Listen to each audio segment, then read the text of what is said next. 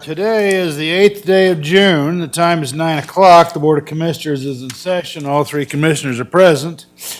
The purpose of the meeting is the beginning of our budget presentations. We're happy everyone's here, and we're happy to get this thing going. I think we've got a room full of solid citizens, and we're glad you're here. Okay, is there any discussion before we get started? No, Mr. Chairman, just a gigantic thank you to the clerk for what he's done and all the people that are here who are helping us put this budget together. I think it's going to be a great opportunity for us to analyze what we do and how we do it. Hey, well, and as you know, this is our budget time. So what we'll review is we will review our anticipated revenues, because we have to fit our budget within our anticipated revenues. And so we're going to be going over those, or the anticipated revenues and the proposed budget, and then we'll start hearing. We do things a little different in Ada County. We have all of our department heads and all of our elected officials make a budget presentation. And that serves a dual purpose. That serves the purpose of you can let us know, and the public, because these hearings are broadcast. Hi, everybody. They're broadcast, and the public can watch these hearings and kind of get an idea of what's going on in the county. We have a lot of good things going on, and we want to start it off that way. Any other questions? Well, we've got the schedule, and we're lucky. We have our distinguished clerk with us today, Mr. Trent Triple, and he's going to start off with giving us an overview. And I anticipate we'll get an overview of what the revenues are and how we can fit it into a budget, or vice versa. Or vice versa. Yeah. Thank you, Mr. Chair. Thank you. I love to live in Ada County. I haven't run into anybody that doesn't. I'm also aware that many people outside of Ada County know about us and want to be part of our community. I am Trent Triple and the clerk of the district court. Two of my other hats that I wear are the clerk of the Board of County Commissioners and as the ex officio auditor. And it is in that capacity that I stand before you today. Statutorily, I'm responsible for creating a county budget based on the inputs from all elected officials and department heads. I then am responsible for presenting that budget to the commission. Over the coming days, you will hear from various officials about their submitted requests and have an opportunity to question them. At the close of this week, I will brief the official history and current submitted budget with its constraints. The board will then deliberate on what it can fit in the scope of projected revenues and agree to a tentative budget. Now for some basic county budget 101 education and what the current pressures and opportunities are for this board. Our wonderful treasurer, Beth Mon, collects property taxes for every taxing district in the county. Schools, cities, smaller taxing districts like cemetery, library districts, and highway districts make up 76.4% of those taxes. The portion that goes to the county functions is only 23.6%. Of that piece of the pie, the majority of those funds are dedicated to public safety and courts. Interesting fact, however, is that property taxes is only part of the county budget. More than half of our budget is derived from revenue we bring in the form of fees for services and from other forms of revenue sharing that we get from the state. Any changes in those sources directly affects how much property tax is needed to offer the essential services we do. For instance, if we increase a fee for service, say how much it costs to record a document, then the pressure to pull more property taxes goes down. If the revenue from the state in the form of sales tax and liquor tax is reduced through legislation, then the pressure to raise property tax goes up. Savings is another source we can use to make the budget whole, but those are often used for one-time projects as the source of funding is not always replenishing itself. In past years, the county has done everything it can to tap into alternative sources of income to avoid taking additional property taxes.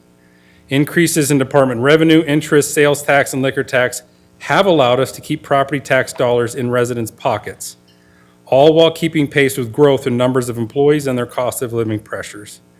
This year is not the same. The pressure to keep the county on the correct path will require additional revenues in the form of property taxes or other revenues just to keep the lights on. State budget woes with reduced revenue and budget cuts have had a direct impact on our county.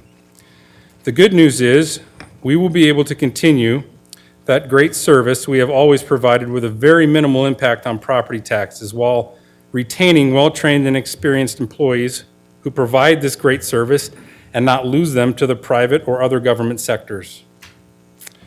Over the next 3 days, you will hear from county officials on what they have accomplished, how they will continue to innovate and deliver best practices, and what projects they have in progress that will bless the lives of other citizens. Like I said previously, our county and the cities within it are a popular place to live, work, and recreate. With growth comes pressure to provide the great service that have attracted many of these new residents. It was a few years ago that Star's population was less than 18,000 people. From 2025 to 2026, the county added the equivalent of a small city to its population, and it isn't slowing down. There are some other residents that have decided to move into our county and set up shop in some of our cities. With population growth, finances and taxes are not the only thing we have to deal with. In the future, counties, cities, and the state will have to figure out a way to deal with this new, rather unwelcome resident. We are always hopeful that growth will pay for itself. But one side effect of a piece of legislation, House Bill 389, that was passed to cap property tax increases from year to year, was that growth doesn't completely pay for itself. New construction levy authority has been capped at 90% and is based on preliminary levy rates as opposed to last year's levy rate. In a fast-growing community, that severely stunts the ability of taxing districts to bring on actual property values that are new and puts more pressure on existing taxpayers. Here you can see the impact since 2022 on levy authority that should have been allowed to include in NCR, but was prohibited by this piece of legislation. We are hopeful that that can be fixed in the coming legislative session. Here you can see the accumulative and compounding impact of that bill on our county to the tune of $12 million. Another impact to our county is the cost of housing state inmates. As an extension of the state, we work together in many ways, but it is important to point out that property tax is going towards funding state inmates, not just county inmates. Over the last several years, that bill has come to over $10 million for our county. This year, we did receive some help from the state and a small increase to that reimbursement rate, but it still falls short in covering the full cost. If we were to apply the new rate over the last 4 years, we would still be subsidizing $8.3 million to house them. For several years, sales tax growth has been matching population growth, but then in 2024, it flatlined for some reason. We were still growing as a county, but the revenue to support that growth didn't match. There are a lot of moving parts to who sales tax gets distributed to in the state, but forecasting those revenues became very difficult. As you can see, we are getting close to digging out of that hole. We have done it patiently with no drastic changes, but with small increases in other revenue.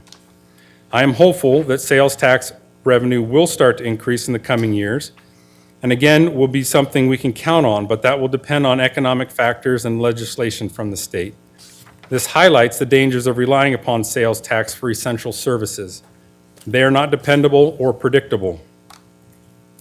Liquor tax revenue sharing is the same story as sales tax, with one major piece of legislation that was passed this last cycle.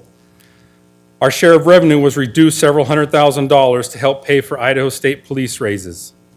Couple that with these latest generations deciding to either not drink at all or go for bottom shelf options, and we have to change our forecast for revenue from this stream, which we will take into consideration within this budget. An internal change for our revenue forecast has also placed more pressure on our budget this year. Because of an inverted yield curve and our conservative investment practices, we have brought in significant additional revenue from interest over the last several years. The market is adjusting, and therefore we must as well. The forecast for 2027 is lower than 2026, and we will have to cut our interest revenue by $1.1 million. So as you can see, revenues are constrained or shrinking, or we are subsidizing state functions with property tax to the tune of $8.7 million. At the same time, our expenses are going up to the tune of $10 million if we are to keep employees whole, with insurance, software support, and small COLA increases possibly. Another challenge we have here is coming up on the notorious 27th payroll in 2028. It occurs every 11 years for those doing biweekly paychecks. I'll try to explain it. There are 26 pay periods. 14 days in a pay period equals 364 days. These 365 days in the year and only 364 paid days a year, creating 1 day left over each year. Over 11 years, that's 11 days. Add in 2 leap years, that's 2 extra days. So on that 11th year, there are actually 378 days that need to be accounted for, which creates a 27th pay period. We are making up for those days left over from previous years in this 27th pay period. There is no easy solution that is perfectly clean and easy to follow with a mix of salary and hourly workers. Every pay structure has its pros and cons. This one happens to have a con for budgeting every 11 years. The cost of this payroll is just slightly less than $10 million. And I will propose we take bites at this apple over the next 2 years to make it manageable. In an effort to keep our budgets intact over the coming 11 years after this 27th pay period, we will be setting aside a small amount of fund balance each year to avoid this one-time hit in the future. Despite all of these challenges, the board and the other elected officials have accomplished what no other county in the state has been able to do over the last several years. That is to keep $33 million in taxes in the pockets of taxpayers. Since 2021, every year this board has not taken the full available taxes that they could have, when many, if not all the other jurisdictions in the county have. Our officials have done that, all while continuing to give employees appropriate compensation increases to keep them whole during higher than normal inflationary periods, which we find ourselves in again. More good news. Our budget in terms of per capita expense is lower than it was back in 2008. That isn't easy to do and requires a lot of patience, sacrifice, discipline, and understanding from our department heads and elected officials. We could have easily taken a lot more taxes and spent it all, but we probably would have not provided better service with those additional funds. That is good leadership. This board has done an amazing job in keeping employees in their positions by compensating them for the work they do and addressing higher inflation periods in the past. We are in the middle of another one, unfortunately. At the same time, costs of health care continue to climb, which will fall partly on the employees as their premiums will have to go up to keep pace. But the proof is in the pudding. Retention rates are low across the county, which translates into less cost of training and onboarding new recruits, especially in the sheriff's office. Keeping the right number of employees for the work is also an important retention tool. If folks are overwhelmed by the amount of work, they tend to leave. But we have countered that with responsible growth in our employee numbers. As you can see, if all of the requested positions, both unfunded and funded, were approved, we would still be at the equivalent level of employees per 10,000 that we were in 2021. If the unfunded positions were not approved, but funded ones were, we would be at the same level we were at in 2020. This ratio is the same as it was in 2008. Back to where I started. I love living here. I love working with my fellow elected officials. I know that Sheriff Clifford and his team are protecting us and enforcing the law. I know that Prosecutor Bennett and her team are holding people accountable and protecting the innocent. I know that John Blake and his team are running all over the county saving lives.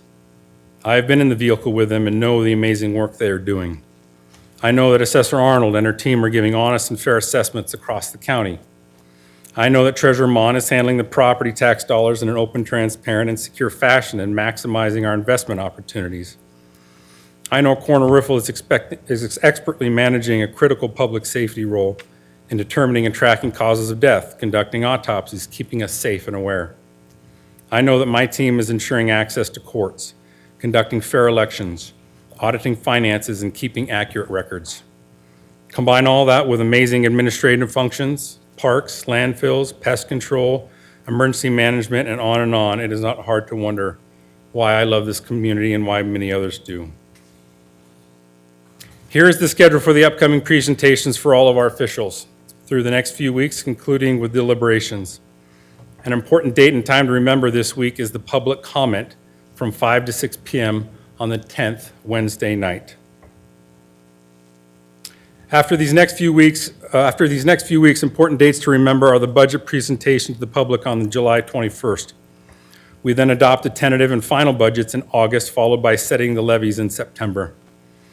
Let me introduce Brandon Purcell, the heir apparent to the great Tim Sturgis, the Director of Budget and Finance. Brandon will get his feet wet by introducing each office this year before he is solo in his new job next year. Tim is leaving huge shoes to fill. More about him later. I'll turn it over to Brandon now. Welcome, Brandon. You know how to get where you need to go. Yes, I think so. Good morning. Thank you, Mr. Chair, Commissioners, Department Heads, and elected officials. All right. With that, as Clerk Triple showed you our schedule, we've got 9 departmental presentations scheduled today with a couple of breaks, and we plan to wrap up around 4:15. But with that, we've got the introduction of our first budget presentation. Elizabeth Mon serves as the elected Ada County Treasurer, one of 7 constitutionally elected offices in the county. Her office fulfills 3 primary roles as outlined in the Idaho Constitution and Idaho statutes: treasurer, tax collector, public administrator.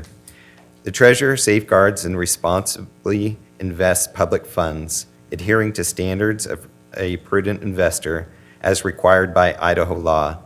In addition, Idaho law mandates that the treasurer administers property tax collections on behalf of taxing districts and handles estates of individuals who die in Ada County without a person to administer their estate. The treasurer's mission is to serve the citizens of Ada County and to perform these statutory duties impartially and efficiently.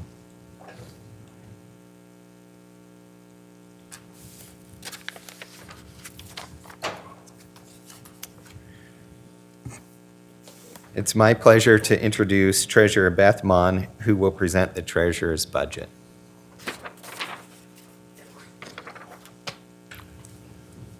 Good morning. Good morning. Welcome to the meeting. We're looking forward to hearing from you. Thank you. And thank you, Director Purcell. Welcome. I appreciate the introduction and the guidance from you, Clerk Triple, and all of the auditor staff during this budget process. Again, good morning, commissioners, elected officials, county employees, and members of the public. It's my honor and privilege to present the budget to you for the Treasurer's Office. And as the chairman noted earlier, I do appreciate the fact that you take the time to hear from each office and department to hear about our challenges and understand the whys behind our requests. Today, I will share with you an overview of the Treasurer's Office, including some of the accomplishments we achieved with the budget you provide for us. I will also present an overview explaining the whys and hows behind our request, and I understand a deeper dive into the numbers may occur later during deliberations. This overview will identify some of our pain points affecting our budget and the efficiencies we have created to lessen the tax burden and address our needs while remaining under budget. I want to recognize and thank the staff in the Treasurer's Office. They are so knowledgeable and provide excellent customer service in providing the services under the 3 statutory roles that we fill: treasurer, tax collector, and public administrator. Again, our purpose is to serve, and in doing so, we perform our duties impartially and efficiently. I'm also so grateful for the support of the other county offices and departments, from the prosecutor's office to procurement, operations to the auditor, and all throughout the county. They're incredibly talented people working together to serve our community. Ada County can be proud of its investment performance. As noted earlier, Idaho law restricts our investment to the safest, most conservative securities. These are treasuries, agency bonds. When investing public funds, our objectives are safety and liquidity, so ensuring the preservation of capital and having funds to meet our obligations as they come due. I want to emphasize that yield is our lowest objective when managing public funds. That said, Our staff analyzes cash flow on a daily basis to identify idle funds that we can invest. And in doing so, Ada County can feel proud that we earned over 4% on our portfolio. I also want to note that a fixed income portfolio like ours is impacted by interest rates. So should the Federal Reserve reduce rates, our yield will be lower. But again, our objectives are safety and liquidity. I also want to note our success in tax collections. We maintain a rate of collections of over 99% for the districts we serve, the cities, the schools, Ada County, and other districts.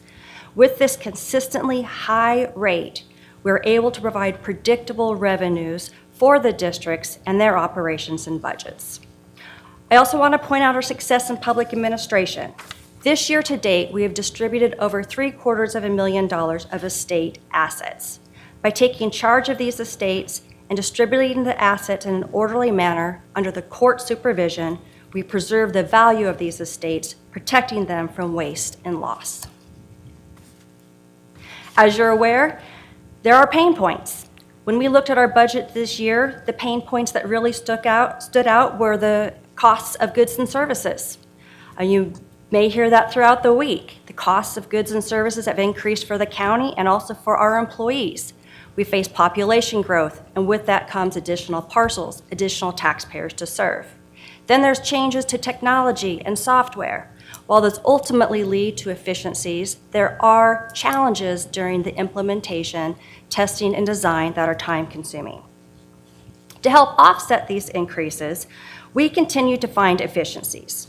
I will share with you on our budget how we identified alternate payment funding sources to reduce, even eliminate some of our expenses. And with those savings, we are requesting some personnel adjustments. As you saw in the introduction, our submission is under budget by approximately $2,600. When you compare this to the last prior year, we do have increases. A lot of those increases are in professional services, as you'll see in a minute. We have increases in both our personnel budget and our operating and capital budget. But despite those increases, we were able to submit a budget less than our base budget, and I will show how we did that. Again, our increases mostly are in professional services, tax deed service, and really throughout the budget, several line items, printing and software.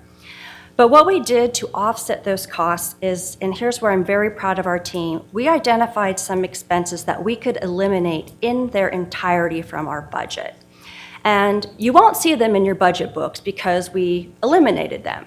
But it's important to point them out that these are expenses that were in our budget for FY26 and they are not in our budget for FY27. And those specifically are armored car services and banking costs. And those are costs for our investment custodian to safeguard the funds. The way we were able to do this was to use the earnings on our bank account deposits to pay for those expenses. So in other words, we were able to use those earnings to pay for services instead of using our budget. So this is a very great example of our staff being efficient with our budget. We also looked at other expenses that we were able to reduce. Those included some conferences, trainings, and equipment. So overall, our expenses that we reduced or eliminated exceed the amount of our increases. Turning to personnel, we are not asking for any new positions. You'll see that our staffing level has been fairly constant over the years. We have no vacancies and no supplemental requests. We do have requests to support our staff. As was noted earlier, we want to retain our employees. So we have several requests for base pay adjustments. We also have some special salary adjustments here. Those are to compensate staff who are taking on additional responsibilities, yet not asking for additional positions. Then we also have some lump sum requests primarily related to overtime. I recognize that this is a tough budget year, every year is, and you face tough decisions. Should you find the funds to provide our employees with a COLA or merit, I support you in that. I'm certain our employees would. in the treasurer's office, likely throughout the county, and they would be grateful. I want to share that the treasurer's office for this year has no CIP requests or EOE, extraordinary operating expense requests. We did identify some shared needs with other offices last year. Those projects are great examples of collaboration between county offices. I continue to support those. And again, part of our success in the treasurer's office is the support we receive from you as a board, your departments, and other county offices. But for this coming year, you'll see our history of savings here. In conclusion, the treasurer's office fulfills statutory duties. We do this efficiently and with a history of budget savings. You have seen our accomplishments in using the budget that you approve for us, our accomplishments in investments, tax collections, and public administration. The cost of goods and services certainly have increased, and several line items in our budget have increased as well. But we offset those costs by reducing or eliminating some of our expenses and directed some of those savings to existing personnel to retain them and are not requesting new positions. As a result, we are under budget for FY27. I respectfully request that you approve our budget as submitted. Thank you again for your consideration, and I stand for any questions. Well, thank you. Appreciate your presentation and your thoroughness. We've always appreciated the operations that you put together, and we're happy to see you most every week. And are there any questions from the board? No questions, just a thank you. Well, and I'll just note that I've been here for 6 years, and this is the sixth budget presentation I've seen you give, but it's also going to be the last one as you are leaving the county for future endeavors. And so I just really wanted to thank you for the 6 years spent working with you, and your office has just done a fantastic job. Really love the treasurer's office and all the great work you put in for the taxpayers. And thank you so much for all your service. Mr. Chairman, Commissioner Davidson, thank you. It truly has been an honor of a lifetime to serve here. Incredible staff, leadership, and a place I will miss, but also glad to know that it's in good hands. Well, thank you. Thank you. Appreciate it. Thank you.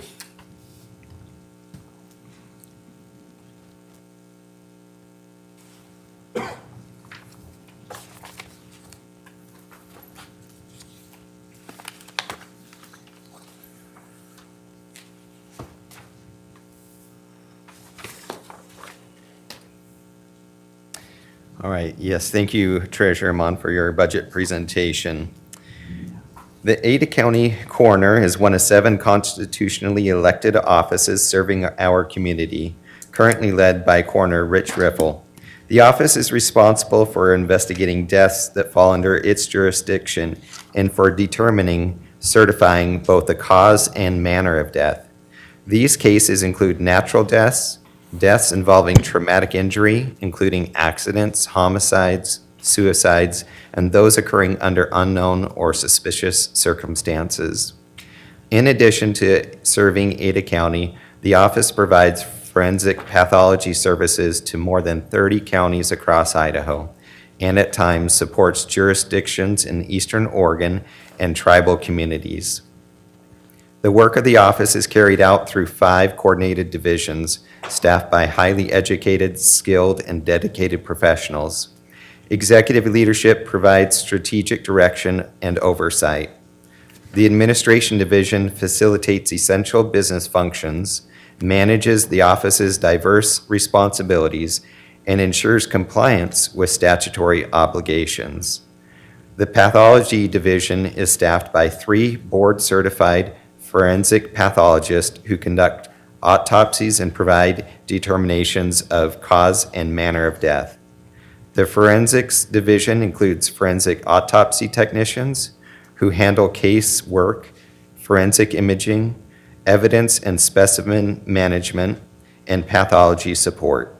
The investigations division is the largest division whose medical, legal, death investigators respond to death scenes, gathers documents and analyzes information, and works closely with families and partner agencies. Emergency Preparedness Division focuses on mass fatality planning, disaster response coordination, and maintaining readiness for large-scale incidents. Together, these divisions ensure comprehensive and professional approach to death investigation and public service. All programs and services are guided by Idaho statute and reflect a strong commitment to accountability and public trust. The office is accredited by both the National Association of Medical Examiners and the International Association of Coroners and Medical Examiners, underscoring its adherence to nationally recognized standards. Above all, the members of Ada County Coroner's Office are dedicated to serving the community with compassion, integrity, and respect. The Coroner's Office has submitted their fiscal year 27 budget request that exceeds their base budget by $233,741. They're requesting one personnel supplemental for $86,823 and 9 operating supplementals for $146,918, totaling $233,741.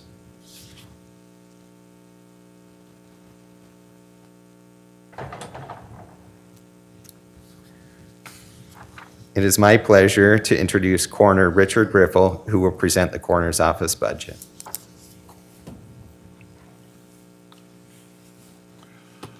Thank you. Welcome, Coroner Riffle.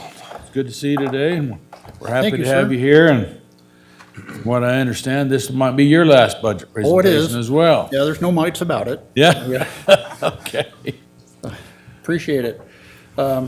Just a real quick edit, the total budget, we removed the impact fees, so whatever stated, drop off 75,000 off that, so just, I'll get into that later. But thank you, Mr. Chairman, Commissioners, and welcome members of the audience and those watching us online.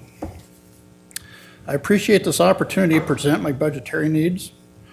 I am fully aware of the county's current budget limitations and appreciate the challenges in this process. However, I believe it would be a disservice to my office, to you, and to the public if I did not present the needs required to maintain our current level of service, to ensure transparency, and to support informed decision-making process. The Ada County Coroner's Office is accredited by the National Association of Medical Examiners and the International Association of Coroners and Medical Examiners. We are one of only 6 offices nationwide with this dual accreditation. These distinctions reflect our compliance with rigorous national standards in medical legal death investigation, forensic science, pathology, and formal administrative practices. We serve nearly 590,000 residents, which is approximately 28% of Idaho's total population. In addition, we also provide forensic pathology services to more than 30 counties, representing about 75% of the state. Over the past 5 years, our total cases have averaged 4,320 cases per year. Sustaining this work at a high standard requires stable funding for specialized staff, training, equipment, and technology.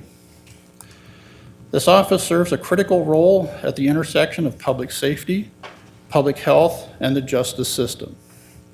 While providing compassionate services to families, we investigate deaths, identify potential health risks, support public health agencies, law enforcement, and prosecution.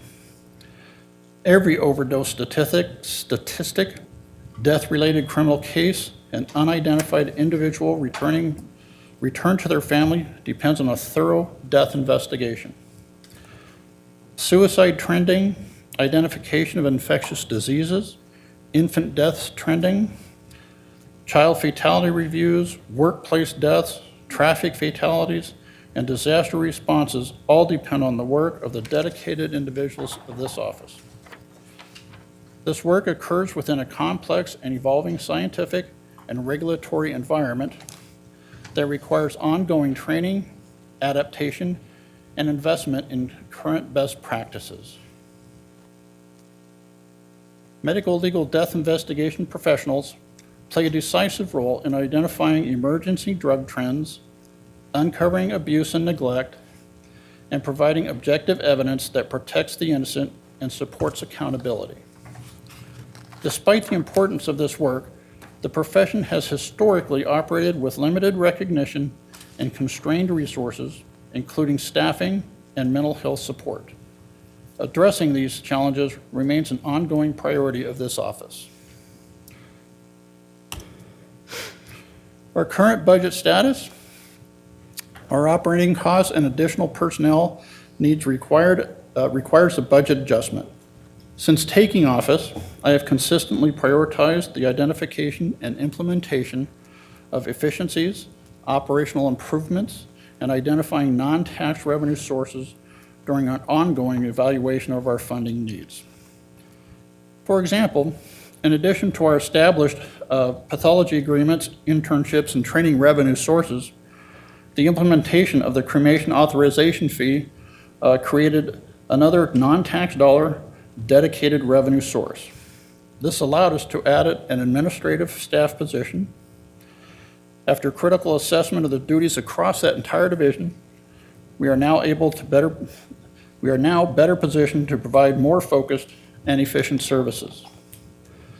The recent installation of the CT scanner is also proving to be a valuable operational improvement, saving staff time and increasing efficiency in many examinations. However, at this point, it's still too early to provide any meaningful performance data. Despite those non-tax funding sources, efficiencies, and cost-saving measures implemented, this office can no longer absorb the rising costs for supplies, materials, and equipment needed without reducing either the quantity or quality of service, neither of which we feel are viable options. Diligence in identifying non-tax revenue sources has indeed supported staffing levels. For example, in the last budget cycle, we identified and secured non-tax revenues to cover most of the requested positions. The unfunded position was an investigator, causing the investigations division to continue operating below minimum staffing levels to meet the increasing demands. At this stage, maintaining current service levels and quality requires budget support that reflects actual operating conditions and minimum staffing needs. With that, I will get into our personnel supplemental. We're requesting one medical legal death investigator. This is an ongoing expenditure at $86,823. While this request is still only for one investigator, realistically, we could use two. However, in recognition of fiscal constraints and budget planning guidance, this request is limited to one full-time position. While this phased approach reflects fiscal responsibility, it will not fully achieve the desired staffing level, mitigation of retention, and enhancement of employee well-being. Future funding requests will be in order. As an independent county agency, we conduct investigations free from external influence. This independence is essential in maintaining objectivity, avoiding bias, and preserving public confidence in the integrity of our findings. A core statutory responsibility of this office is the performance of thorough and objective medical legal death investigations to accurately determine cause and manner of death. These investigations are essential to serving families, supporting public health, safety, and the administration of justice, and providing answers during one of the most difficult times our community members face. Our medical legal death investigators operate in accordance with nationally recognized professional standards to ensure consistency, accuracy, and integrity in every case. Medical legal death investigators are a critical component of the forensic system. While autopsies are important medical findings, they require a comprehensive scene investigation with contextual information to appropriately establish cause and manner of death. Investigators serve as the eyes, ears, and sometimes the nose of the forensic pathologist. The collection of scene evidence, extraction of investigative information from medical records, validation of jurisdiction, and the thorough review and documentation of their findings are essential to accurate determinations. As such, their work efforts directly influence legal outcomes, public health resource management, and vital records. The investigator's work is inherently demanding and involves repeated exposure to traumatic and often violent events, exposure to unknown illnesses and diseases, and interactions with grieving families. This cumulative activity places investigators at increased risk for chronic stress, burnout, and post-traumatic injury. Research shows that unmanaged occupational stress can lead to decreased performance, absenteeism, and turnover. Staffing levels and workload management are therefore related to both employee well-being and the quality of the investigations. The average caseload per investigator now exceeds over 150 cases annually. For example, one of our investigators just last fiscal year had 217 cases. Our analysis indicates that the target caseload of approximately 130 per investigator would be optimal. At this level would positively influence employee well-being and significantly address the adverse mental health impacts. The current caseload contributes to the turnover rate within the division. According to HR, in the past 5 years, the investigations division has experienced a turnover rate exceeding 80%. If this request is fulfilled, the projections would bring us to an average of about 140 cases per. While falling short of the target, it would be an important step forward to address the impact on employee retention. Strategic investment in staffing is necessary to ensure accurate, timely, and objective death investigations, while also safeguarding employee well-being and maintaining public trust. Go on to our operating budget. Our top priority is a microscope. This is a one-time expenditure in the amount of $20,260. Microscopic tissue examination is essential for forensic pathology, as many diseases and injuries are not visible to the naked eye. We are seeking a Lyrsa brand microscope, which has proven to be appropriate and effective in this field. Our second priority is CT training. This is a one-time expenditure of $7,000. This request is to fund specialized training, which is necessary to fully utilize our new CT scanner's capabilities. This on-site training would be tailored to fit our specific needs and will improve diagnostic accuracy, ensure proper use of the equipment, and uphold professional standards. Our third priority is emergency lighting for our trucks. An estimated amount of $11,528, one-time investment. This equipment addresses an employee safety issue while at high-risk scenes where it is important for our vehicles and personnel to be readily identifiable and seen. Note that the lights will not be used to get to the scene. They'll be used when they at the scene, just in case you're curious. The most recent example that we have is one of our investigators that has a scene with law enforcement, and some clown decided to drive by and pop off a few rounds. So we felt it was kind of important to have those lights. Our fourth priority is printing and supplies, a one-time expenditure in the amount of $2,000. Due to rising costs and the upcoming transition to a new administration, updated materials, which include business card, family packets, and official stationery, are necessary to maintain a consistent and professional presence. Our next requested item is a specialized laptop. This is a one-time purchase in the amount of $2,954. This device will support proper use of the Gentech Security and Facility Operations Program. The program requires processing capabilities beyond the standard office laptop that's currently in use. This requested laptop will improve cost efficiency and productivity. Our next request is one-time budget increase for emergency preparation in the amount of $3,976. This funding will be used to help establish a baseline operational capability for mass fatality response and related training activities. Current resources are minimal, creating operational risk.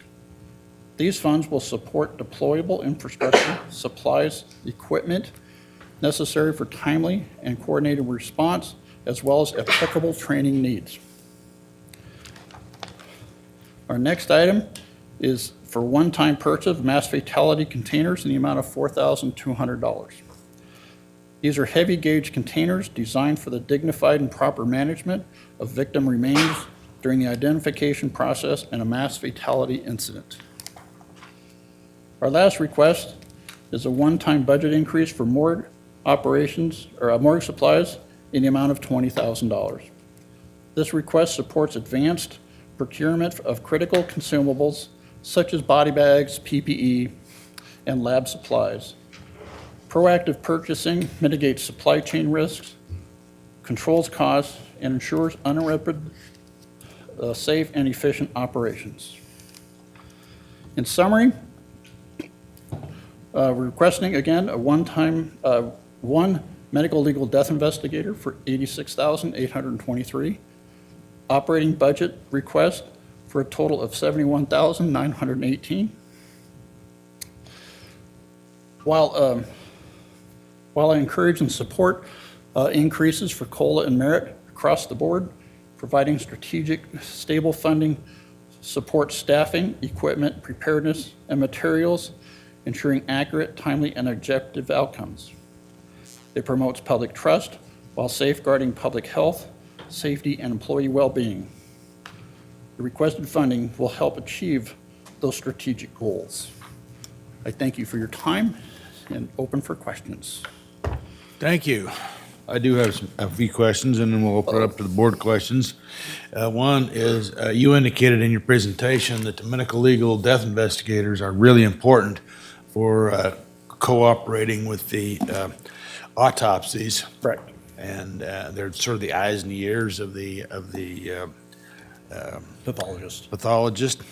So my question would be, who does the medical legal death investigation in other counties? It's most of the counties, it's whoever they have. The coroner goes out and whatever staff they have available. We are just very fortunate enough to have, well, depends on how you look at it, fortunate enough to have staffing levels that we have a dedicated team that goes out to the scenes. The pathologist will respond if requested, but that doesn't happen very often at all. Otherwise, it's, you know, who's ever on staff. So I guess that was my main question, is then some of the medical legal death investigations are conducted in other counties. Correct. Everybody does them. It's just who does it. Okay. And so typically, who does it? Does our staff do it, or does? Oh, our staff only takes care of Ada County. Only takes care of it? Okay, all right. I got you. And you indicated that Ada County does autopsies for 30 other counties.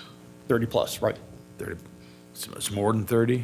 I have contracts with 33, I think, right now. Okay, so it's actually 33 then, Yeah. okay. And in your revenue, you have coroner fees of $600,000 for the FY26 budget. Is that the fees that we charge other counties to do autopsy? That is correct. Most of that comes from that. Some testing that we do pass through for, but most of that is just the autopsy fees to out of counties.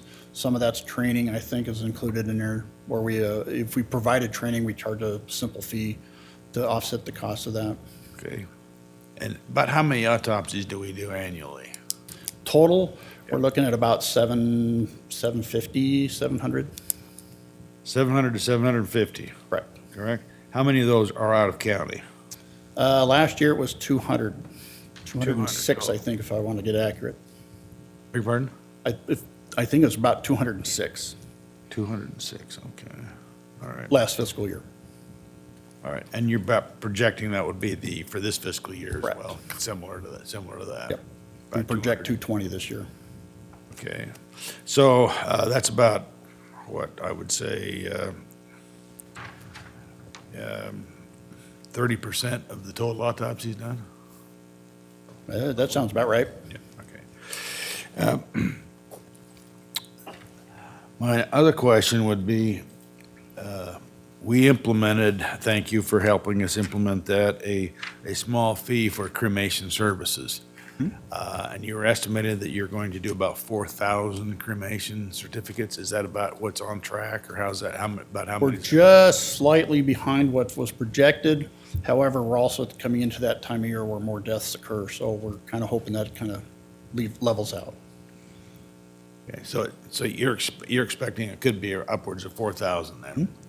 Okay, and then we'll need to have an analysis of the cost, because that's what we promised the public we would do when we implemented because we didn't know for sure how much to charge for a coroner Right. cremation fee.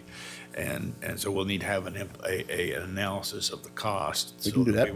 We won't exceed Right. the actual revenue from the services that we're providing. Okay. All right, thank you. Any questions from the board? Go ahead. Go ahead. Now, are you factoring in the cremation fee into your current budget, or how is that? Everything's factored in. So what we've presented here would be above and beyond what we already have capabilities to cover. Okay. Now, for any of your emergency preparedness requests, have you looked at, potential grants, federal grants, anything like that? And what does that look like? Yes, our emergency preparedness coordinator is stellar at trying to find funding. Right now, it's my understanding that federal funds have dried up since the newest administration took over, but those are starting, from what I'm hearing, those are starting to ease, and there should be funding available at some point, but we just don't know when or what those funds will look like.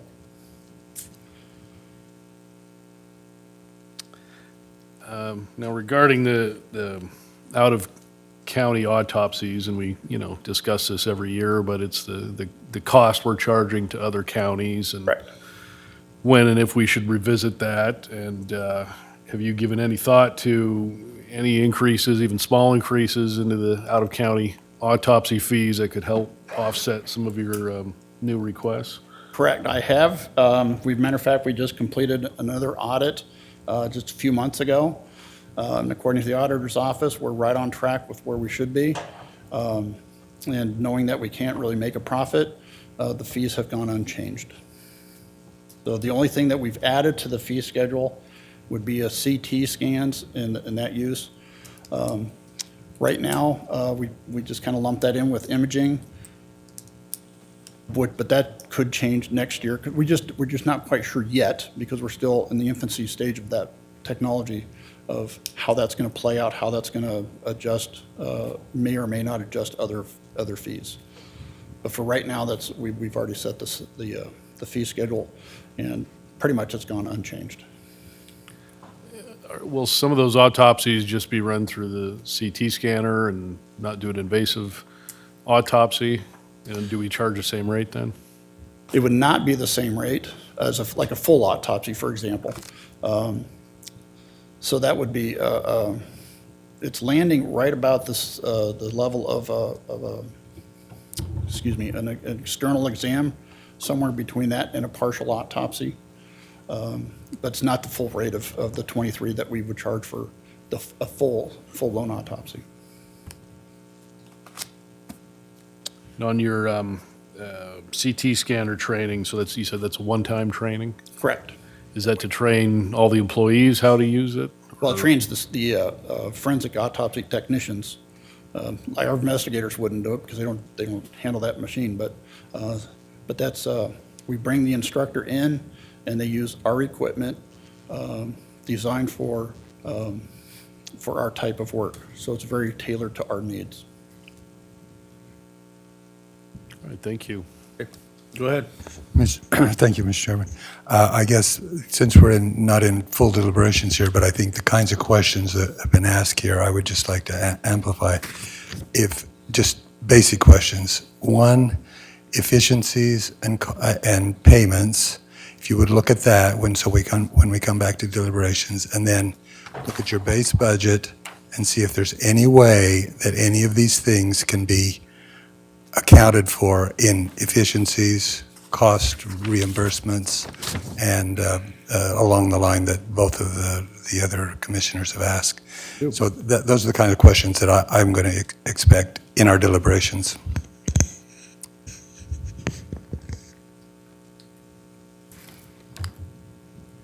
Okay. All right. Well, I did the calculations from the numbers you gave me. Approximately 750 autopsies will be done in the next fiscal year, and you've handled about 206 out-of-county autopsies. That represents, I was close. I said 30% is 27%. Oh, okay. But then, and you indicated from a question from Commissioner Davidson that you thought that the fees we charge out-of-county autopsies were meeting expectations. I think that's what you meant by that is your budget, the budgeting that made for it. But it seems to me that the actual cost is higher than what we are charging. I would recommend that we revisit those costs, because certainly 27% of your budget is not from out-of-county autopsies. Yeah, you'd have to talk to the auditor's office. I got my numbers from them. So they're the ones they crunch those deep dive numbers. Right. Well, I think I've always thought for quite a while that we should raise those fees to reflect a little more of the actual cost of the Yeah. autopsies. Yeah, like I said, from what I understand, they're going off of. Because we have 3 forensic pathologists, correct? And those are pretty high hourly employees. No, Well, not going to argue that. Well, and while we appreciate that, because that's a level of expertise that hardly anybody has. Right. And so they get paid in compensation for that. But I do think we should analyze the actual cost and maybe come a little closer to the cost of providing those services. Yeah. Like I said, sir, I'm not arguing that. I'm just going off what I've been told. Oh, I get So, that. yeah. Anyway, I want to thank you for your service to the county and for your presentation. And if there's no other questions from the board, No, congratulations on your last budget presentation, and Yay. it's been great working with you over the last 4 years, and been really having a great appreciate time, your great time. service to the Yeah, taxpayers. appreciate everybody's help. absolutely. Yeah, thank you. Thank you. Sure. All right, thank you. Okay, go ahead. Thank you, Coroner Riffle, for your budget presentation.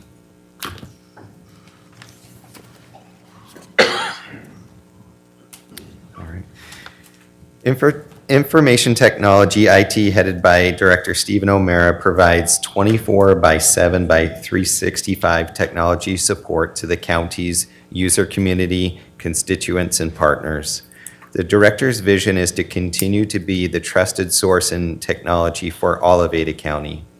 IT empowers both offices and departments in delivering superior services to the community through collaborative and comprehensive technology-driven solutions. The IT department creates success in its role by delivering services through 8 distinct divisions. Maintenance of thousands of PCs, laptops, and tablets, leading to an average of 1,000 monthly support tickets, is handled by the Customer Support Division. The Project Management Division is the liaison between IT and all county offices and departments for the purpose of acquisition and implementation of new technologies through the application of project management framework. The management and maintenance of network access to all 34 county buildings, 4 data centers running on-premise applications, cybersecurity, and cloud-based applications are handled entirely by the Enterprise Services Division. The Software Development Division creates and maintains all enterprise business applications, as well as all third-party integrations for on-premise, cloud, and web platforms. The GIS Division continues to expand in response to increased demand for geospatial application data. The Business Operations Division oversees the procurement of all county technology hardware, software, and maintenance contracts, in addition to managing software licenses for compliance with all vendors countywide. Lastly, providing for critical community access to public safety, the Ada County Sheriff's Office 911 Technical Operations Team manages county's 911 system, computer-aided dispatch, and statewide 700 megahertz radio system used for all public safety responses within Ada County. Information Technology has submitted a fiscal year 27 budget request that exceeds their base budget by $1,266,792. They are requesting 3 operating supplementals for $1,277,035. It's my pleasure to introduce Stephen O'Mara, who will present the budget for Information Technology.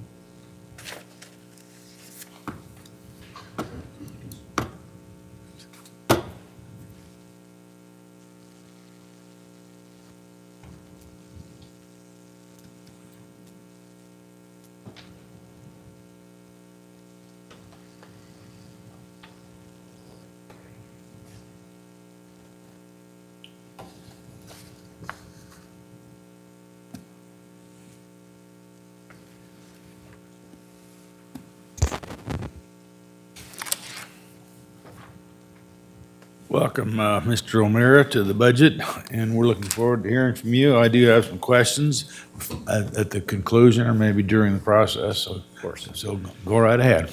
Thank you. Good morning, Mr. Chair and Commissioners. It's a pleasure to be here presenting yet another IT budget to the county and to everyone online who's watching and everyone in the room. Good morning. Real quick, I'd like to do my normal list of thank yous. Big thank you to the Clerk Auditor Recorder's Office and Clerk Triple for their work and for the years that Tim has put into guiding me and correcting me and educating me in my role of budget and director. I owe him quite a bit. And special thanks also to Cody Starman, who helps us get the budget process rolling. Couldn't look past him. And to my fellow department heads, through Steve Rutherford, a really great culture has been developed there by him and with them.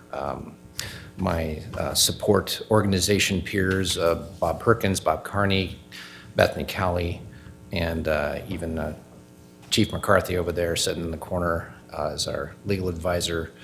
Those folks, like IT, are a support organization for a pretty big enterprise. And making sure the elected offices are able to do the work that those folks are elected to do, and also for all the department heads who serve the constituents directly. So thank you for that. And then my own staff, my leadership team, an incredible group of technologists that we have out there, roughly about 74 people. Wouldn't be anywhere nearly successful, obviously, without them. I can't do any of their jobs. I am not very smart anymore, having been a director for a decade. And I really do appreciate what they do for me and for this county on a daily basis. So thank you to all of those. Let's go ahead and jump into this. I want to talk about the budget just a little bit here before we get into the things where you want to ask the questions.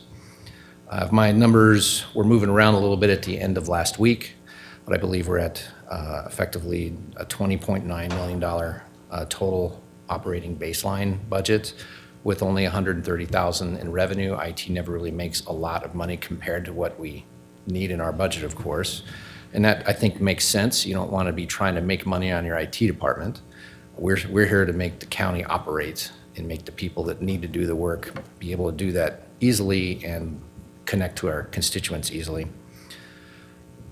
We're roughly 50-50, and I'll just have another slide showing that, personnel costs versus our operational costs.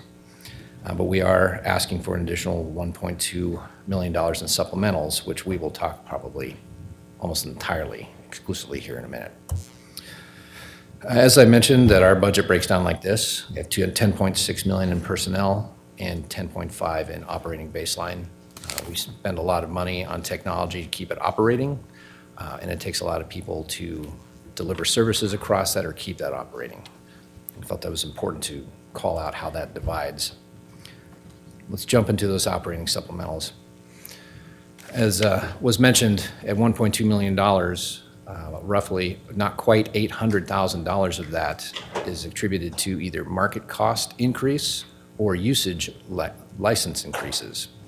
So these are things that where the county's effectively being handed a bill for what it is we're using today or doing right now. That's nothing different that the IT department has done.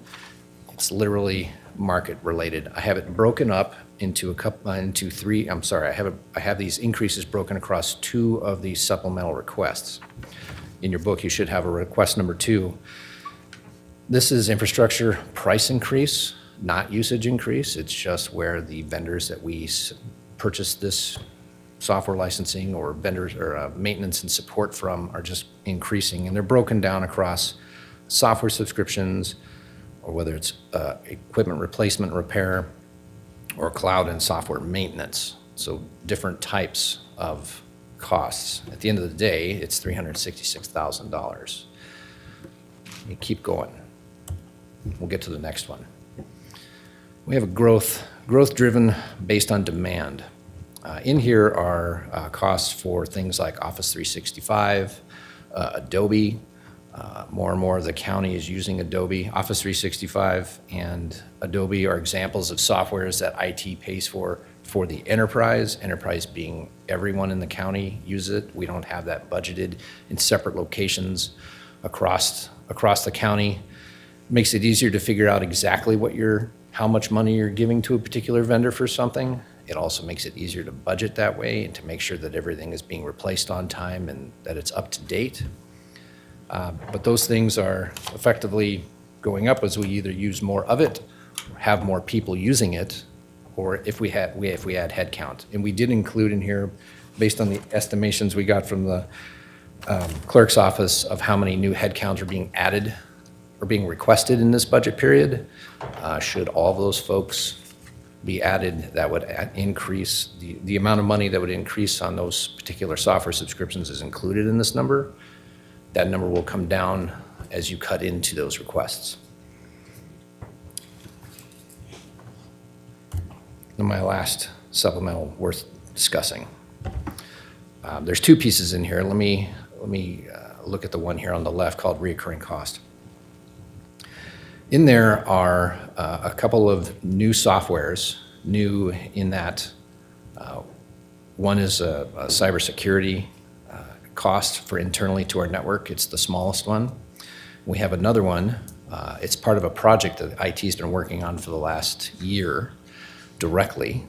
And so even though it's a new cost, it doesn't feel like a new project for the IT department. What that is the replacement for our inventory system that we have. You may have remembered that we looked pretty closely at trying to replace that with our ERP system a couple years ago when we rolled that out, and we determined that company did not produce an inventory system like the IT department needs. It's more interested in tracking fixed assets and big depreciation of buildings and that sort of thing. It doesn't really track who's got a laptop and where is it today. That request is $250,000 for the licensing to replace that system, that older system that we would like to move from. It's taken a year to prep. It's an addition to a system we already have, and it will grant us the ability to automate, might be a strong word, but leverage our networks and our technology to help us find where equipment is. Right now, when we do inventory every 2 years, we have to do it effectively by hand. People run around and look and see where things are. They look at reports to see where they were last scanned. This will allow us to leverage the network to tell us anything that's on, where it is, and it'll also record where it was last seen and who was logged into it. This will greatly help make that a more efficient process, it hits IT very hard, but the reality is everyone in the county is involved in the inventory process, and it'll make that easier for them as well. The other piece in there is $195,000 to continue forward with our data integration and data management that we've been doing in the county that's relatively new. We embarked on a journey. I don't remember exactly when it started. I think it was after the new year, where we started to slice and dice our financial data through a data management platform. And whereas it's not quite ready, it's getting very close. And I believe, and I think others will agree with me, that is a process and program that's going to change the way the county monitors its funds, because it makes it much easier to get access to the information, and it puts that ease further down into the departments and offices to review that information themselves. There's quite a steep learning curve with it. Obviously, the auditors are they're completely involved in it, and we're still vetting how well that system is turning out. But really, all that is just a data management platform. It's something that law enforcement and even Ada County paramedics and the sheriff's office are using to handle their business data. It allows them to make efficient and rapid decisions based on the information that comes through the systems that they all own. It doesn't replace anything. It sits in the middle. I believe it'll do the same thing for other departments here, where we have information in various systems, where you need to really be proficient in each system to understand how it works or what the information that's held there, or you need to find someone like the auditor's office who can explain it to you and help you put your hands on it. This sort of thing will make it so that folks can more directly get their hands on it at the time that they need it, more ad hoc. So it makes the department head or an elected official more efficient, if you will. It doesn't take anything away from the auditors. In fact, I think the auditors will be a huge user of what we've built. But then eventually, when that's done, I think that the offices and departments will then think of their own business data, if you will, the information they operate, how they move, how they work their departments, and the things they do for the citizens. They have multiple systems that do that. This concept of data management, freeing the data out of those systems, allows you to paint a picture of what the whole process looks like for a particular department. Right now, you have to do that. You see it in various programs right now, like Excel. That's probably the county's best data management tool. It's not bad. It certainly works, but it's very isolated, and you have to, a lot of that, even though it's technology, is done by hand. So I felt like I needed to explain that one, because it is a lot. This is not being budgeted for anyplace else. The hard part about having an enterprise IT means we're the IT department for everyone. There's a couple of smaller groups out there that we work with, but overall, we do support everyone in the county at some level, some completely. The only way we can help these folks be efficient is if we provide the technology and then help them utilize it in the best way possible without them having to go out and get their own sort of thing or their own tools. What that ends up doing then is costing or increasing your IT department budget by a lot. So you have a choice. You could let people buy their own technology. IT still supports. That will lower that spend, but it spreads it out across the county. Benefit of having an enterprise fund like that, not a fund, an enterprise budget like this, it allows you to keep in one space, and you can kind of help folks laser in on something. And at some point, it'll also benefit the county overall, just having all of the budget or all of the data in one spot, at least in theory. The other thing that's on this list, that's not actually in my budget, $179,000. I'm talking about, this is a project on behalf of the district court. It's actually in support of TCA Barrios. And it goes hand in hand with the upgrades that have been done in the lobby here in this building. It's an electronic docket system. And the district court fund, which I do not fully understand, is going to pay for that. I don't believe that's a general fund item, but I wanted to bring it to your attention. I'll tell you a little bit about it, show you a little bit of it, let Ms. Barrios really kind of have a lion's share of why this is important. But the idea would be to provide electronic dockets outside of every courtroom, and of course, upgrade the ones that are outside in the lobby right here, those large televisions. The software that's running on there is a system that IT built eons ago, and you can look at it and you kind of get that sense. But it gives you case number, courtroom, time, judge, so that folks come in, they need to know where to go. This breaks it down for them out there. That is something that my team supports and has supported for years. And of course, they get a lot of that information from the Idaho Supreme Court, such as what hearing and what judge and all of that. We parse it in the background, display it on those screens. This is if you look at the screen here, it is a much cleaner view. If you're wondering if it looks like it's an airport, it's because it's very similar to what they do in airports. And also the goal, one of the goals Ms. Barrios had was to have electronic docket outside of each courtroom. It's essentially a small screen there. That would create an efficiency of her folks not having to constantly print paper, run to those courtrooms, and they hang them on these little cork boards outside. This will allow them to update when a hearing gets moved or a judge is reassigned or whatever it is that's going on. This will allow them to do that much cleaner, much faster. Plus, it'll be cloud integrated, and so we believe that it'll really reduce the amount of handwork, if you will, that her folks have to do today to constantly schedule court. And as you know, and today's no exception, we do a lot of court out of this building. The same system, I should say, was also slated to be put out for the 3 courtrooms out at our juvenile courts area. So with that, I'll take your questions.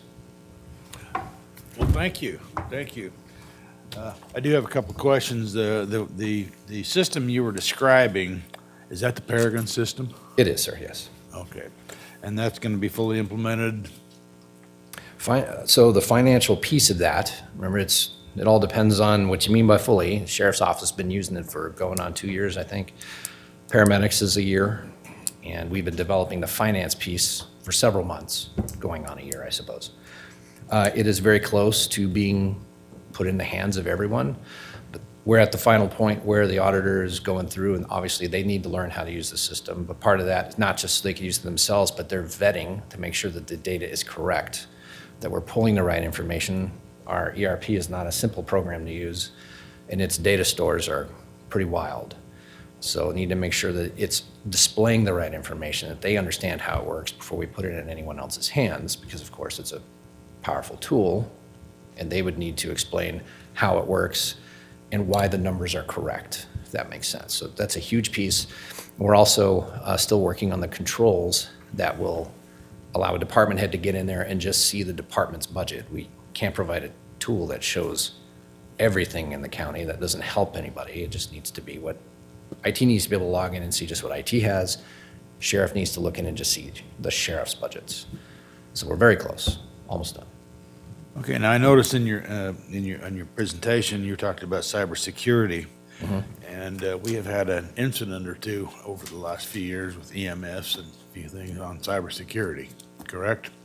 Was actually with the dispatch, is the last one I'm aware of. Right, the dispatch, but it affected EMS, affected everything. It did. Yeah. It really impacted all public safety. Yeah, and it was a flaw that we discovered, and we got it fixed, and we didn't. Correct. We didn't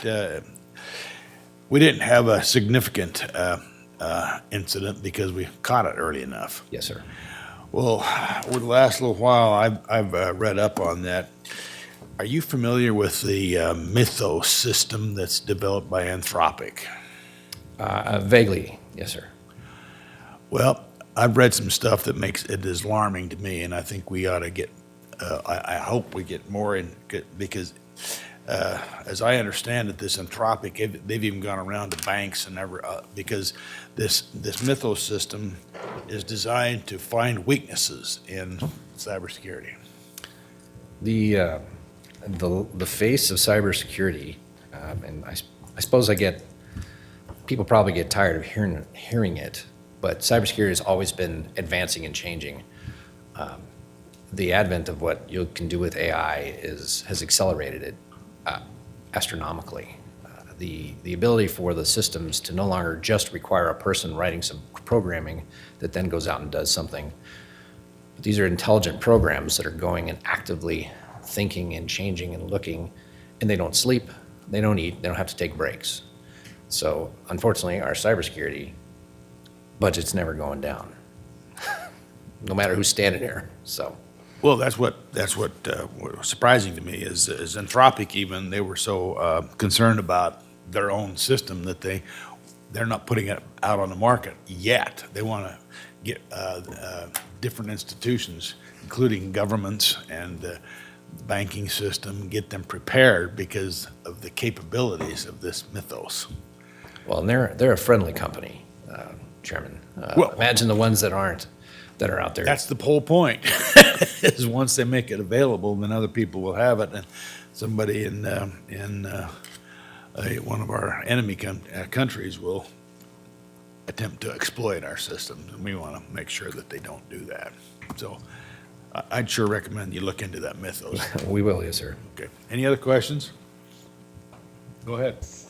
Well, looking ahead to the future, do you envision AI saving the county a lot of money? And what, have you imagined what departments would be most likely to use it? Well, Chairman Beck, Commissioner Davidson, that's an excellent question. Honestly, we talk about this constantly, and not just my department. I mean, technology people, state's talking about it, the city and mine. We meet a lot. Where does AI go? AI is going everywhere. And so the AI that a lot of folks know, let's say not in the technology space, the average user knows it as a chat, right? Where you go to a website, you plug stuff in there, and or you can drop a document in there and you do this summary information, or find me, Super Google, go find me some information on some law. That's great.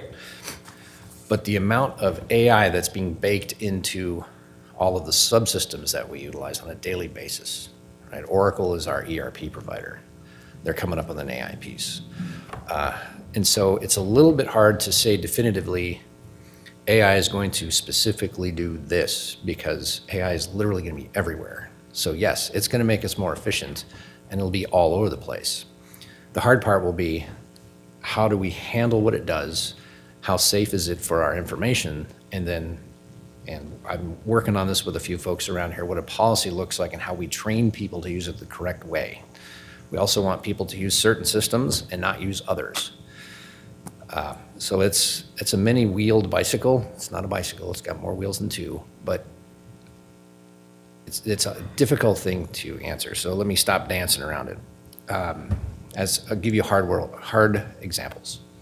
And I don't want to talk too much out of my area, but the sheriff's office, they brought in Peregrine first, and what they have done to speed up just themselves looking at their own information, right? Think about what you know about the sheriff's office. You have people, deputies in vehicles, you have deputies in the jail, you have all the civilians that work there. They all have their own systems that do whatever their angle is, whatever their job function is at the sheriff's office. And so if you want to get something from that record system that belongs to the jail, you better have access to it, and you need to understand it. If you want to understand what's going on in the field, you've got to have access to CAD. You better, at some level, you better understand it, or you better know some people that do. What a data integration tool like Peregrine does, which does have AI in it, allows you to tap all of those data sources, excuse me, in one spot.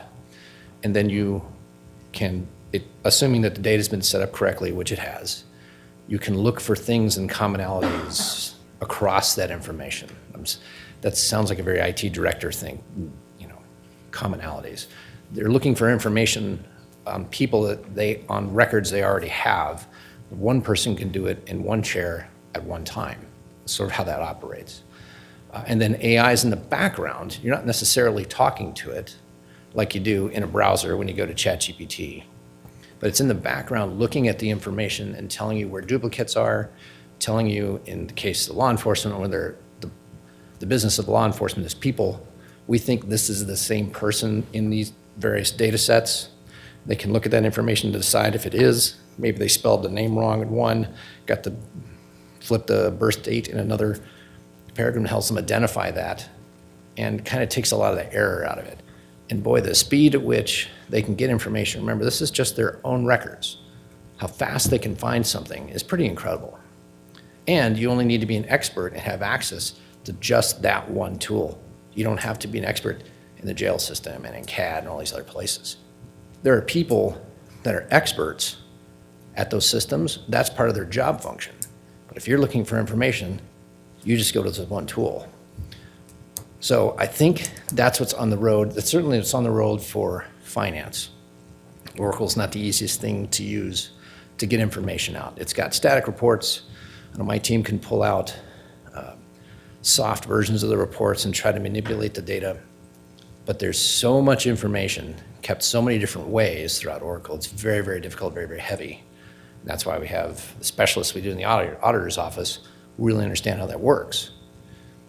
Well, if we provide a tool for departments and offices to tap that information where they don't have to go into Oracle, and if the data's been built right, and the person knows how to use the tool correctly, they should be able to get to the information much quicker or in a different fashion or with less effort, fewer phone calls to the auditor's office, fewer phone calls to IT, everybody wins. It's a long way to say AI already is making us more efficient. I don't buy it when they say that it's gonna eliminate jobs. I think it'll slow down how fast we need to grow employees, add more jobs. But there's very much a human in the middle. And it can be weaponized and it can go and do things. But at the end of that, where that starts is with a human trying to do something. And you still have personal responsibility. You still need to understand what you're running through the tool, no different than firing up Excel and having to do math for you, right? You got to understand that stuff. But you have to fact check what it does as well. So there is efficiency to be gained. You have questions? Go ahead. Yes, couple of questions, actually. I guess, as you analyze yours, the same way that I asked the coroner, one, what are these in terms of their essential nature in terms of your budget? Two, can you find it in your base budget to do whatever you wanted to do? And this is, of course, part of our deliberations in terms of the details, because right now we're just hearing kind of presentations. And I expect that. And then the last thing is there a way that you can do trade-offs in your budget in terms of analysis? No, just as an example, and I think we've had this discussion before in terms of the licensing. In the licensing process, a lot of people get a license to do a variety of things, but they're not essential as part of their, back to the Peregrine thing. They have their silo, they do their thing, but they have a license availability for a lot of other things, and we're paying for that. Right. So is there a way that we can analyze that, take out those things that are essential for somebody in their silo, in the license, and save money? And this would be across the board for everybody, not just CIT. But is there a way we can do that kind of an analysis? Those are the kinds of questions I think would be useful for me as we go through the budget deliberations. Absolutely. So let me tick off this box first. The first one, number 2, is a price increase. I'm not sure what we can do about that, other than we don't want to use that vendor anymore, whoever that is, whatever that is, that cost increase. But one of those is Cisco, which is our whole network. Another one is Microsoft, which is literally all the software that people use on a business basis. We don't have a lot to argue with them on them just raising their prices and moving away from them, aside from being a different massive cost. Retraining staff, especially if you weren't to use Microsoft anymore, the amount of training of general employees would be outrageous. It would be a huge endeavor. But Chairman Beck, Commissioner Daley, where I think you really want to talk is maybe more in this growth demand section. IT can at some level do auditing of some of the licensing that folks use, not all of it. We've never really audited it for a usage, but we could. And that's because, quite frankly, I don't want those fights. But being compelled to do so is possible. There's a significant amount of increase for Adobe included in this in this request.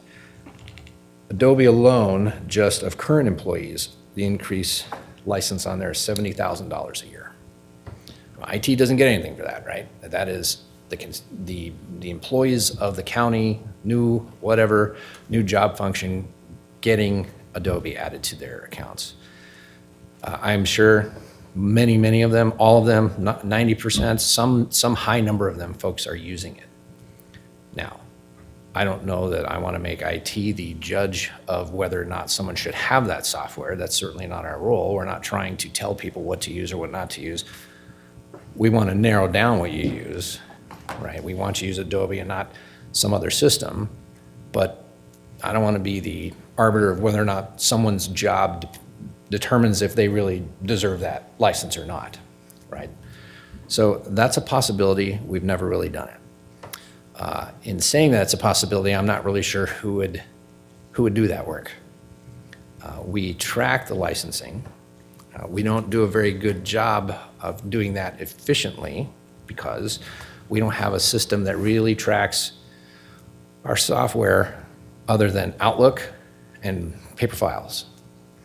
Our inventory system that I told you about that I want to continue to keep moving forward on, today just does the hardware, doesn't do any of the software.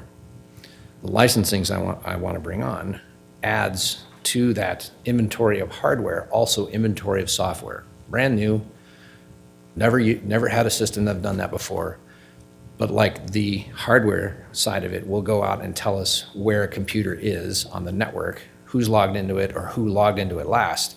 It will also tell us what's installed on that machine. We have a little bit of the ability to do that, but we can't really tell you what they're using. This system will tell us what's being used. I'm not getting this because I want to go out and claw back licensing from folks, but it's an option. We could do that and reach out to that department or office and say, you have 100 people that have this license and it looks like 75 of them use it regularly, something like that. That's going to take additional effort plus follow-up. We are looking at, as an example, Commissioner, we are looking and we're vetting Copilot, which is an AI program. And why are we looking at that one? Well, part of it is included at the county level with our Office 365 licensing, already included at the very base level. So we've been looking at how that operates. Again, I mentioned working on a policy as well. Some of that has to do with why we use it, why we have it, how do we retain it, what do we need to retain. All of that is included in that. But then there's also a higher level license for this. This is an excellent example, I think, for anyone listening, especially if you work in the county. The elevated pro license for Copilot, the base chat level is effectively free. When we're ready, we'll turn that on for everyone in the county. But the pro level license adds Copilot into all the 365 suite. So we have a couple people testing that right now. It sits in your Outlook. It'll find your emails for you. It'll find documents. I'm one of the testers. I did a search on it in my email box, talking to it in my email box, and it found documents I had related to that search on SharePoint in my OneDrive, just like that. Excellent, right? Sounds great. It'll sit in Excel. It'll do math for you. It'll build formulas for you. Pretty great stuff. That license is $33 a person a month. If we were to, say, license that for the entire county today, that would be a supplemental of $1 million if we just turned that on. So things have shifted, the way licensing works. Those costs never go down. They're going to continue to raise it. So with us rolling out that higher level option for AI, the chat version, if you will, I'm trying to get my hands around what that scale looks like. Because it sounds great. It's not in any office's department's budget to turn that license on. I want all my people to be efficient. It sounds awesome. We could do that, but it's $1 million. And like I put in my previous requests over here, I have 800,000 just increased usage and price and cost increases, just the values going up. So it's a long way for me to tell you that we're working on that.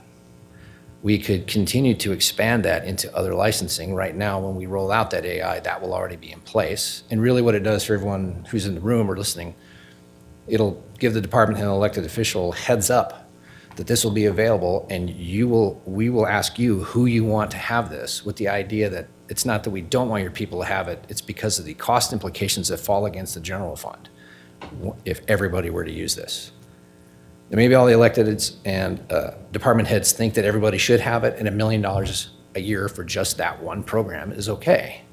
I'm good with that, but I know these people, I work with them. We're all pretty frugal. I don't look it, but I promise you I am. Does that at least give you an idea of what I'm working on? Thank you, Mr. Chairman. Just back to what the clerk said, we're faced with budgetary constraints, and now we have to look at it in terms of, is it essential? Do we need it? Do we want it? And then if we have something like you just described, is the efficiency gained Worth. worth the cost that we're going to spend? So those are things that we would like information on so we can make that decision, because we have to make that decision. But thank you.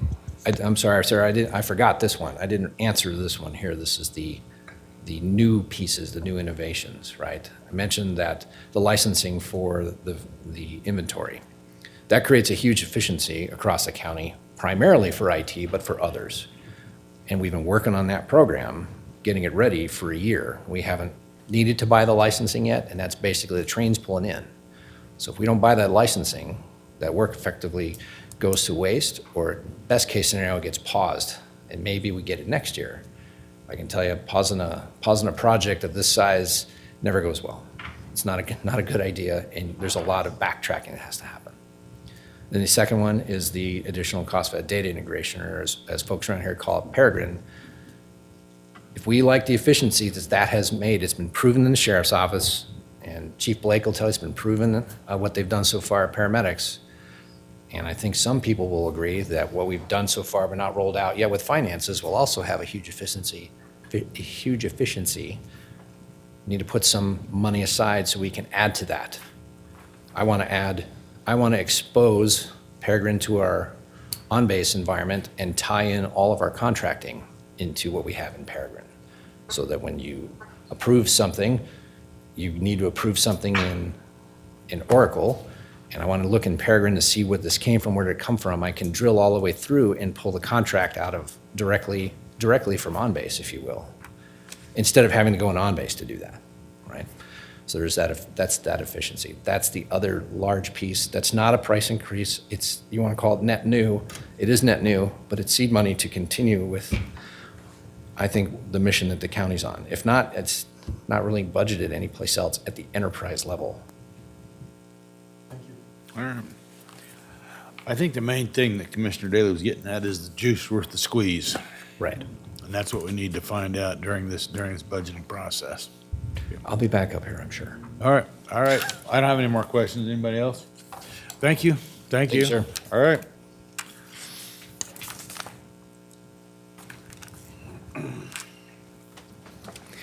Thank you, Director O'Meara. Mr. Chair, Commissioners, we do have a morning break scheduled. Would you like to take that break or continue? Yeah, we can take a 10-minute break. We'll do that. We'll take a 10.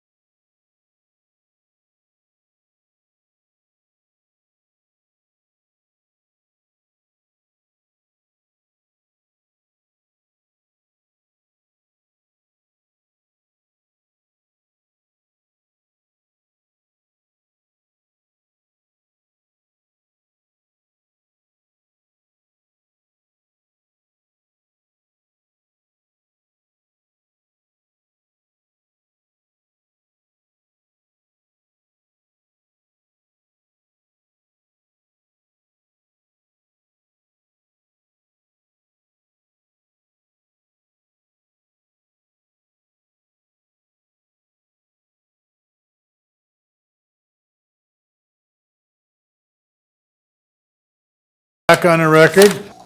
So, go ahead, sir. All right, Mr. Chair, Commissioners. Juvenile Services, headed by Director Cody Ward, promotes its vision of inspiring hope for the future by engaging youth and families through the work of 4 divisions and aided by the Support Services Division. Detention Division provides for the care and well-being of youth placed in detention while helping to ensure community safety. Detention staff provide a safe and secure setting, address medical, nutritional, physical, and behavioral health needs, and in collaboration with programs, counseling services are available to support and address mental health, substance abuse, and crisis needs of the youth. Dedicated kitchen staff are able to provide nutritionally balanced meals to the youth in the facility utilizing the school lunch program. Educational services are provided through a collaborative partnership with the Boise School District, where youth are able to stay up with work, catch up on credits, and even graduate with high school diplomas. Probation Division provides a community-based diversion program along with the best practice supervision strategies for youth with court-ordered probation terms. Family engagement and graduated responses are critical for best outcomes. Probation works closely with community partners, court services, IDJC, and other agencies to help youth navigate the system and successfully develop the skills needed to complete probation with the goal of being pro-social youth and adults. Programs Division provides screenings and assessments for the court, substance abuse treatment services, mental health counseling, family counseling, alternative school education for youth on probation, victim services, and community service programming. These programs foster youth and family growth, insight, and rehabilitation. Program Division utilizes best practices, service learning, and creative strategies to help youth address skill deficiencies, trauma, and other problems so that they have the skills needed to be successful long-term. The Bridge Youth and Family Resource Center and Diversion Division is a prevention intervention side of efforts to keep youth and family out of the juvenile justice systems where possible. The Support Services Unit is responsible for supporting the department's divisions in the areas of budget finance, administration, training, project management, and data analysis, and helping ensure each division and the department as a whole runs smoothly and efficiently. All juvenile services work with a variety of community partners and organizations, as well as the schools, local law enforcement, Ada County Prosecutor's Office, Public Defender, 4th District Court, the state departments of health and welfare, and juvenile corrections to support youth and families in our community. Through case management services and targeted coordination services, we are able to identify needs and strengths of youth and families and address those needs so that both the youth and the families can be successful in the community and avoid formal court involvement. Juvenile Services has submitted a fiscal year 27 budget request that exceeds their base budget by $106,395. They're requesting 2 operating supplementals totaling $106,425.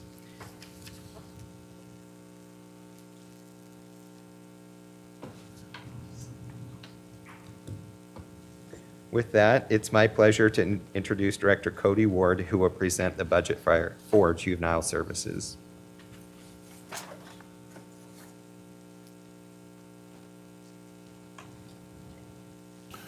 Morning.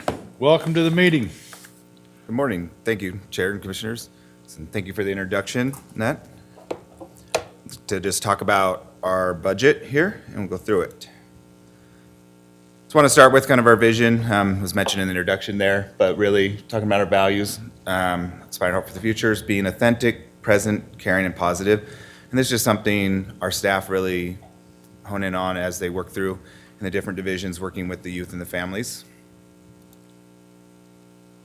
take this opportunity to kind of present. We have 129 current employees available, with 125 of those positions filled. This is a good opportunity to thank all of those staff who serve the youth and families, all those things mentioned. And the good things we do is because of these incredible employees we have who work across the different divisions and with all the youth and the families. So we currently, what we have is a prevention intervention. That's where our bridge and prevention services and our recently restructured diversion goes into. The goal of that, obviously, is where we can to prevent youth from being involved in the system. That allows us to focus in on a little bit of different interventions, prevention efforts, versus the youth who are involved in the system need a different level of support. That's where we'll see our probation division, where we have 32 employees there. Detention has 55 employees. They're going to focus on youth supervision, security care. That's our medical services, food services. And programs has 21. That includes our clinical programs, clinicians, community service, victim services. And then we have 9 support services, which covers our finance budget people, our training, our research, data, and administrative responsibilities. The 4 vacancies we currently have are 2 probation officers, 1 administrative specialist, and 1 detention officer.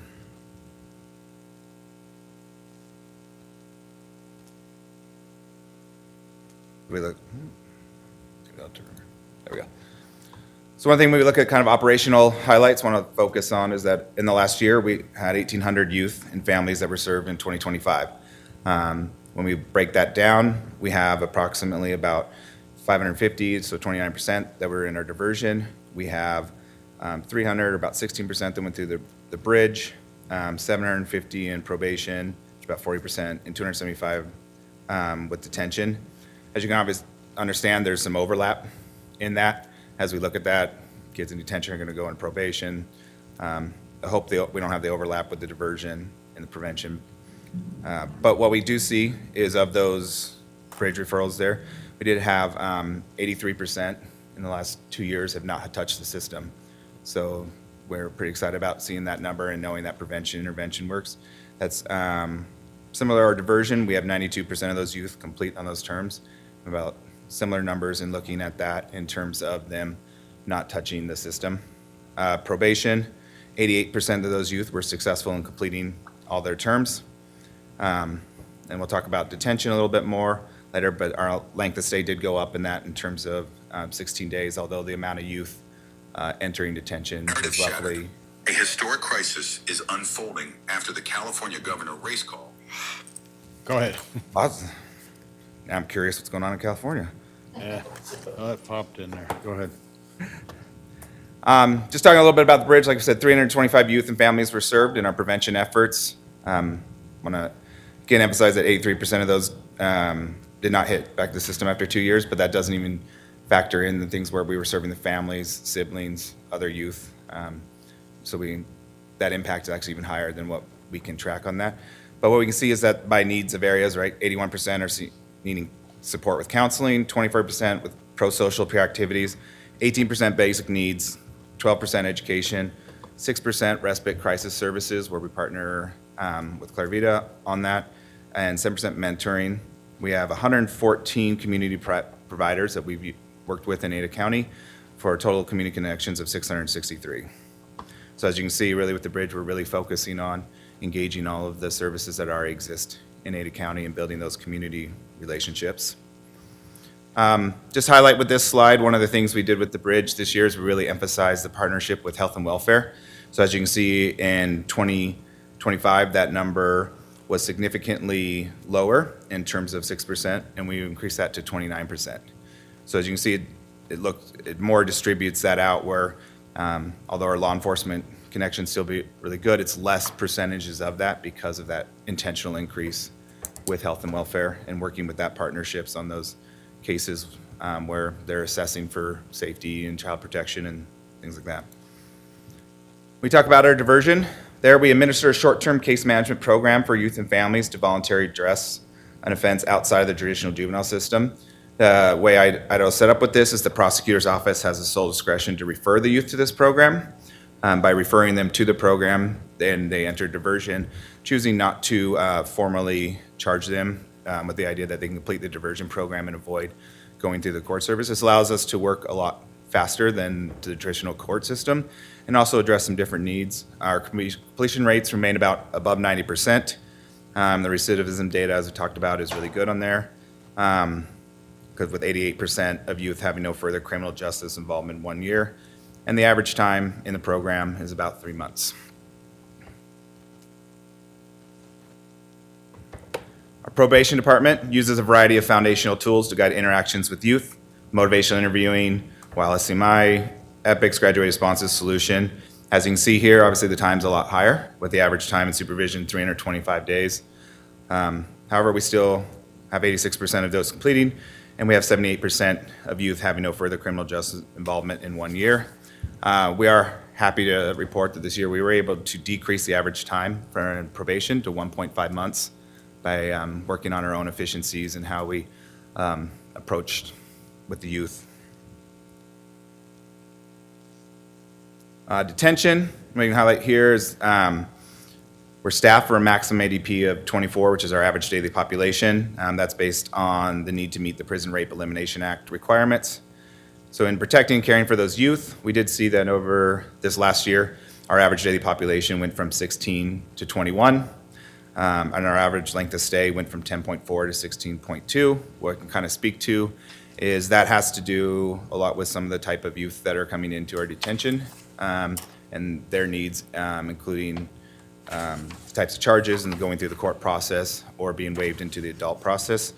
We do not anticipate this being something that will be continuing with these trends and these numbers as we look at it, because the amount of youth did not change, but obviously some of the changes in the charges and the type with the court system led to our increase in population length of stay.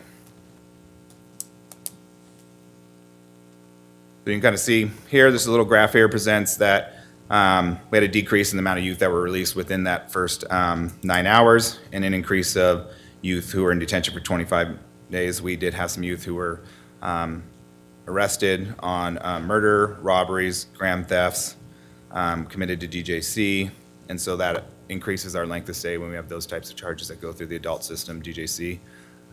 Again, looking at trends, of course there we anticipate that being something there, as we saw an increase in our moderate and high-risk youth. However, we still feel with the risk, our prevention, intervention, diversion stuff, the low risks are actually staying out of detention, which is something we'd like to see.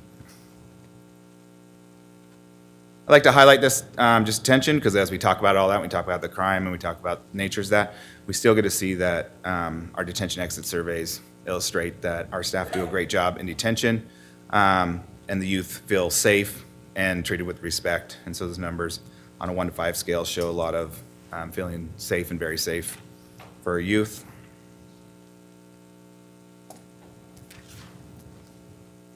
Our programs, vision, they provide the clinical community-based programming to court-involved youth. Teams of master's level licensed clinicians provide the assessments and treatment of mental health, trauma. We also do the on-site education services, community service, victim services. And as you can see, 97 hours of clinical services per week when we talk about the family group and assessments. 45 different youth on any given week completing community service hours for weeks, and 20 youth are on any given week are served in our ECHO school. Numbers overall are kind of difficult to sometimes track in a programs environment because of the amount of different youth that come in and out. But these are serving those youth that are adjudicated on charges and court ordered. Also, our clinical team works very closely with detention and providing mental health services within detention.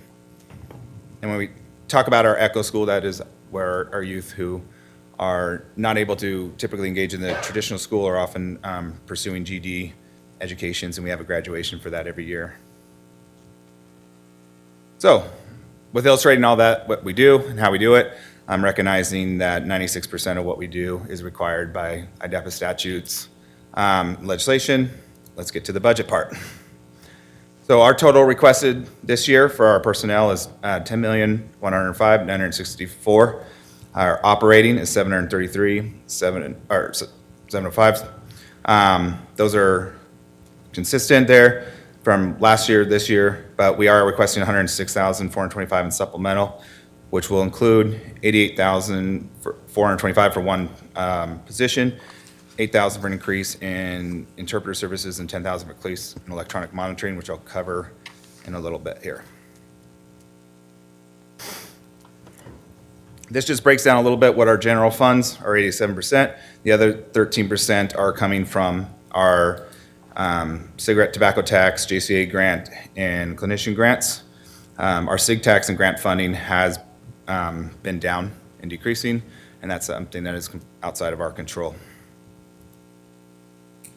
So kind of illustrating with our personnel budget, some challenges we have is those state pass-through funds amounts have been decreasing, and we currently have 20% of our staff are supported by these grants. Time and services are increasing, like in detention, programs, things like that, due to the complex nature of the youth, types of charges.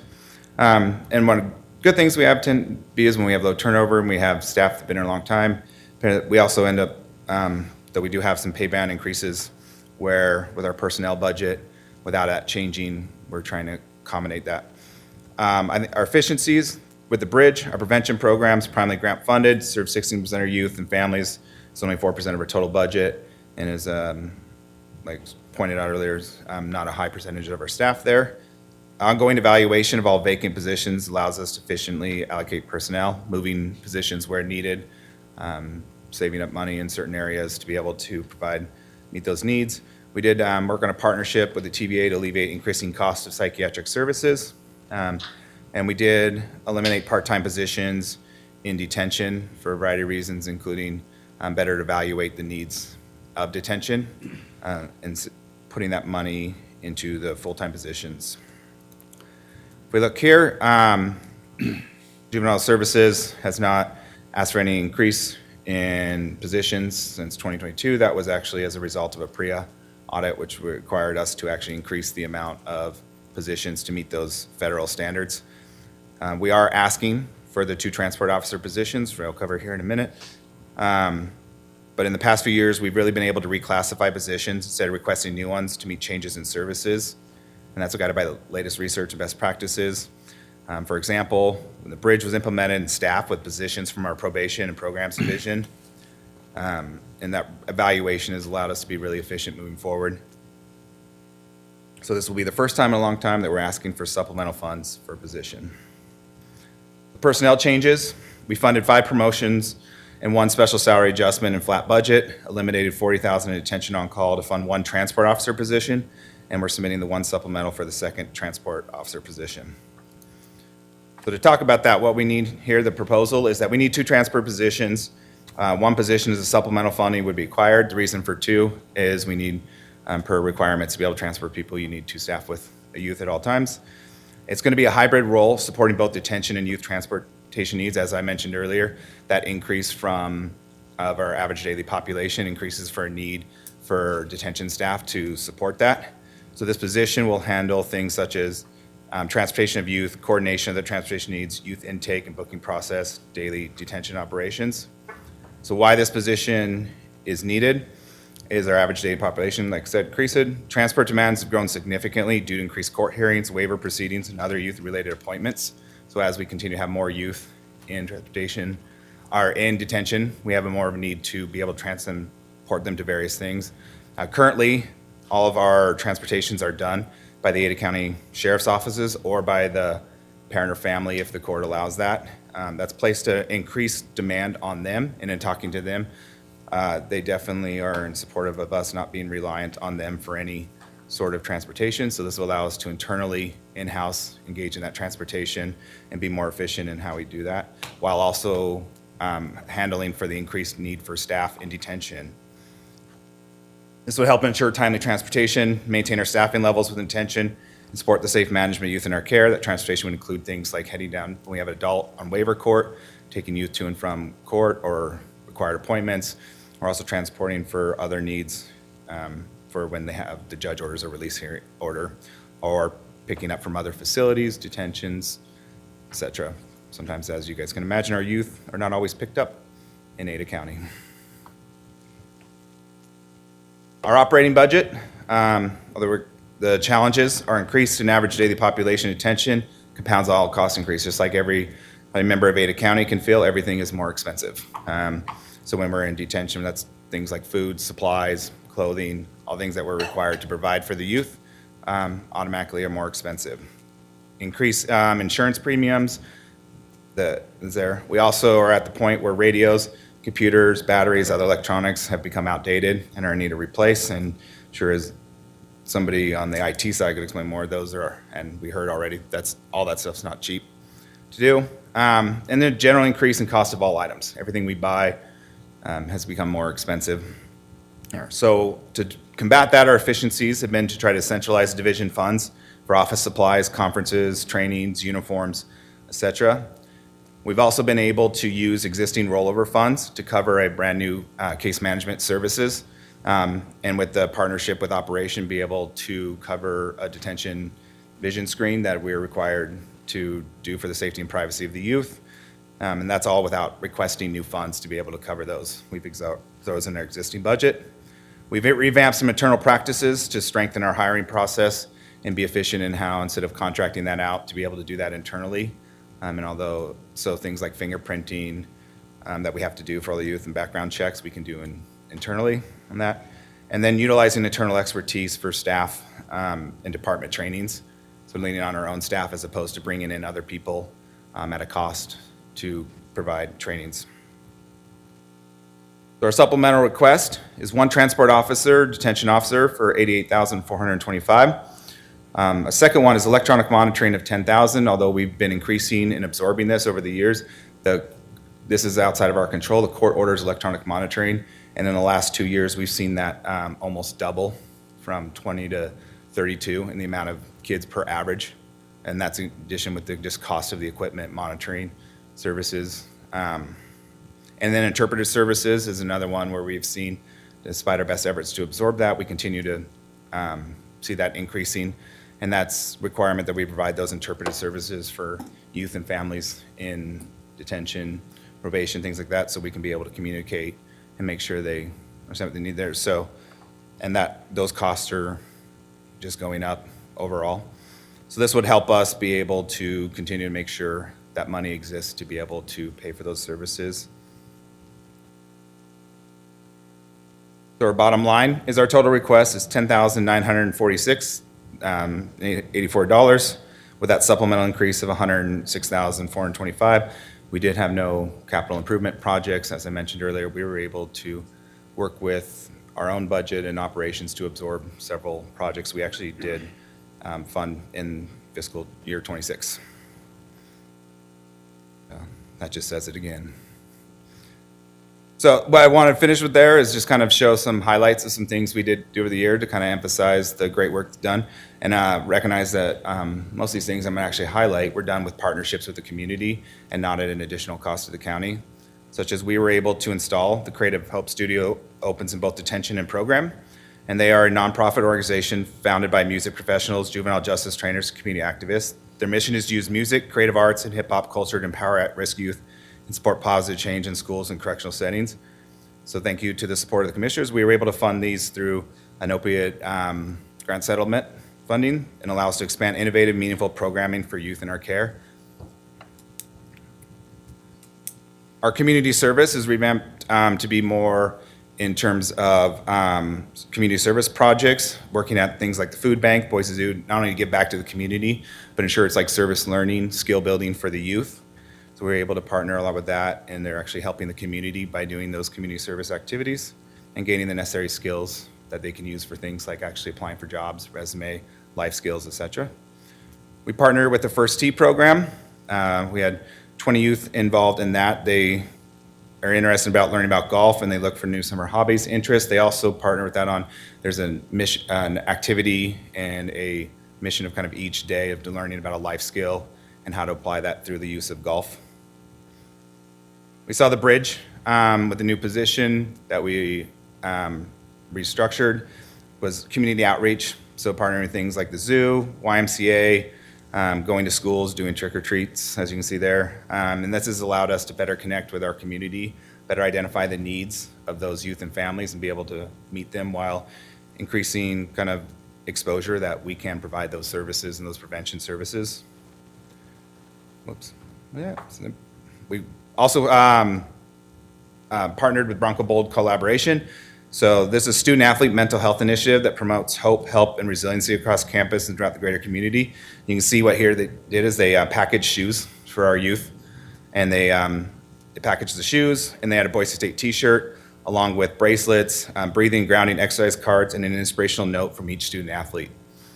So this is something that we were able to provide to a lot of youth who might not have the ability to have shoes for those, just generally shoes, but also for those engaged in certain sports. We were able to get things like basketball shoes, cleats, track shoes, and those and help those families out and meet those needs. Again, this is all involved with using our great staff to collaborate with their and to not spend additional county funds. And we're really thankful for those collaborations in the community and want to always thank the community partners who work with us. And there's 100 more I could spend up here probably all day talking about all the collaborations, but for the purpose of time, I will just finish with a thank you. We appreciate the board's continued support as we work to meet the increasing service demands and provide the highest level of care and accountability for the youth and families we serve. With that, I'll open it up to any questions or comments.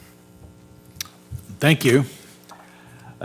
Question I would have is, as you pointed out earlier in your presentation, you've had a substantial increase in detention and length of stay.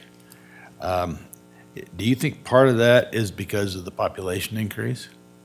Yes. Yep. I think that as you have more people coming in, different youth in, you end up, what we see is we increase in certain crimes even that often are a little bit more complicated. But I wouldn't be hard not to say that an increase in population won't generally naturally increase our detention population. Now, the bridge program was intended to keep people out of the system, and I know you've had a fairly substantial increase in the participation in the bridge.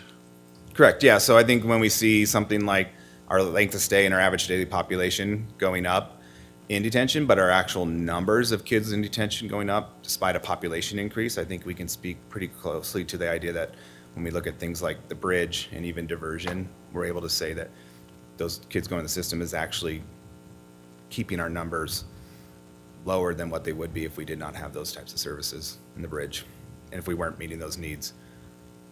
I know initially when we first implemented the bridge, the idea was to get law enforcement to bring the youth to the bridge first. Is that happening, do you think? Yes, so we have 35% of our, last year was law enforcement there. What we've actually been able to do is they can submit the referral directly to the bridge. So they could obviously bring a kid to the bridge, but they can actually just submit, they have interaction with the youth or a family, they can submit that referral directly and we can actually do the follow-up. So instead of writing that up as a police report, submitting to like a prosecutor, they can just say, hey, I had this interaction, they could use some support and help. And they submit that directly. And that's been a really good use of our services and law enforcement has found it valuable. One of your requests is for an additional transport person. How many courts do you have out there? We have the 2 judges there for the juvenile court, and then we have, if any youth that's on automatic waiver would go down to an adult court. And so the transport would help to accommodate that. But what we a lot of see on the transport is things like temporary release orders, kids picked up and placed in another detention, and then we've been relying on the sheriff's office to try to coordinate that. And speaking with them, that's created a lot of demand on their staff that could be better placed elsewhere.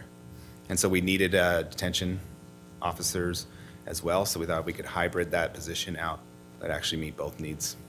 Because most of the courts are right there at the facility, correct? Correct, yes. And a lot of, so this is more the youth that have to go down to the adult system, so they come down here on the waiver, and we had an increase in. How many youth do you have in detention that are in that category? Currently, we have of our, quote the number on there, 18, we would currently have 4 that are in that category right now. So they would need transport periodically for a hearing in this building? Correct. And what other purposes would the transport provide? We've had youth picked up in other counties, placed in other detention facilities, and then the court order is to pick them and bring them back to Ada County. If we have a youth that is being ordered to be placed in a hospital or residential setting. Again, these all come down to recommendations from the court or the judge's orders. So we also then get generally things like dentist appointments, outside medical appointments, any court order where release orders. We've had youth who had family members die, and the judges have granted temporary release orders for them to go to the funerals. All of those, we can work with the families, but a lot of the families aren't able to meet those transport needs. Okay, just one more question, and that is, you've gotten a dollar amount for electronic monitoring. Does not the youth or their family pay for that? If that's ordered by the court? In terms of that, no, they do not. That's, if it's quarter, we are required, as a chief, that we implement and monitor those. So we have to place those on, we have to have the devices, and then we have to place it, and we pay for the software that monitors it. So the cost of it is every youth has an additional cost. I believe that went from $2.40 per day to like $3. And then add that with the increase in just the youth in the last 2 years has gone from 20 to 33. All right, any other questions from the board? Yeah, go ahead. Thank you. I guess, looking at your year-over-year, your budget to actual has actually been lower than the budgeted. So this year, because of what you're talking about in some of these supplementals, you said, if I wrote down right, copied right, 20% of the staff is grants from the state, and I think it was 16% for bridge is from state grants. What did the state budget do to you in that respect, in terms of the reductions? Did they reduce that? Is that part of your budget that you didn't mention it, but was that part of your budget? Yeah, so we have 20 positions put into those grant funds, and things, whether it be our JCA, our SIG, or lottery tax, like, we're dependent on whatever the state gives us in that, and that's been a decreased amount. So we're having to still make sure we maintain those positions. So when we talk about things like a rollover fund or things, that's to supplement those positions that we don't have in our personnel budget. So without those grant funds, we would have to put those 20 personnel positions into our personnel budget. Go ahead. So what was the direct impact of the state reduction of funds on your total budget? Sorry, say that question more. What was the exact impact on the reduction of state funds on your budget? I think that's where, when we look at asking for supplemental for a personnel position, is knowing that we don't have the ability to put it into another spot, like the grant funds. That's So- the one personnel Yeah. position. So we were able to cut some funding to, it's two positions, but to absorb the one into our current budget. But with those decreases, putting that into those grant funds would create a undue stress on the positions that already exist in there, and that budget as a whole, depleting it over a short amount of time. Mr. Chairman? Go ahead. So back to my question that I've asked everybody else. If you consider these essential positions and you can't find them in your budget, what are our dilemma? What would you come up with as an alternative to us to increase your budget? What would you adjust if we ask you to do that? I mean, we combed it pretty closely to any level there, but obviously if that's the ask of the board here, we will go back and we will do what we can there. In terms of, there's really, within the personnel side, there's not an option for us in terms of that. The position is a need to continue to meet average daily population increases. In terms of electronic monitoring interpreter, the last couple of years, we've increased that amount without asking for any additional cost, and despite those increases, we're still at above what we had already absorbed, and we're absorbing that this year within our grant funds there. So we would have to figure out how to absorb that for the next year, which we will figure out if we had to. I guess this is a question for our deliberations, for you to think about for us to consider in our deliberations. You don't necessarily have to answer it right now, but go back and look and see if we have to ask you that question, how would you answer it? Yeah, So and not necessarily today, but totally fair and totally understandable. I think our hard part always is that these things are outside of our control, whether the judges order the, electronic monitoring, how many youth come in and need interpret services. I think there's, to Chairman Beck, as mentioned earlier, is increased population also increases populations coming in with different language services. So some of that's beyond our control, but I appreciate the need to deliberate on and look at that on your guys' end for sure. All right. Any other questions from the board? Go ahead. So you generally have more staff at the jail than inmates usually because of all the requirements, right? Correct, yes. So per federal requirements, we have to maintain a 1-to-8 ratio during the day hours and 1-to-12 at night. We also have requirements in terms of female staff and male staff to meet those staffing requirements. So yeah, we typically will always have a lot more than we will have So youth. with the extra staff, I mean, would it be possible for some of them to do some of the transporting? Without the extra positions, we run the risk of pulling staff off of the floor and being out of ratio. And that turns to things like taking staff, to different services and things like that. So we've looked at that, and with the increase from 10 to 16 in the length of stays, it's not likely to be something we could do with our current existing amount of staff in detention. When the kids are being transported, are they restrained or what's the policy? Yeah, so they would be restrained appropriate through transport policy. I'm sure that they're, hand and leg restraints when they're being transported. Do they have to have the transport officer stay with them at all times when whatever appointments they go to? Yes, unless a judge orders them to be released to like a parent for something, then it is the responsibility of either the transport person or one of our staff members to be remaining with them at all times. So sometimes if somebody else does the transport, we can then relieve them to be able to stay with it, like say a hospital situation. But this would make sure that those people could stay with them all the time. So somebody coming down to court where they could spend several hours here, they would, yes, need a staff with them at all times during that. If they're at a court hearing, then the transport officer would stay with them? Correct, yes. Couldn't you just have the marshal of the court stay with them to free up the transport officer? That would be a question that would have to ask, but that's not been historically something where they maintain the custody of the youth. Currently, our rules are is that we maintain the custody of them on those transports or on those release orders. And how often does a judge allow the parents to be able to transport? I would have to get exact numbers on that. I think often the judges are willing to allow the parents. That doesn't always mean the parents are willing to do the transport or willing or able, I should say.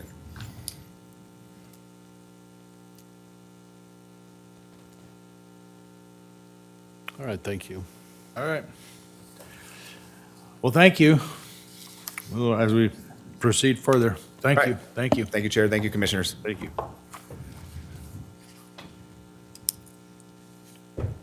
Thank you for your budget presentation, Director Ward.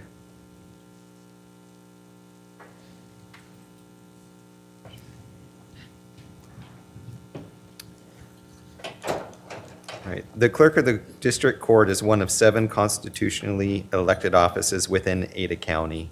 Their mission is to serve our community in a way that builds trust in government.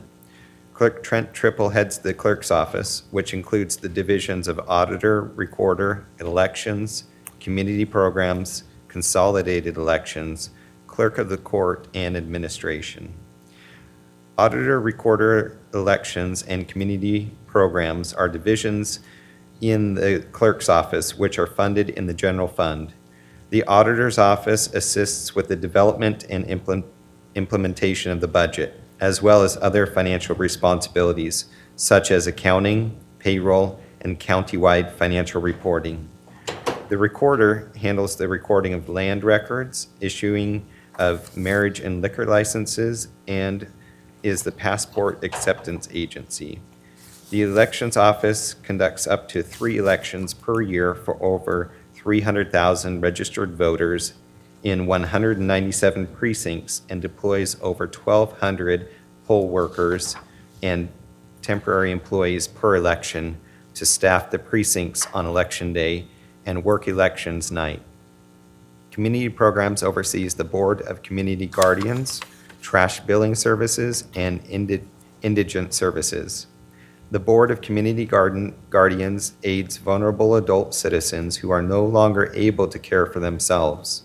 Trash Billing provides billing services to residents in unincorporated Ada County and is operated as an enterprise fund. Indigent Services provides financial assistance to qualifying Ada County residents for rent, utilities, cremation, property tax hardship, and trash hardship. Consolidated Elections is a separate fund that is specifically dedicated to conducting elections for districts and political subdivisions within Ada County, such as the cities, school districts, library districts, fire districts, and sewer districts. Clerk of the Court, or Clerk's Office, provides clerk support for the courts. The office processes and maintains all case filings, collects fines and fees, and supports the judges of the 4th District Court in Ada County. In addition, the Court Assistant's Office helps pro se defendants navigate the court system.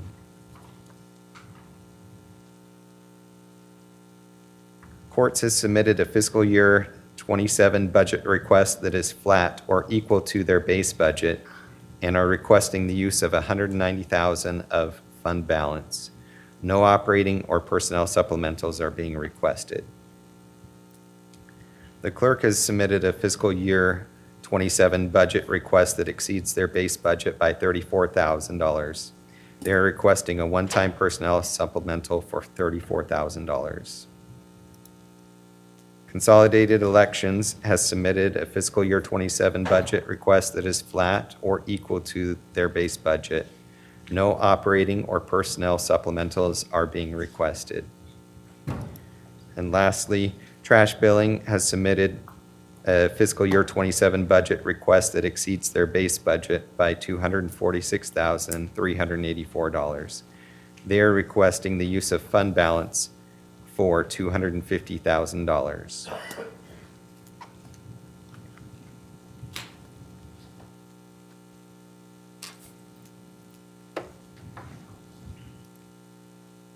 Right.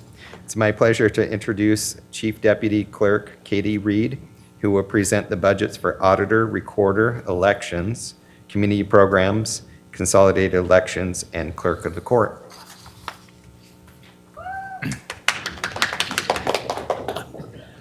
Welcome, Katie. Thank you, Mr. Chair, Commissioners. My name's Katie Reed, as Brandon mentioned. I'm the Chief Deputy in the Clerk's Office, and it's my honor to present on behalf of our office today. There's a reason you'll see our mission and values on the walls of all of our divisions. This is truly the DNA of our office. These values guide us in all aspects of decision-making and are something we can always fall back on to help us navigate any situation we're dealing with.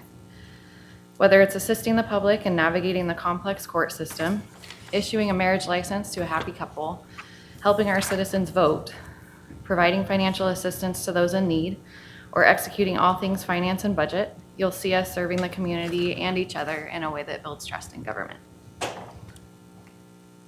I'd like to start off by sharing some accomplishments over the last fiscal year. We've certainly had a lot going on as an office, and we're thankful to have the support of the board in executing some major projects. The first is one that you as a board are very familiar with. As a reminder, Drug Court, who previously occupied space on the second floor of the elections building, moved out, which opened up an additional 12,000 square feet and the opportunity to expand our operations. Last year, Heath was in front of you providing an update on our elections/RRC remodel, and this is what the space looked like during that time. Here's what it looks like today. Because of the new space, we've had success in many areas which have increased our transparency and security, to name a few. First, we addressed a much-needed warehouse expansion by moving staff, trainings, and our elections phone team upstairs. This has allowed us to become completely self-sufficient storing our equipment. As you'll remember, our 200 cages, which hold all of the necessary equipment to run a polling place, require 3,500 square feet of storage. It's not only a cost savings, as we no longer have transportation fees and moving them back and forth from storage, but more importantly, we've increased security by having them on site under camera surveillance at all times during election cycles. We've increased transparency. So we now have 59 live stream cameras in the warehouse. These live stream videos are on our website for anyone who'd like to view the elections operation 24/7, 365. We also knocked down a lot of walls. They were blocking the view between rooms, and we replaced all of those walls with lots of glass. You can now stand outside in front of the elections building and see all the way to the other end of the building in the warehouse without even stepping foot inside. We have a much more usable war room, complete with AC. And we utilize technology such as the HD shelving and RRC, which saves space for files. Ada County Elections continues to be at the forefront of security and innovation for election departments around the country.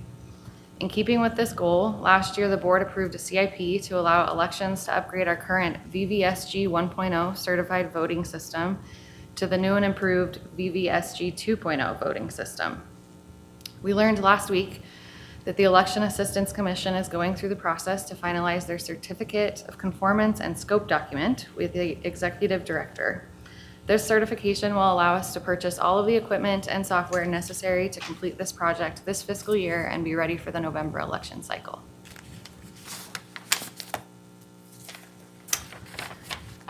Some more on the elections front. You are all familiar with the SARA certification program. SARA stands for Certified Elections Registration Administrator.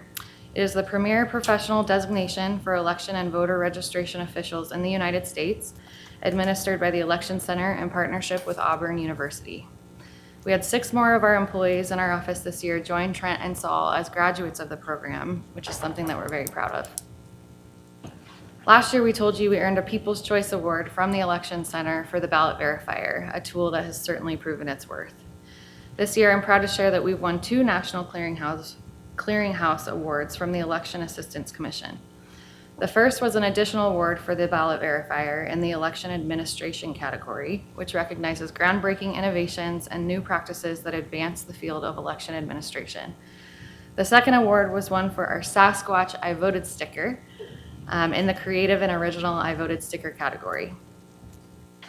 Ballot on demand is something we've been doing for several years and is a practice where we print ballots at the polling locations rather than having pre-printed ballots.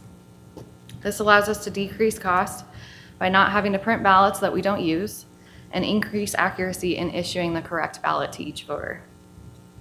The May 2026 primary was the first time we fully deployed ballot on demand across all 105 voting locations. It was perhaps one of the smoothest starts to an election day that I've ever been a part of, and part of that success can be credited to our partnership with local high schools. This year, we were able to enlist the help of 82 student poll workers who proved invaluable to the setup of the iPads and equipment so that we were able to successfully have all voting sites up and running at 8 a.m. sharp. Because of these things, we've heard overwhelming response from the public that they trust our elections.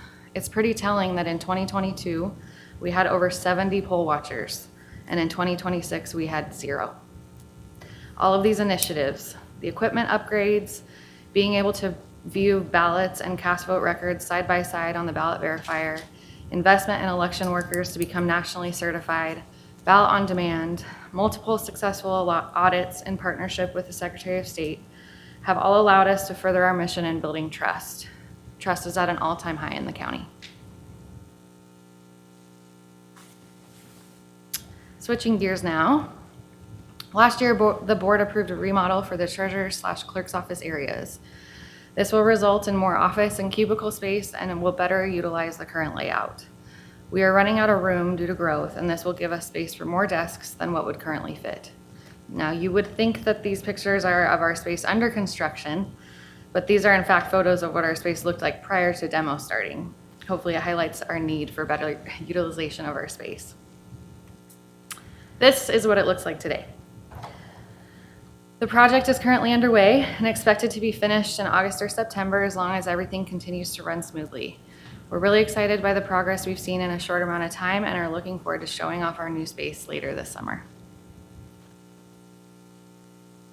We're continuing to expand our court shadowing program due to the return on investment we saw with the first phase. Our program started with civil clerks shadowing other civil clerks and yielded 453 cross-training hours a couple of years ago. This last year, we conducted over 170 shadowing sessions in which court criminal clerks learned about the work other criminal clerks do. In surveys, we learned that our staff voted a 4.2 out of 5 in regards to seeing true value in this opportunity. It has allowed our clerks to work on their own development while also allowing us to improve efficiencies throughout the office. When they know how the entire puzzle fits together, they can provide better quality service to the public, which furthers our mission. We have some software upgrade projects going on right now. These are screenshots from our current trash billing and indigent services software systems. As you can see, it's very much time for an upgrade for both. For trash billing, we're working with a company called 360 S2G who specializes in utility billing, which will provide a much more modern, easy-to-use system for both our team internally and for the public. Indigent Services has partnered with IT, who's helping our team design a system that will better track cases in order to better work with residents who have outstanding medical debt that's owed to the county. We appreciate the IT team for their work on this much-needed upgrade. Both of these projects are scheduled to be completed later this summer. Here is a high-level overview of our budget as a whole. There's several funds, as you know, that go into this, but this is just kind of a snapshot. We've removed the one-time costs associated with one-time costs for district court for the office remodel, and then consolidated elections for the election system upgrades. So overall, all our budget is down. However, personal and operating are up, and that is being covered by increased revenue and the use of fund balance in some cases. For personnel, within our general fund, we are requesting one new position funded within our existing base budget. We all know AI is here and it's here to stay. We've already talked about it this morning. We'd like to hire a business analyst who will focus on AI and emerging technologies, which will help our office adopt these tools effectively and responsibly. The position will support the development of policies, governance, and safeguards to protect public information while identifying opportunities to improve efficiency throughout the appropriate use of AI. In addition, we are requesting 3 reclasses and 5 special salary adjustments, again, all funded within our base budget. I do want to highlight one reclass in elections. This is a technical specialist role, which will have a special focus on printing. We've obtained printers, which are actually being installed today, that will allow us to print ballots in-house. And we're excited about the possibility of expanding this operation down the road to print items for other departments in an effort to reduce printing costs within the county. In-house printing also increases security with ballots as they'll remain in our custody until they're either mailed to voters or voted in person. Within the courts, our courts evaluation project has identified the need to make some changes in positions that have been stagnant for some time. As a result, we're requesting 2 new positions, 10 market rate adjustments, 1 special salary adjustment, and 11 reclasses. Brandon mentioned to you that we're requesting the use of fund balance in the courts, and I just want to highlight that none of our ongoing expenses are going to be using the fund balance. Rather, those are one-time costs. And if we do not see liquor revenue bounce back, we are prepared to cut those costs next year.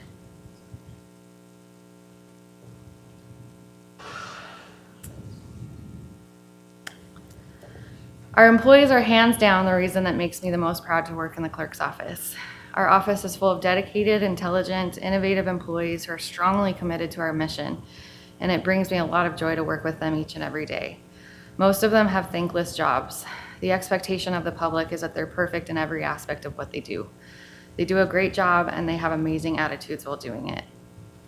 We've heard a lot about inflation and other pressures that employees are currently feeling, and our office is certainly no different. I wanted to read a few quotes from employees from our recent satisfaction surveys. There are 4 of them. The first says, "I really appreciate the effort that has been put into getting us raises for the last few years. I really appreciate the raises each year since I have started. Obviously, prices keep rising, which makes the raise less noticeable, but I appreciate the effort to try and keep up. Our pay has increased a lot since I started here, but the price of living has also increased a lot, so it's a never-ending battle." And the last one says, "I think we are fairly paid, but it's difficult to keep up when COLA doesn't keep up with my yearly rent increases. However, I acknowledge and appreciate the efforts being made on this." So you can see, Commissioners, that we appreciate the support of this board in the past to address current financial pressures, and can say it has had a positive effect on retention in our office, which in turn provides better service to the public and furthers our mission. We would ask the board to continue its support of our employees by approving raises in the form of merit and COLA. And finally, I want to recognize a very special employee within our office. Before I share a few words about his career, I think it's important to recognize that some people leave a position while others leave a lasting mark on an organization. Over the past 17 years, Tim Sturgis has undoubtedly done the latter. Throughout his career with Ada County, he has served as accounting manager, controller, and most recently, director of finance and budget. In each role, he has brought exceptional expertise, sound judgment, and unwavering dedication to the clerk's office and the county as a whole. The financial stability, accountability, and success we have today have been shaped in no small part by his leadership and commitment to excellence. Tim has helped to formulate 18 budgets, implemented 3 ERP solutions, and has compiled 17 annual comprehensive financial reports, all of which have received the Certificate of Excellence designation from the Government Officers Financial Association. But while his professional accomplishments are impressive, those who have worked alongside him know that his impact extends far beyond budgets, audits, and financial reports. He has been a steadfast supporter of our office culture and the people who make it one of the best places to work. Whether he is arriving early to cook biscuits and gravy for his team, standing behind a grill at the clerk's office breakfast, quietly checking on a colleague in need, or impressing us all with his exceptional ability to digress during stories, he always finds a way to bring a smile to your face, even though he'll constantly remind you that he's busy spreading hate and discontent. He may have tried to create a reputation for being a little tough around the edges, but anyone who truly knows him understands that beneath that exterior is a generous heart, a deep sense of loyalty, and investment in the success and well-being of those around him. He challenges us to do our best, supports his team well, and has made our workplace stronger because he is a part of it. As he begins this well-earned retirement in September, we celebrate not only an outstanding career, but the lasting legacy he leaves behind. His leadership, friendship, humor, and dedication will be greatly missed. I'll personally miss Tim's consistent response to the question, "How are you today, Tim?" Best day ever! Best day ever. On behalf of all of us at Ada County, thank you for your 17 years of service, your countless contributions, and the example you've set for those who follow. We wish you all the best in the adventures ahead. You have certainly earned them. And on behalf of our office, I would like to present him with a gift. His tried and true buddy at work is his 10 key, and so we have created a golden 10 key for him to take.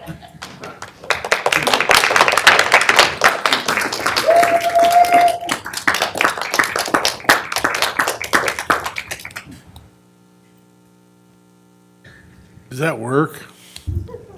About as well as I do right now. And with that, Mr. Chair and Commissioners, I'll stand for questions. Okay, well, thank you, Katie. You've got a pretty good sized operation there. And I do have a couple of questions. This is my 6th budget with the clerk. And one of the questions that we posed when we first arrived at this was, we were still doing the indigent medical care, and the state took that over. because of the advancement of Medicaid expansion. And it was kind of shocking to me that we didn't know how much was on the books. And so when the state took that over, we asked if you could do the collections and then start logging how much was on the books. How are we coming at that project? Thank you, Mr. Chairman. That is one of the goals of the new software system that IT is helping implement. So we have, as you know, this program was in place for years and years. And so it's difficult to track sometimes when those folks pass away, what kind of resources they may have available to them, whether they're even able to repay us. And so the reporting function of the new system that IT is helping with is going to help us a lot in that regard in comparison to what we have now. Well, and I know we kept a few employees after we just quit doing the indigent care. We did keep a few employees just to do the collections and to accumulate that information. And do you have any idea how long it'll take to get that information so we can just, I know that they may not be able to keep track of if somebody dies or something like that, but just on the books, how much indigent is on the books that you know of? Yeah, I think we'll be able to get there. It's too soon to throw a number out there today, but I think that, like I said, based on the reporting functions that we'll have in the new on-base system that we're creating, we'll have a lot more information than we do today, and we look forward to sharing that with you when we have it. All right, and I want to congratulate the elections office. You heard earlier a little blurb shot up from my cell phone that I didn't expect. It was about California elections, and how long did it take us to count all the elections in Ada County and throughout the whole state? I don't know about statewide, but I know we were done by midnight. Oh, 3-4 hours. It's a wonderment to me that one of our states is still counting elections after a couple of weeks, and they anticipate they won't have their final results till into July. That's shocking to me that a state in the United States of America is doing that. But I want to congratulate you because I think our elections are secure. I think our elections are people can count on them. They know that you cast a ballot on election day or pre or an absentee, we get the results by midnight as well. It was before midnight, I think, this time. But anyway, and same with across the state. Do you have any questions? Do you have any questions? Go ahead. You want to talk a little bit more about the additional position you're requesting, business manager, or what was the position? It's a business analyst, and it will have a special focus on AI and emerging technologies. So we were at the IAC conference last week. They talked a lot about AI in our clerk's breakout session. And we have a lot of sensitive information in our office. We might want to make sure that we have guardrails in place so that our folks know how to use those technologies in a way that would increase efficiencies, but also keep us and our information safe. So that would be the focus for that role. Did you, I'm sure you've consulted with our IT department. I mean, do they have anyone in-house that would serve that same function? I'll let Steve speak to that, but not that I'm aware of. Okay. Now, with respect to all the uncollected fines and fees that Ada County has, have you guys tried to work up any type of collection plan or anything like that to help go after some of the uncollected revenue? Yes, thank you, Commissioner Davidson. So that's kind of been an evolving project over the last several years since I've been around. I know we used to have a collection agency that would help us with that, but that didn't prove to have a very good return on investment. So we've done some things internally, such as sending out statements. I think we have text notifications, things like that. And we're continuing to work with the judges in the TCA's office to develop kind of a better framework for how we can collect some of those things. Are any of these methods producing any results? They are. One of the things that we've implemented this year is payments over the phone. And that is not something that we used to have available to us. We were asked all the time, why can't I just pay you over the phone? And we did implement the ability to do that, and that has proved very valuable for us. So doing little things here and there to try to encourage the repayment of those things. All right, thank you. Go ahead. Yes, thank you for all your help and doing what we have to do here, but a couple of questions. I'll ask the questions I ask everybody else.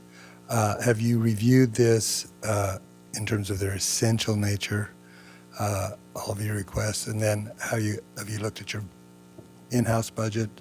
And these are, again, back to our deliberations.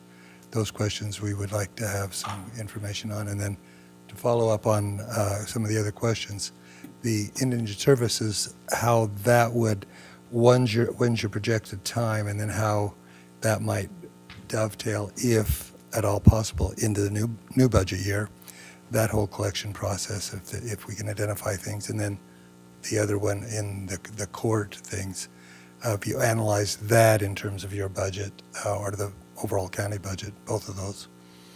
Yes, thank you, Commissioner Daly. We have, we're proud to present a pretty lean budget in terms of we're not asking for a lot of supplemental requests, only one in the form of a vacation payout, and that's a one-time cost.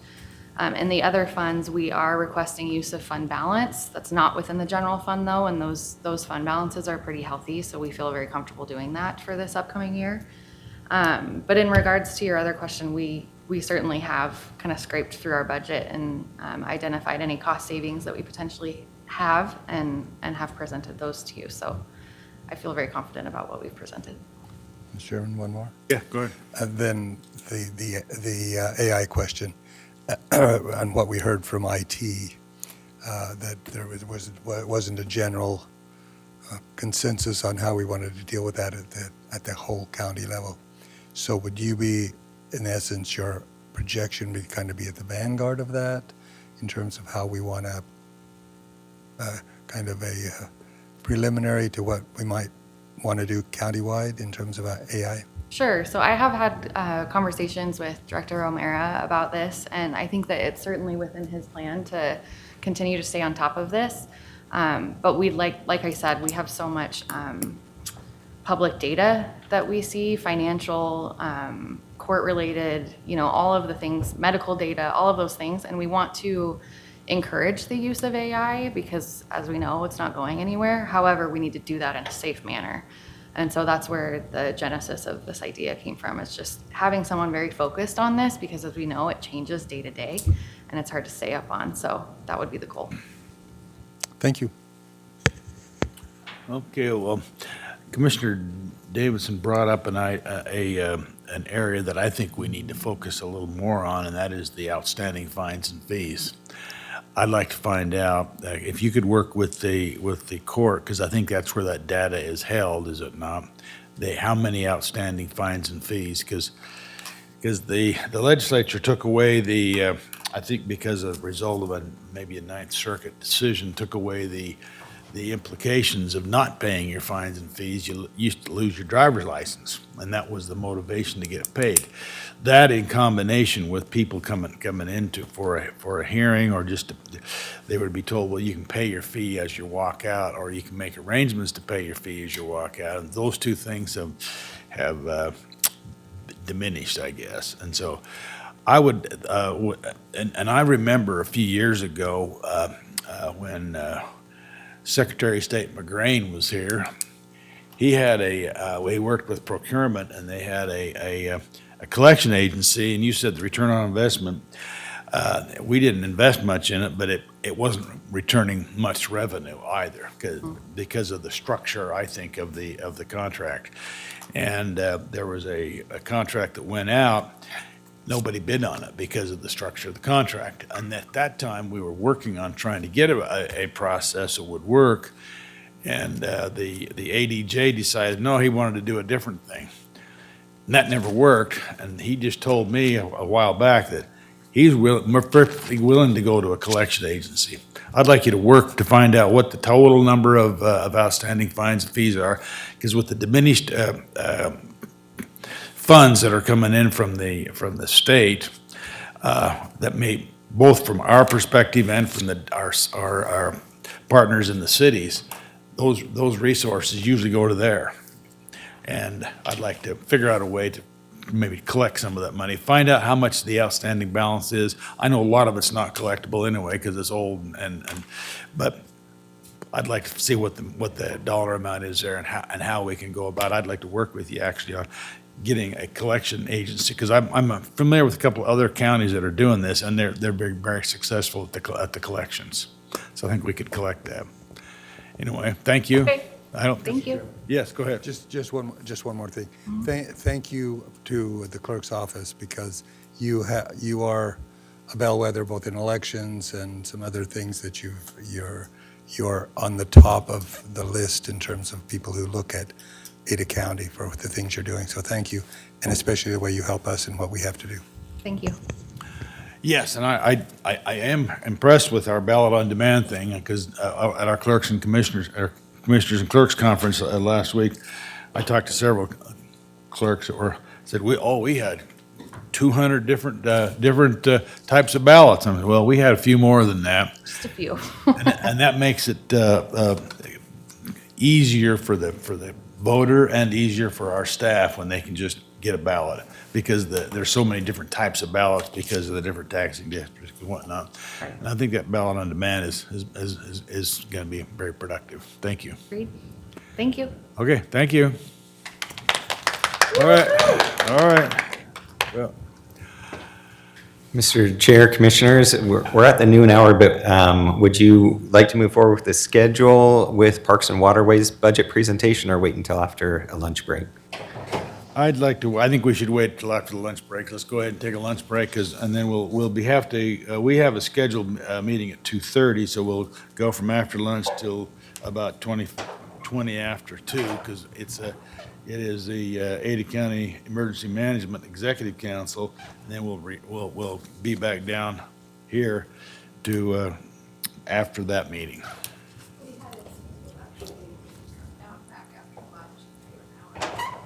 Yeah, that's right. We'll come back. We'll adjourn till 1 o'clock, and we'll be back here at 1 o'clock to take it up. All right, thank you.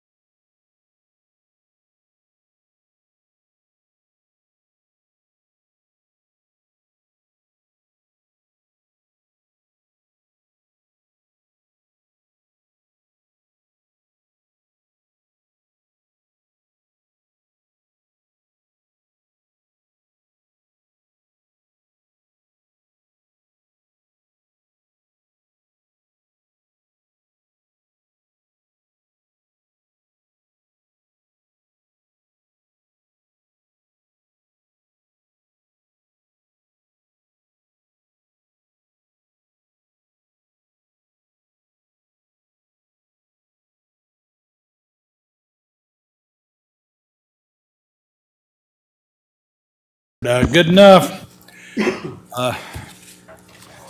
It's 1 o'clock. The Board of Commissioners is taking up the budget process again. So, go ahead. All right, Mr. Chair, Commissioner. Scott Coburg is the Director of Parks and Waterways. The Parks Fund accounts for operations and maintenance of Barber Park, the Barber Park Education and Event Center, the annual Boise River float season, several miles of Greenbelt Pathway, the Oregon Trail Recreation Area, the Ada Eagle Bike Park, Hubbard Recreation Area, and the Victory Wetlands. Parks is also responsible for the management of the county's Barber Pool and Red Hawk Open Space and conservation areas totaling 285 acres. Additionally, the Parks and Director is the designated county representative for the Ridge to Rivers Partnership, which manages over 220 miles of multi-use recreation trails in the Boise foothills. The director has also served for nearly 4 years as one of the county's primary project leads for the new park at Expo, Idaho.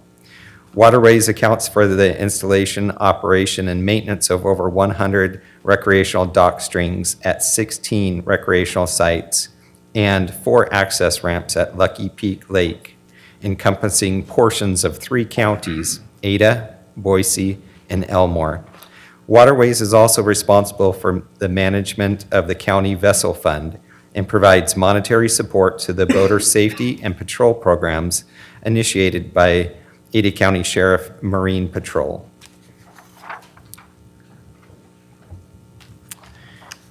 Parks has submitted a fiscal year 27 budget request that exceeds their base budget by $9,049.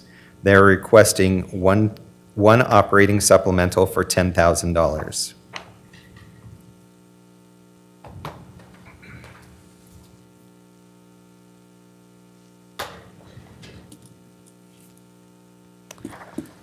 It is my pleasure to introduce Scott Coburg, who will present the budgets for Parks and Waterways.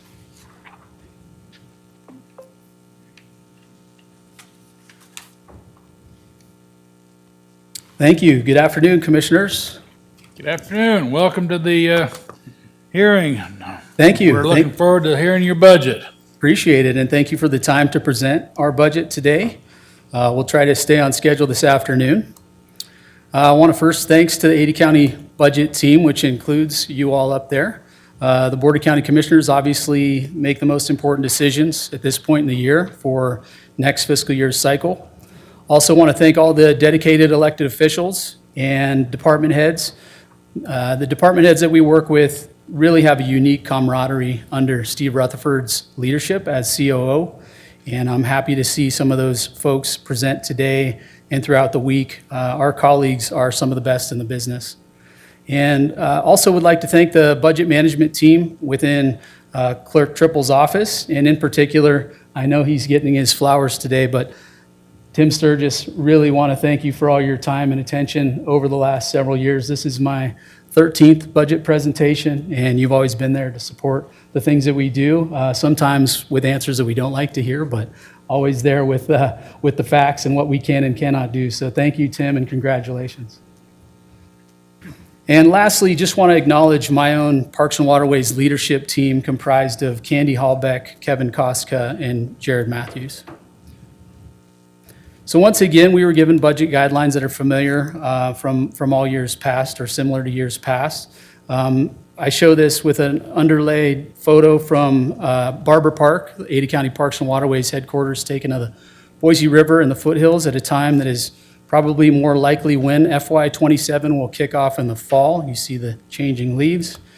The same types of guidance from last year provided department overview, including our mission and vision, hurdles and challenges, efficiencies that we've created. The difference from FY26, how much, why necessary, and how is it funded. And of course, total budget requests, including operating capital, personnel, and supplementals.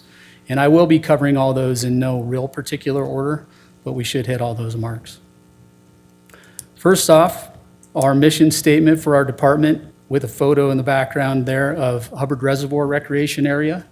one of the sites we manage through a State Department of Lands lease. Ada County Parks and Waterways mission statement is to provide diverse outdoor recreation and educational opportunities while protecting natural resources, waterways, and wildlife habitat for the enjoyment of residents and visitors. And our vision statement with some of those traditional icons includes Ada County Parks and Waterways strives to create and enhance unique recreational opportunities that promote active, healthy, vibrant, and welcoming communities. And we'll hit on that word unique quite a bit here this afternoon. So first off, I'm going to talk a bit about our personnel. We are not requesting any new positions. We have 11 positions and 1 vacancy as of Saturday. We do have a dedicated team with very unique duties and essential functions. As you'll see here, in line with some of what Clerk Triple presented countywide, we have remained steady for the past 5 years now, going on 6 years, with 11 full-time employees. That is because some of the things that we do, we supplement with seasonal staffing or with specialized contracts, and we do not ask for what we don't need. So let's talk a little bit about those essential functions. So anybody in here, department directors specifically, that's worked with the Human Resources Department on updating position descriptions or performing compensation analysis are really familiar with that term essential functions. That's listed in any job description for a county employee. So today I'm going to share with you some of the excerpts from various Parks and Waterways position descriptions. One here: mows, weeds, rakes, cuts, and prunes bushes, irrigates landscapes, and removes snow. Oversees the parking kiosk seasonal operations, including the accurate handling, processing, and recording of cash transactions in accordance with Ada County policies. So you see by the sign of that mowing, he was pretty proud of his work, but wanted to take a photo and show his boots and the hard work he's performing there. But you wouldn't really know that grass field actually serves as a parking lot for about 80 days every summer, and we keep it looking as good as possible anytime when it's not functioning as overflow parking. Blowing snow, commonly occurring on the Greenbelt. This last winter was thankfully not a huge one for us, and I think from a water standpoint, we'll be okay. But we do perform snow removal operations throughout the Greenbelt and all the properties we manage. Blowing leaves, pretty common in Barber Park to hear that sound. Nice tight edge on our grass. And then the parking kiosk, which operates seasonally during the float season.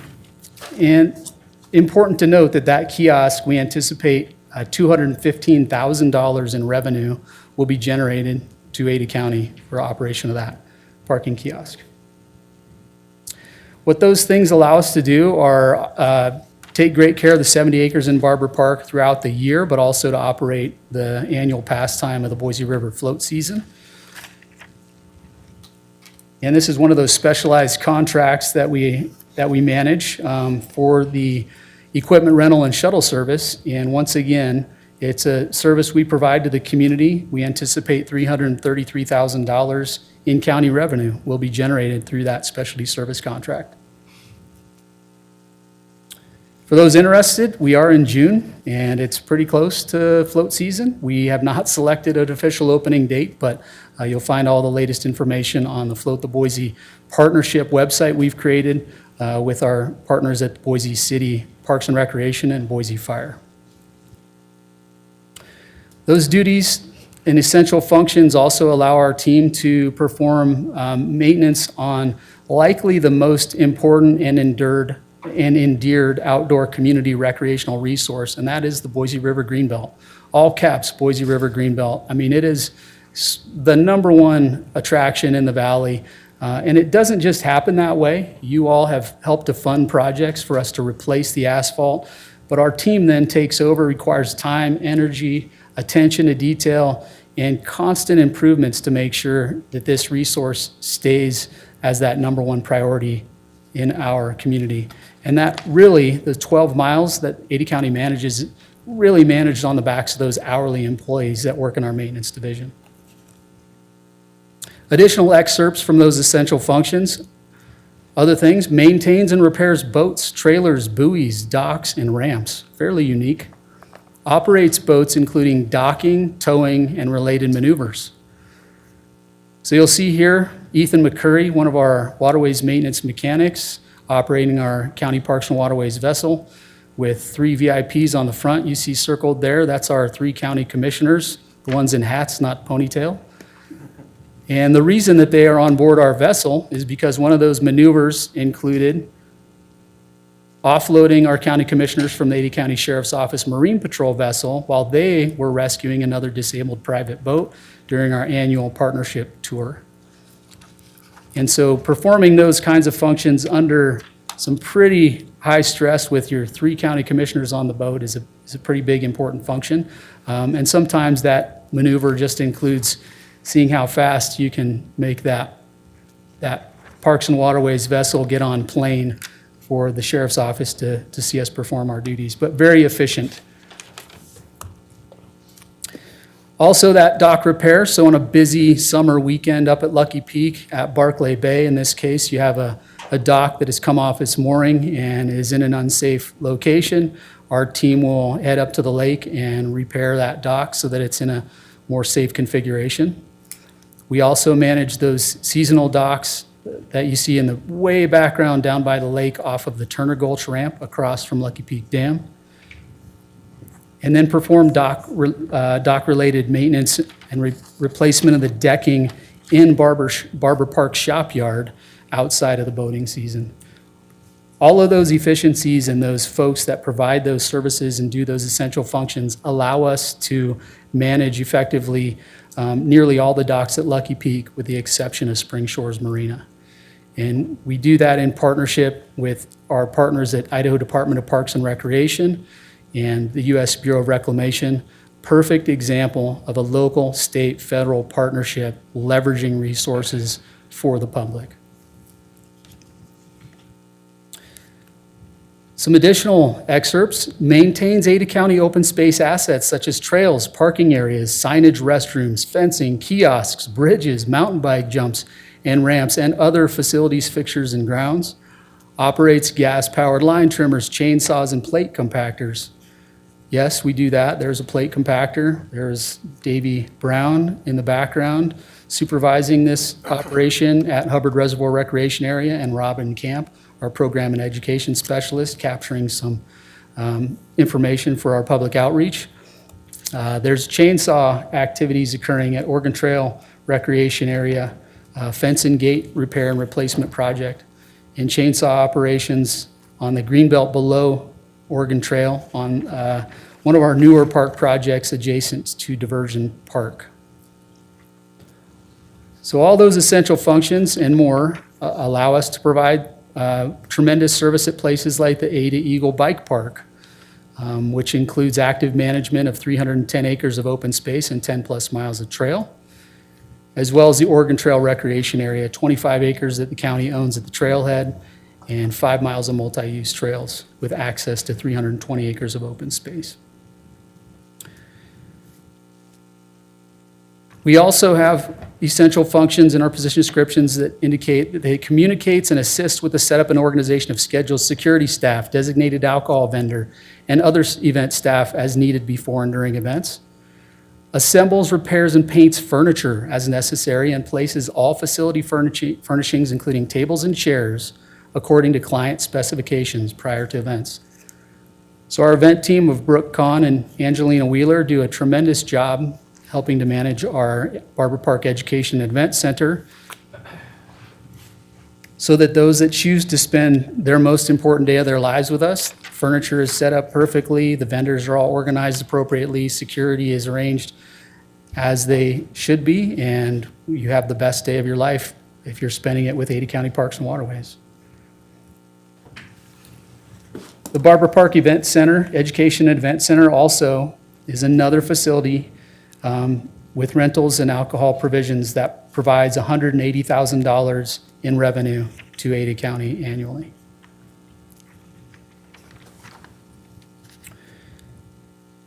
Lastly, and a little bit more complex, we get into some of these essential functions that last beyond like a typical mowing cycle or a snow event, plans, coordinates, and oversees open space property management, including vegetative restoration projects and invasive species management. Works with legal staff in the Ada County Prosecuting Attorney's Office on various issues related to encroachments on county property. Reviews and development application submittals and provides comments and recommendations to ensure compliance and coordination with Parks and Waterways plans, objectives, and priorities. These are a little bit more nuanced and complex, but these are the types of activities that are on job descriptions under Ada County Parks and Waterways, sometimes with impacts that last generations. Briefly, I'd like to also talk about the job requirements and work environment. Must walk long distances over various types of terrain, hilly, steep, rocky, rough, and/or wet, slippery surfaces while carrying tools and equipment. The incumbent will be required to perform duties outside in inclement weather, including sun, heat, wind, snow, and rain. May be exposed to the possibility of electrical shock, burn, cuts, and bruises. We see all of those things in the normal course of our daily duties, often performed by the hourly staff.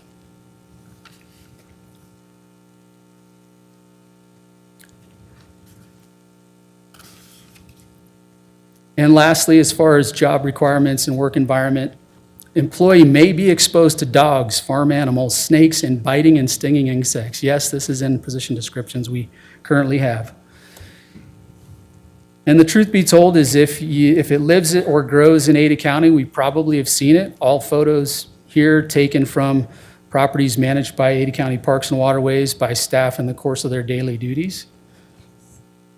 There is a snake in the bottom right. I heard somebody say snake. And sometimes they even kind of pose for you, the bobcat on the left, the bald eagle on the right. And if you're really lucky, they'll pose for you in front of your education and event center, strike a nice pose, or even in front of your logo and your department name. But the bottom line is, our people that work for Ada County Parks and Waterways, our employees must be available to work evenings and weekends as business needs require, and may be subject to 24-hour phone calls, with the ability to perform a wide variety of tasks with accuracy and speed under the pressure of time-sensitive deadlines in a public setting. Critical functions they're performing for the residents of Ada County. So that's why our core values of professionalism, stewardship, teamwork, honesty, and education are extremely important for everybody that we hire. I did mention that vacancy. If you go to Ada County's website right now, the banner of that page includes a photo, again, taken from Ada County Parks and Waterways headquarters in Barber Park of the Boise River. And you'll see a maintenance mechanic position listed there. It's an hourly job paying at $21, $22 hourly. Those listening, if you know somebody, go ahead and have them apply. It closes at the end of this week. But I would like to say that at this point, you know, we do pay an hourly wage. Sometimes we do pay donuts occasionally. You're more likely to be paid in some sourdough bread. We do have kind of the Ada County queen of sourdough bread, Candy Hallbeck, in our office that does a lot of sourdough for folks that visit our facility. But I don't want you to look at that and see a bunch of zeros instead of donuts. What I'm really hoping for is that, you know, those hourly staff, I hope the ship hasn't sailed on the COLA merit discussion. The rising tide lifts all ships, and I really would encourage you to do anything possible to support COLA merit increase, specifically for hourly employees on whose the county has built their essential functions and job duties. So from donuts to pie, I'm sorry, it's after lunch, but that is a small slice of pie, maybe call it a sliver. We're often happy with whatever's left over when the budget's done. Honestly, looks a little bit more like you can't really see the sliver, so this would be an example. The county might take about a quarter of the full tax pie, and you can't even see the sliver that we usually eat, and we still will provide all those services to the best of our abilities. Switching gears real quick, on some budget-related items. I just want to talk about last year's budget supplementals so you understand what we are accomplishing and what we have accomplished when we stood before you last year. So last year came before you with this Lucky Peak boat dock frames and hardware supplemental. Just want to let you know this was to allow us for more efficient efforts to build and replace docks in our shopyard and not take a dock out of service on the lake. Current status of that, on schedule, on budget. We also had another waterway supplemental for fund balance usage, and again, these are fund balance usage, they were not CIP, they were not general fund requests, these were fund balance usage. We had two items that we were looking to acquire.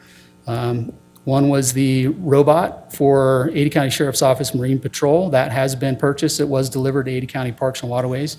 Now is in the hands of the Sheriff's Office. Hopefully we'll get a demonstration of it shortly. And we also have acquired that equipment trailer. We completed both of those under budget. Last waterways supplemental, this should actually read, waterways supplemental. Current status on schedule on budget. This is to pay for the dock liaisons and sheriff's deputies for the boating season of last season and this upcoming year through the end of September. On the parks fund balance, the status of the Barber Park maintenance shop remodel came before you last year requesting about $715,000. This was a photo of the maintenance shop when it was initially built 20 years ago. Our intent was to open the warehouse partition wall, expand the office, create some additional break room space, basically increase efficiencies and provide appropriate facilities for our team out there. These are some photos of the ongoing construction of this shop project currently. And studs went up. We're getting close. This is, it's a little bit beyond this level now and even inside. Starting to look more like what we had intended it to look like. Current status of that on schedule and under budget. We hope to have this completed within the next 2 weeks. And we also had a Barber Park Greenbelt Pathway Restoration project that we requested $392,259. As you'll recall, we had some root intrusion. We needed some realignment of that pathway through Barber Park. Here's some photos of it during construction near that playground area, providing new concrete access to the playground, new greenbelt. This is one of the busier days of greenbelt construction on site. Icing on the cake is always the centerline skip stripe or solid stripe. Current status of that completed. It was completed May 1st, ahead of schedule and under budget.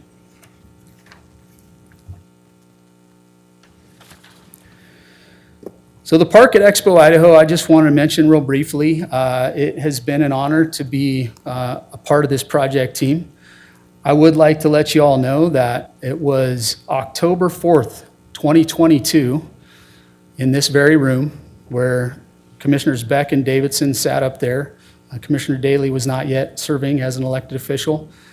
Sat up there and listened to a design competition. Up there with you as well was Josh Brown and former interim director Bruce Crisco for operations. I sat up there with former director Bob Batista for Expo Idaho. Nearly 4 years ago, we started this project for the park at Expo Idaho. Shortly after that design competition, contract was awarded, and we've been off and running ever since. Three of us in the center to the right of the gentleman in orange, that's myself, Josh Brown, and Zach Kirk. Zach Kirk has been with this project from the beginning as well, county engineer and development services. The three of us have been working on this park project for nearly 4 years. Josh Brown, 100% the point man on that. But we've since seen a new director, Bob Carney, come in for operations. We've also welcomed a new director at Expo Idaho, which is Helen Baker. And so we're getting to the point where we're going to be able to pass this off to Helen Baker and her staff at Expo to manage the park at Expo Idaho.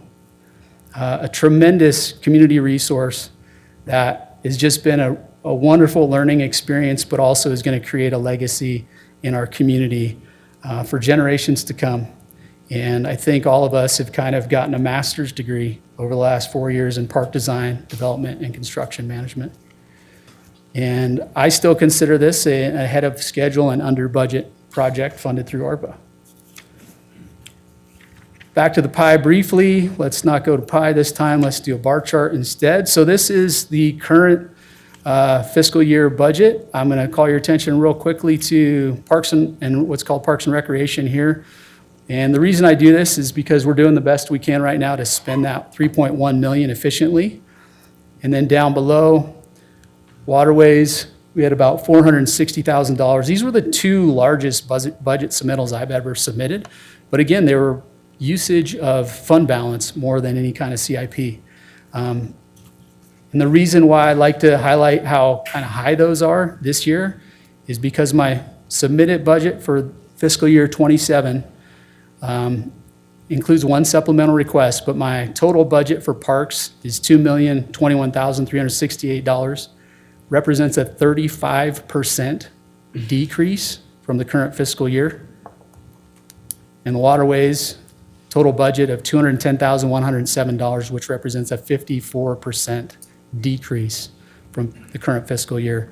Again, we saved up and are using efficiently our fund balance currently. We are not going back to the well this year. We're going to operate a fine-tuned machine like we always do. So the total is about $2,231,475. That one supplemental I want to mention just very briefly is for Boise River float season hazardous debris mitigation to facilitate our partners' efforts to remove obvious hazards to novice floater recreation on the Boise River. And that really wraps up most of my budget presentation here. I do want to end on this, the vision statement, which included those icons that are pretty traditional, represent picnicking, hiking, fishing, kayaking, wildlife viewing, bicycling, boating, equestrian usage, and cultural resources. We do strive to create and enhance unique recreational opportunities that promote active, healthy, vibrant, and welcoming communities. And we're starting to see a lot more non-traditional usage of our facilities. We're just trying to keep pace with the types of use we see out there and adapt and grow along with our community. With that, I'll pause for questions with a photo accepting Compass Leadership in Motion first ever Leadership and Collaboration Award that Ada County Parks and Waterways received in partnership with ACHD and Idaho Transportation Department in relation to the Eckert Road Bridge emergency repair. So, if you have any questions, otherwise I'll stand down. All right, thank you. Thank you, Scott. That was a great award that we are happy that you were able to receive for that cooperation in that Eckerd Bridge project, because I know when that first happened, you were kind of concerned about how people was going to come and go to the park during the float season. Unfortunately, we were able to cooperate with the Idaho Transportation Department and the Ada County Highway District and yourself and get that completed to fix it to where it was people could still use the bridge. The bridge is still going to be replaced, but at least it was safe to drive across the bridge. And I appreciate your effort in doing that. One question that gets asked to me a lot is, excuse me, I gotta shut that off. Is when's the float season gonna start? I know you said you didn't know exact date, but have you got an idea? Mr. Chairman, Commissioners, yeah, great question. We get asked multiple times a day this time of year. So we don't have a specific answer for that, but I will tell you what we rely upon are some elements that we created about 14 years ago through the Boise River Resource Management and Master Plan, a plan adopted by the city of Boise in which we were a partner. There are certain elements including air temperature, river flows, and debris mitigation, in addition to others that help us make an appropriate decision on when to open the official float season. It's usually mid-June, mid to late June. We kind of look at targets in and around the Juneteenth holiday now because that's been a historic average for the past 25 years as an opening date. But we're working on that. What's interesting this year is that today flows are right around 2,000 cubic feet per second in the river. And we really like to see flows 1,300 CFS and decreasing with no chance to increase. The reason they're at 2,000 CFS right now, even though we have a low water year, is because the Bureau of Reclamation has some requirements for downstream salmon fish passage in the Columbia Basin. And we have such a unique watershed here where the cold water from the Sawtooth that runs through Boise is really helpful to send downstream into the warmer water bodies to facilitate fish migration. So they have a specific allotment that's required to pass through during a specific time of year, and that's what's happening right now. We expect that to be completed possibly by the end of this week, and then we should have a really good idea of a target date for the float season to start. I hope that answers your question, Mr. Chair. So you'd like to see it about 1,300 CFS and decreasing. That's traditionally where we like to see it. In the plan, in the Boise River Resource Management and Master Plan, the number was 1,500 CFS. However, the flood of 2017 occurred well after that plan was developed. What that scouring of the riverbed did during that year was it changed some of the cut banks and point bars on the river in the 6 miles between Barber Park and Ann Morrison, so that they became a little bit more hazardous. The flow of the river went in different places from 2017 and beyond to where now a better comfort level is not 1,500 and below. It's more in that 1,300 and below. So yes, 1,300 is about right. And the temperature of the weather. Sure, Mr. Chair. Yeah, air temperature, usually we like to see a projected forecast of 80 degrees and rising as well, at least consistently 80 degrees. That's due to the fact that the river, as mentioned, it's cold water, typically runs about 55 degrees to about 58 degrees. And those that end up taking an unplanned swim are more subject to hypothermia, specifically if it's colder outside as well. So we like to provide the best kind of sideboards we can before an official season starts. It does not mean a member of the public cannot float during the time when the unofficial season is operational.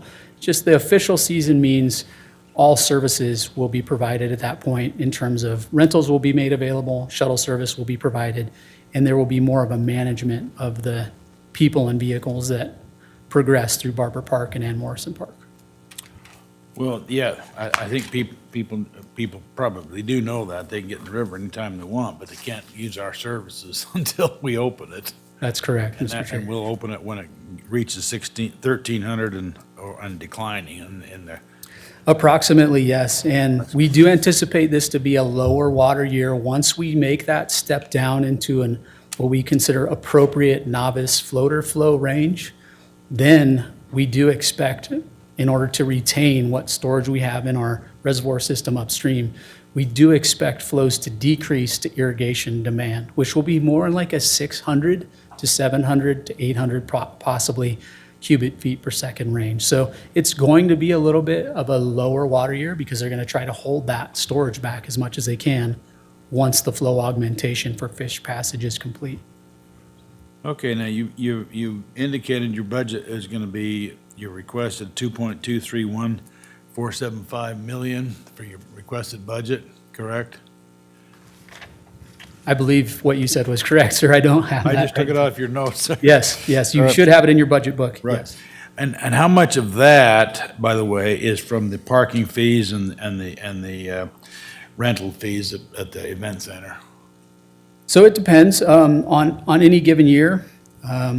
It does depend, but it's typically, will take about 35%, I think, at a minimum. And I'm sure Tim or Trent might have a better understanding.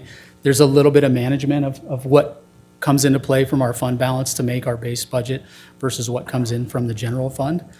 But if you look at our revenues that I projected here, in addition to some revenues I didn't mention, it really is almost 50% that we're going to bring in for the county in revenue.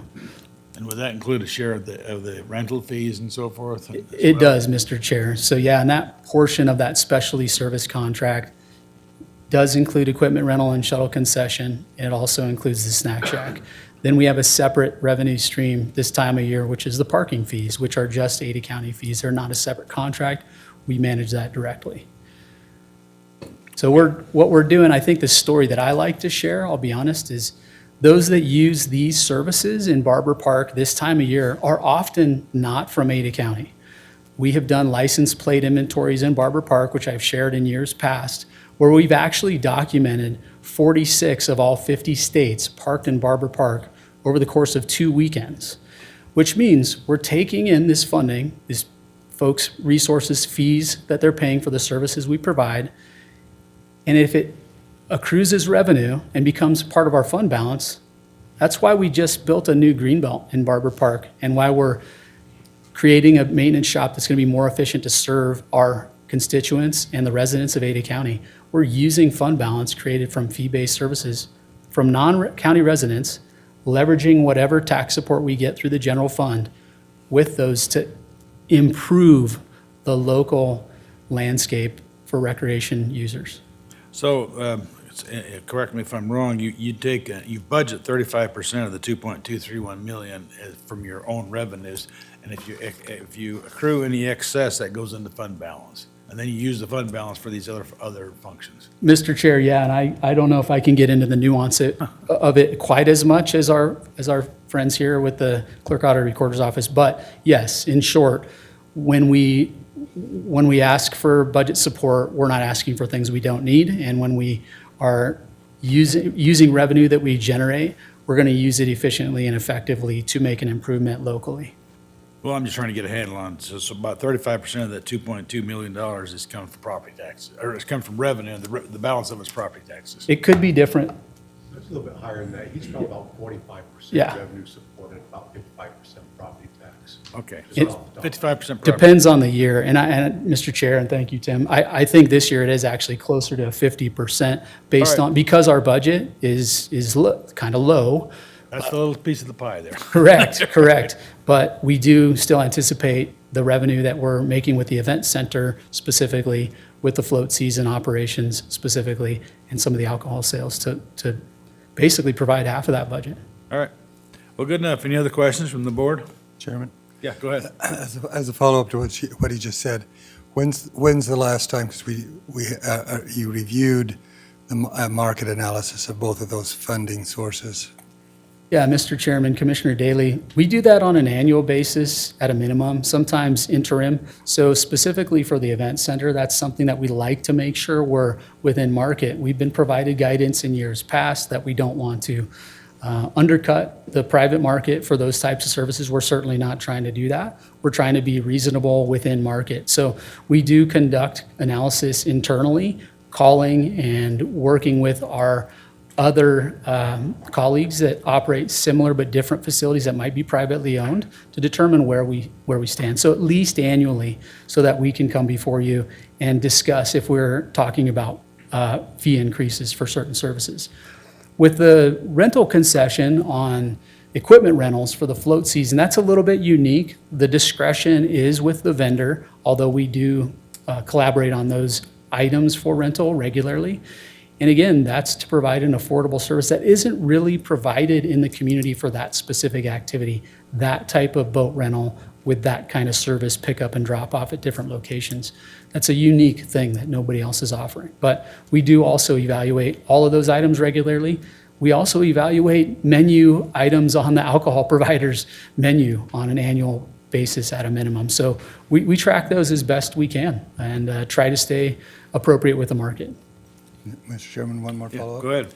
So my question that I've asked everybody else, if we had to ask you to find that $10,000, just think about that. You don't have to answer it right now, but in our budget deliberations, we may be asking that question. So Thank you, Commissioner. I appreciate that. Okay, any other questions? Okay, thank you. All right, thank you. Appreciate it. Thank you. Okay.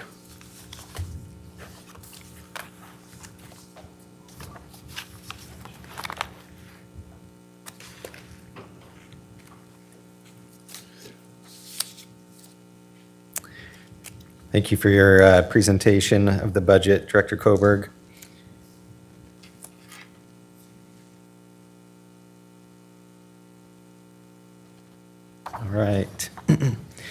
Adam Schroeder is the Director of Noxious Weed Control Department, Pest Abatement, and Mosquito Abatement Districts. Noxious Weed Control enforces the Idaho Noxious Weed Law and works to control or eradicate noxious weeds found within the county.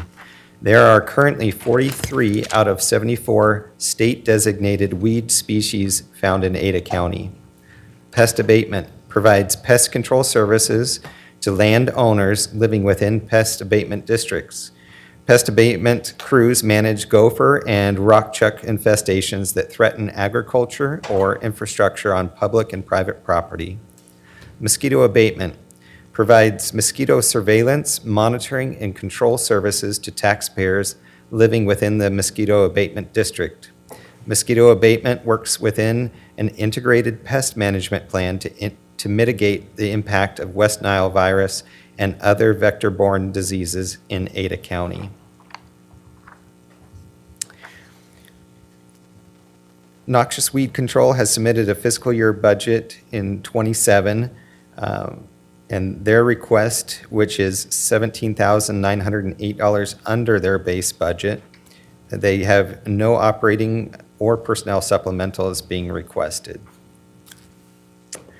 Pest Abatement has submitted a fiscal year '27 budget request that is flat or equal to their base budget. No operating or personnel supplementals are being requested.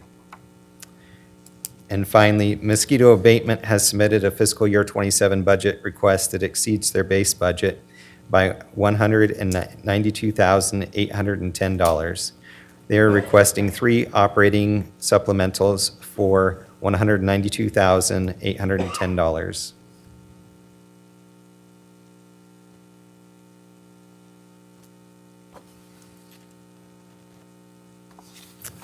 All right, it is my pleasure to introduce Adam Schroeder, who will present the budget for weed, pest, and mosquito.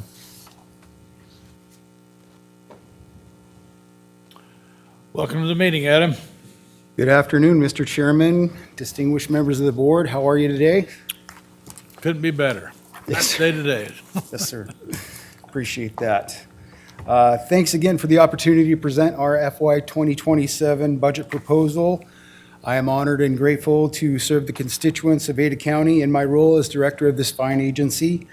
Special thanks, of course, to our county leadership, elected officials, department heads, and leaders throughout the county for all their support and guidance. And I would certainly shout out to Tim and Sarah and Kobe. Thank you all very much, and Tim, will miss you.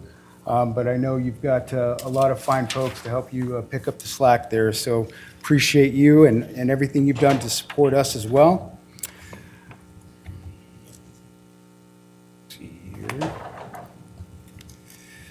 So our overview, Ada County Weed Pest and Mosquito Abatement is a unique agency. We're composed of 1 county department and 2 special taxing districts that share an administrative staff, facility maintenance, and capital development costs. We have 22 full-time employees that are supported by up to 55 seasonal field technicians between all 3 departments.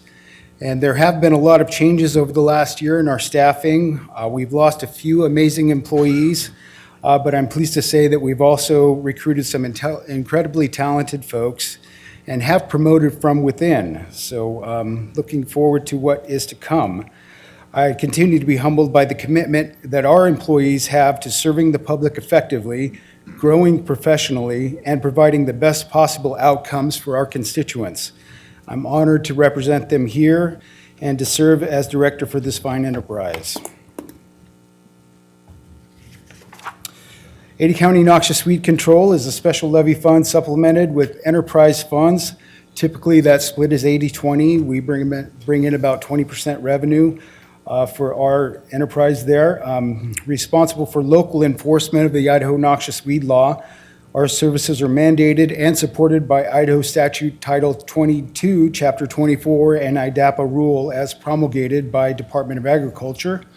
Citizens, property owners, and visitors in Ada County benefit from our services, including public and private noxious weed control, prevention, mapping, and eradication of novel weed infestations, noxious weed infestations, compliance and enforcement services that help protect landowners from noxious weed spread, migrating from non-compliant private and commercial properties, as well as weed-free forage certifications.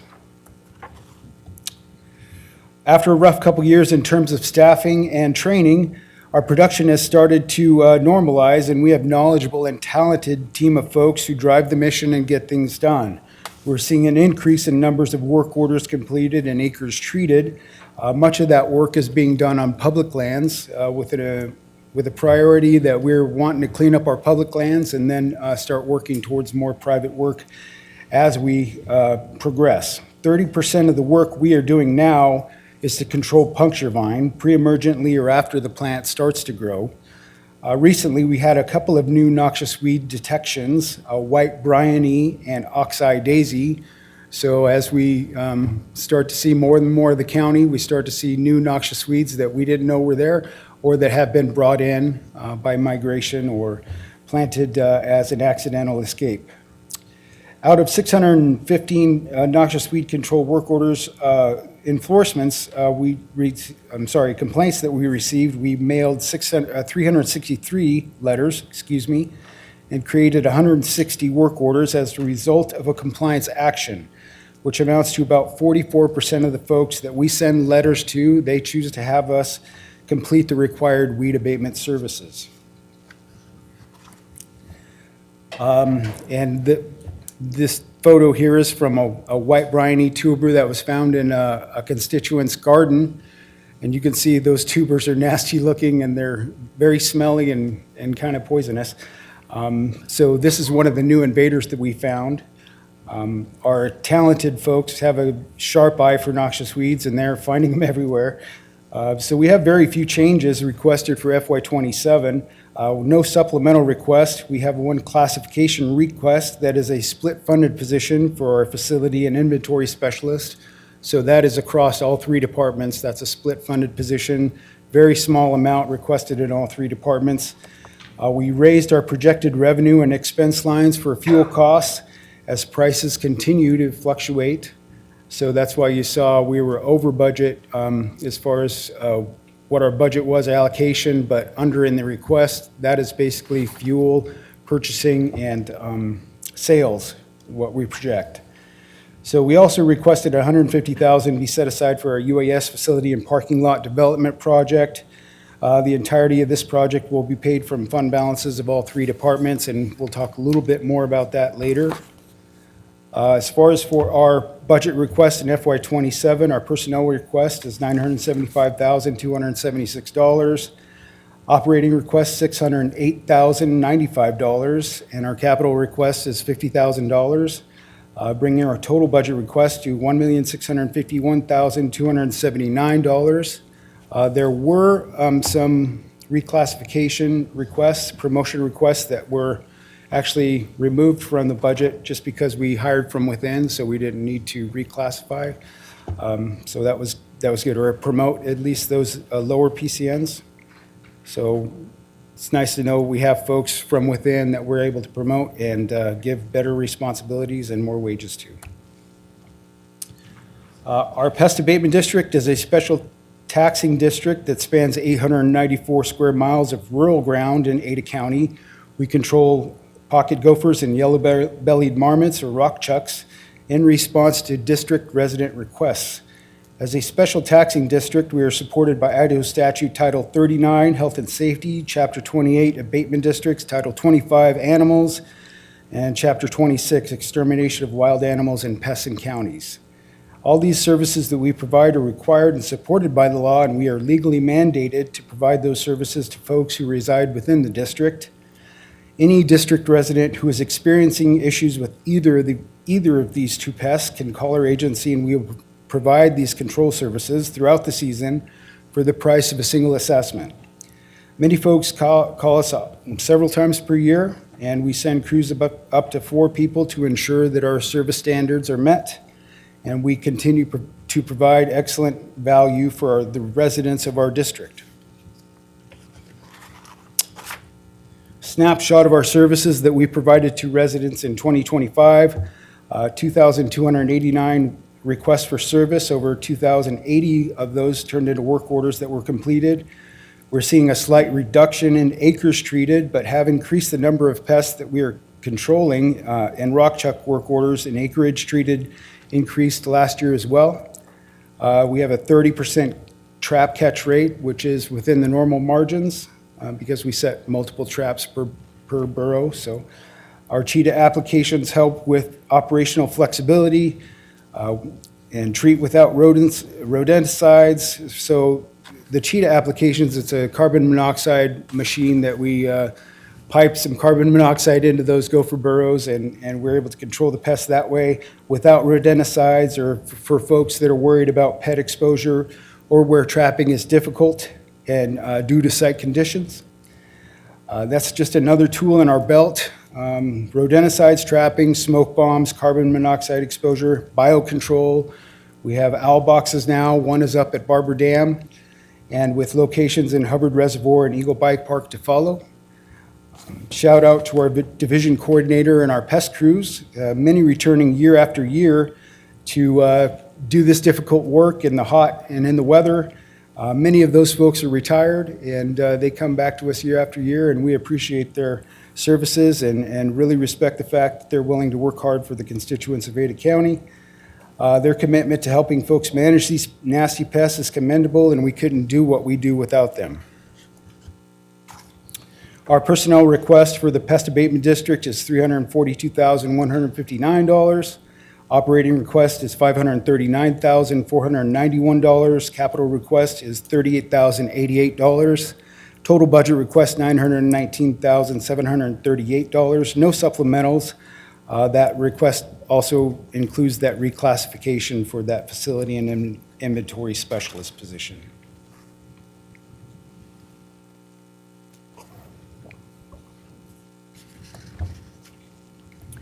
Our mosquito abatement district is a special taxing district that spans 402 square miles of mostly incorporated areas of Ada County, and we are charged with controlling mosquitoes that are both a nuisance and pose a threat of vectoring blood-borne diseases to humans, pets, and livestock. The work we do is again required by Title 39, Chapter 28 in relation to the formation and operation of abatement districts. 100% of the work we do falls under county duties, and we're legally obligated to provide these services to residents of the district. We have three components of our service: surveillance, where we trap and collect mosquitoes to analyze population trends and determine presence of disease in mosquito populations. We're primarily concerned with West Nile virus, which if vectored to humans can cause any number of symptoms ranging from fever to headache, to encephalitis, to meningitis, to chronic medical conditions, including blindness and or death, especially for older adults or those who are immunocompromised. Larvicide, where we find, survey, map, and treat standing water sites throughout the district to determine if we have mosquito larvae present and prevent them from hatching into adults. Larvicide comprises about 80% of the work we do and is preventative in nature. We use a naturally occurring bacteria that only affects mosquito and black fly populations and has no deleterious effects for beneficial insects or organisms. If we're unable to control mosquitoes in the larval stage, district residents may call us to schedule adulticide services. We use ultra-low volume applications to control flying mosquitoes after dusk, and many of our district residents request this service several times per year, again for the single price, or for the price of a single assessment. In 2025, we trapped almost 30,000 mosquitoes. 60% of those were Culex pipiens, which are a West Nile virus vector species and commonly reproduce in stagnant, organically enriched water. That's storm drains, catch basins, clogged gutters, and retention ponds.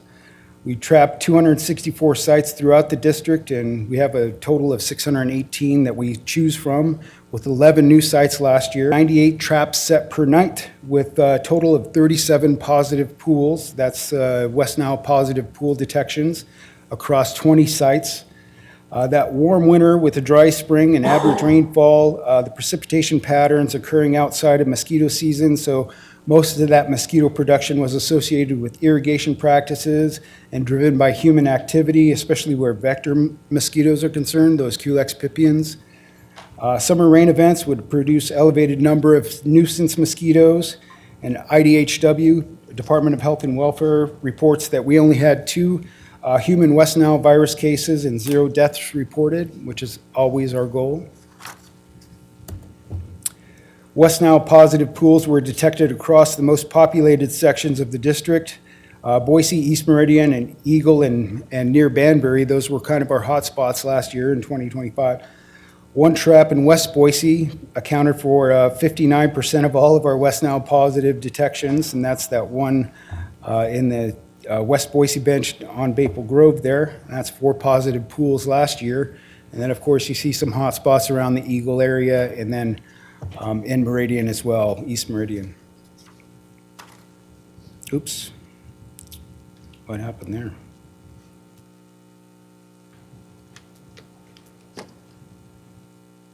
Larvicide for 2025, we monitored over 71,000 sites for mosquito larvae, completing over 157,000 or nearly 157,000 inspections with 92,000 treatments.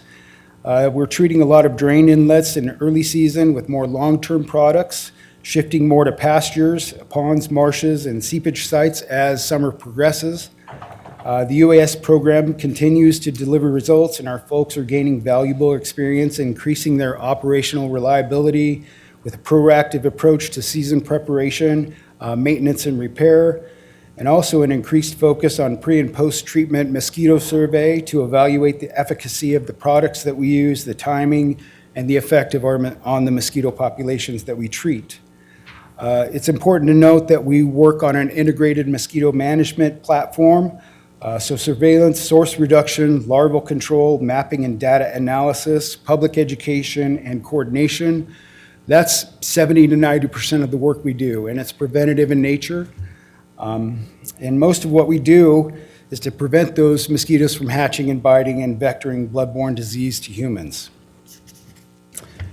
But inevitably, mosquitoes hatch and they start biting humans, livestock, and domestic animals, anything that will provide a blood meal. And our district residents request services for the control of adult flying mosquitoes. We call that adulticide. We dispatch our crews to treat mosquitoes after dusk with an ultra-low volume fog insecticide application to kill flying mosquitoes. 58% of our service requests originated from customer complaints. 42% of those were internal requests due to high mosquito counts or because of presence of disease found in those positive mosquito pools. The highest number of requests we've gotten were from Eagle, followed by Meridian and Boise. Treating after dusk helps prevent pollinator kills as honeybees have returned to hives. And it should be noted that we had 0 adverse events reported. That's including bee kills, human exposure with illness, pet exposure with illness, or violation of a registered no spray property. We had 0 of those adverse events last year. In 2025, we had 173 active and registered no spray properties in the district. We have sent out notifications to all those properties and have received about 56 that are currently registered.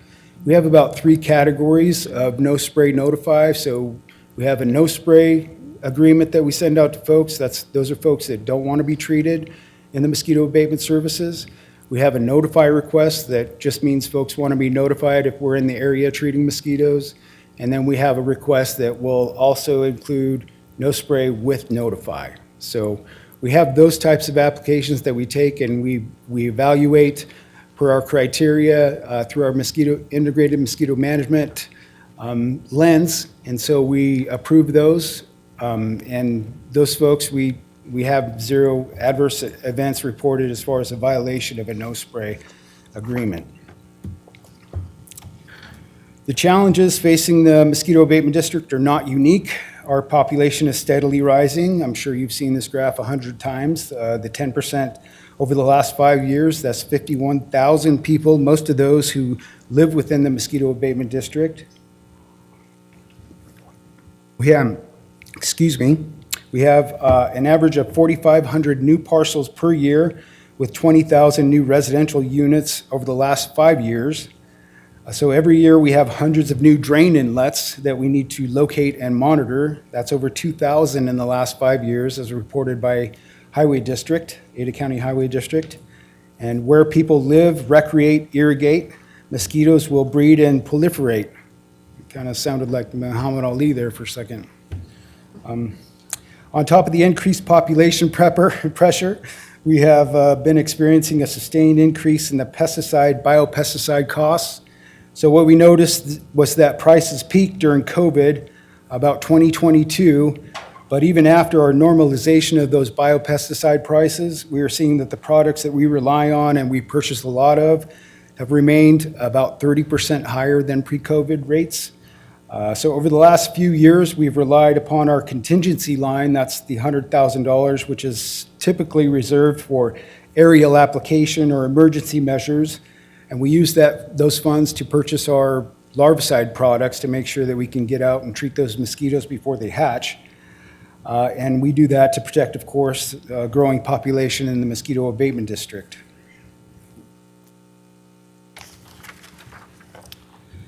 Our supplemental request for 2027, FY 2027, we have a one-time supplemental request for chemical supplies in the amount of $105,000 to be paid from our fund balance.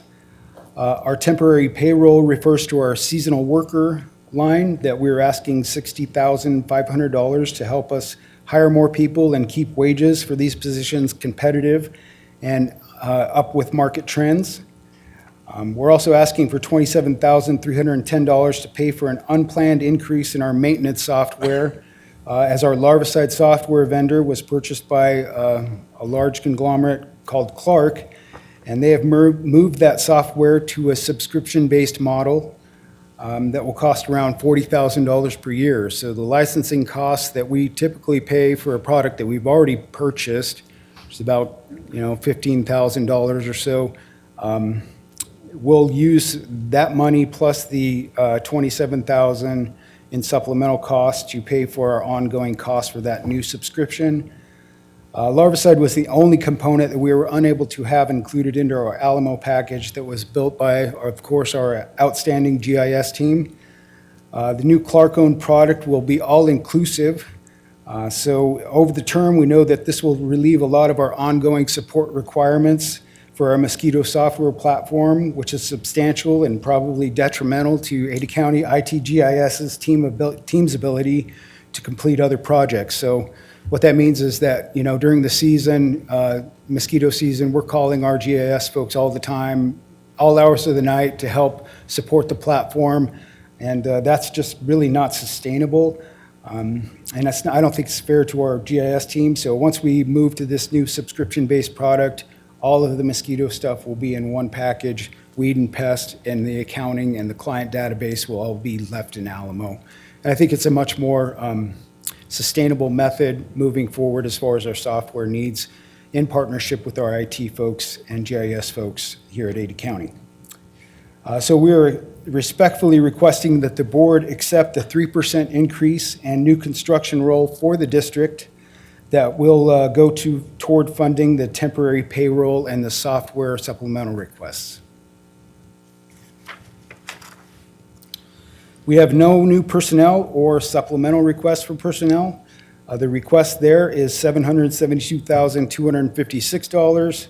Operating request, including supplementals, comes to $1,218,100 with a capital request of $18,422. Total request for FY 2027, the Mosquito Abatement District, is $2,008,798.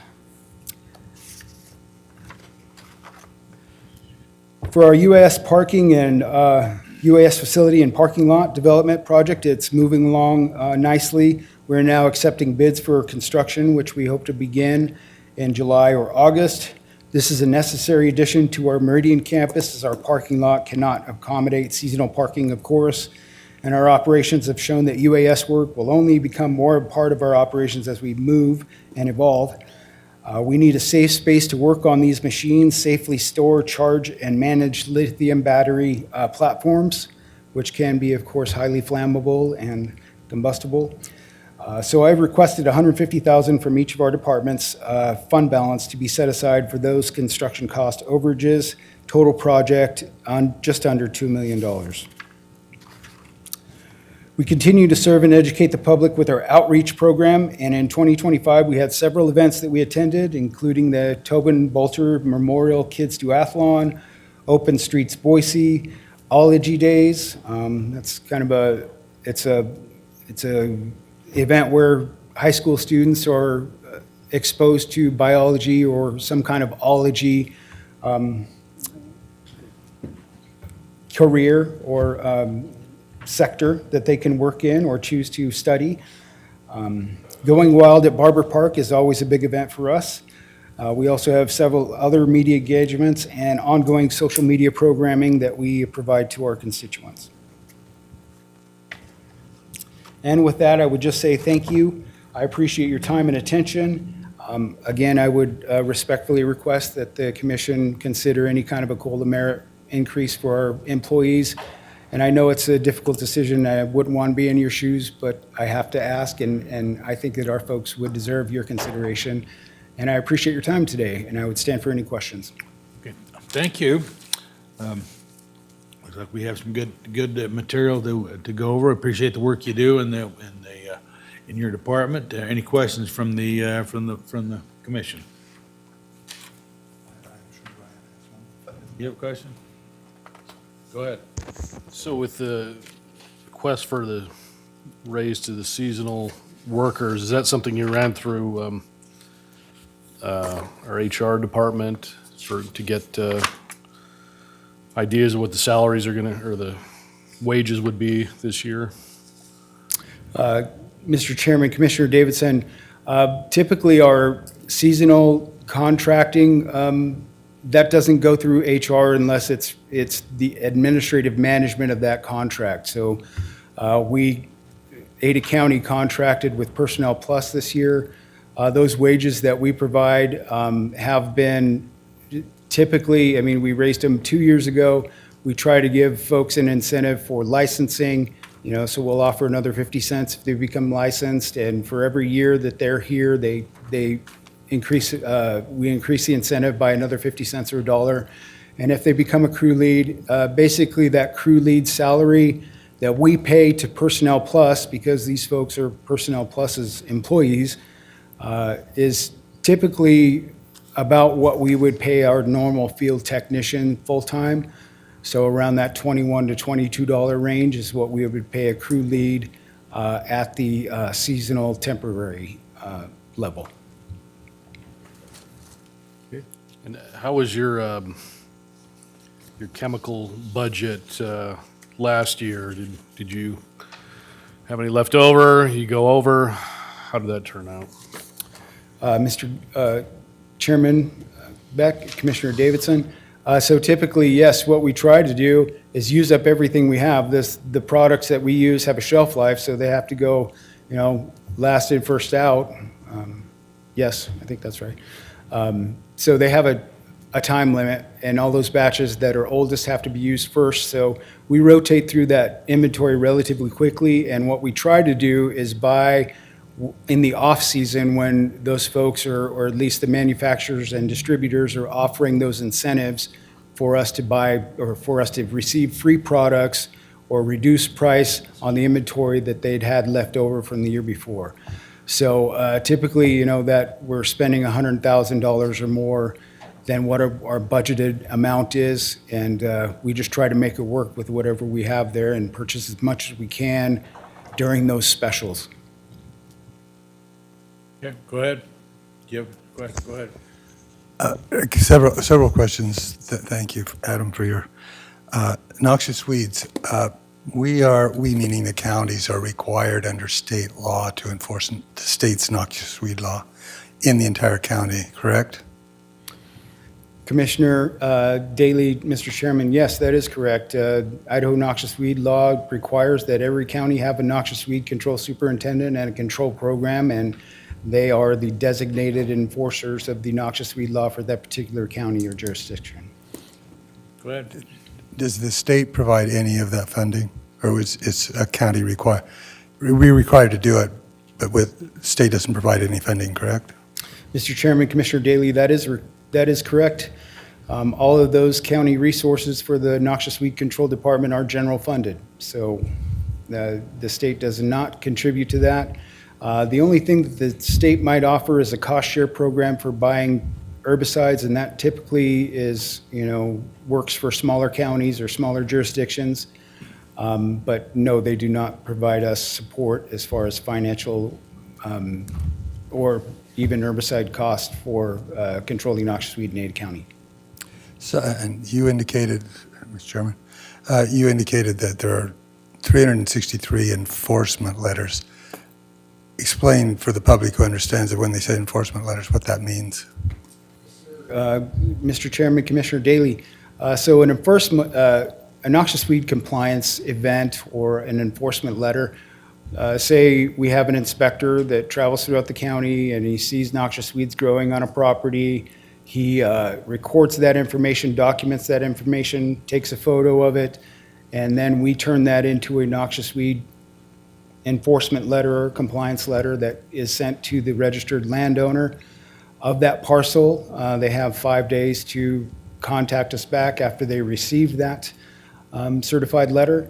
And then if they don't, we'll either make a work order and we'll go control those weeds, or if they do, we can work with them to help advise them on how they can control those weeds, or they might even just hire us to do it or another contractor. So that's what I mean by an enforcement activity. If a non-compliant parcel has noxious weeds, we go control those noxious weeds. We still don't hear anything from them. We send them a bill for those services, which we will.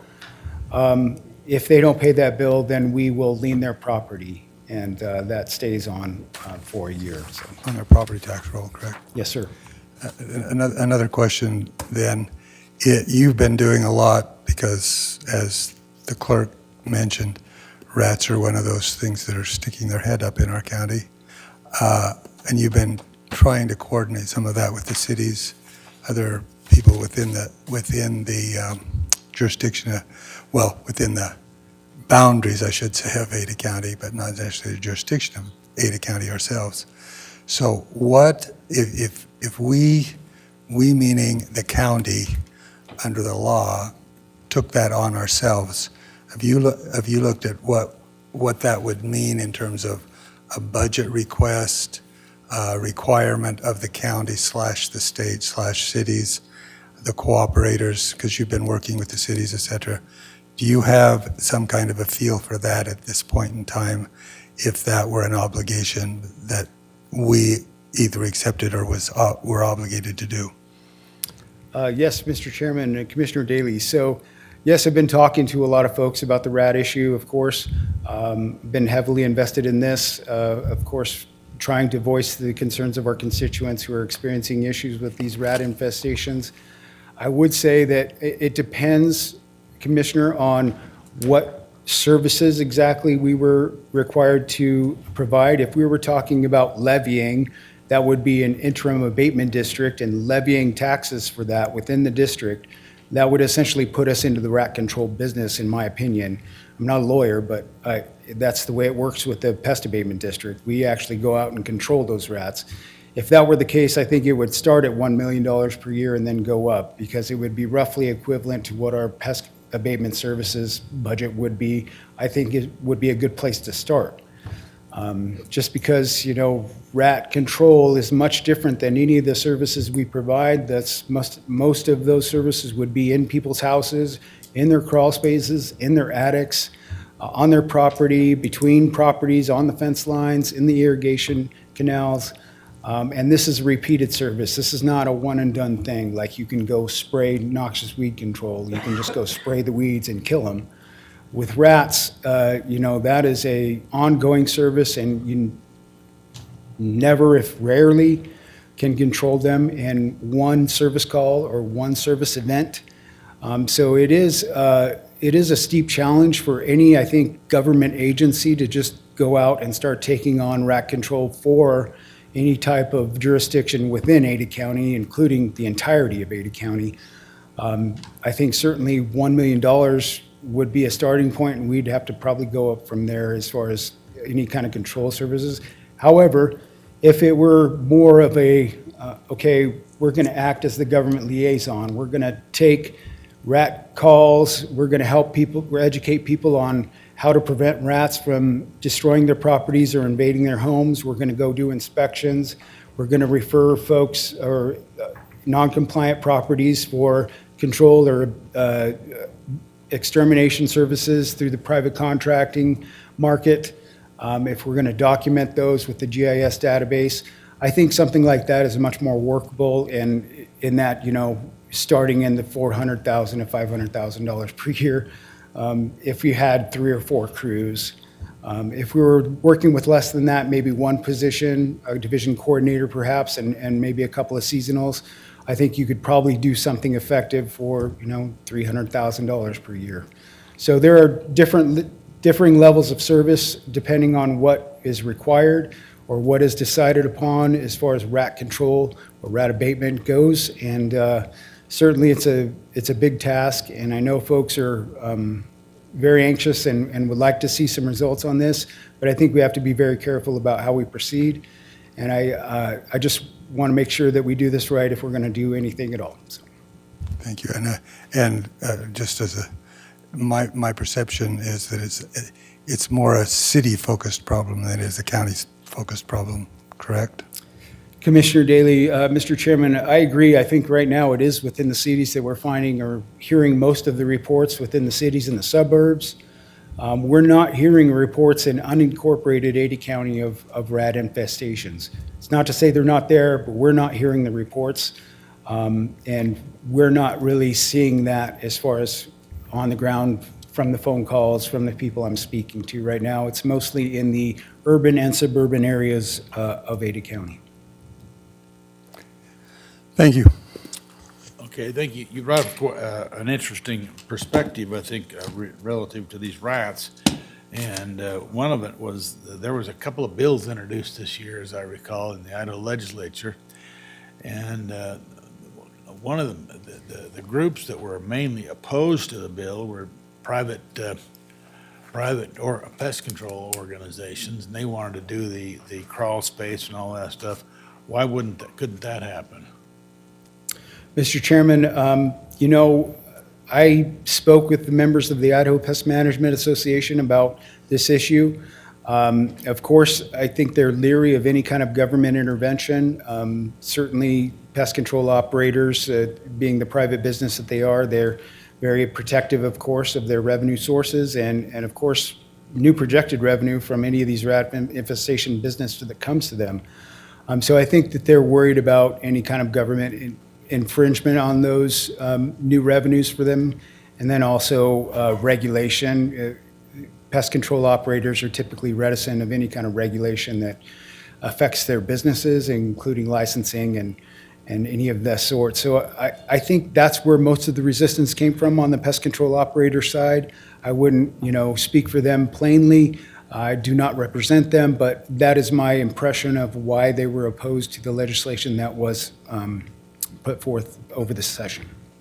Exactly, and I recall you testifying that, hey, we don't want to try to take any of your business.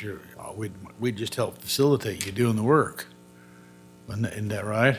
Mr. Chairman, that is correct. I think that the more attention that we bring to the rat problem, and if we can try to do something quick, very quickly, or at least now it seems to be kind of getting out of our control a little bit.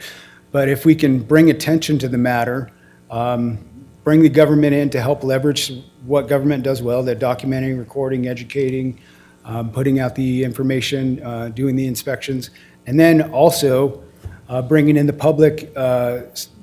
public-private operators to do the actual work that really needs to be done, because I think that's really where pest control, as far as rats go, should lie. It should be with the pest control operators here in Ada County.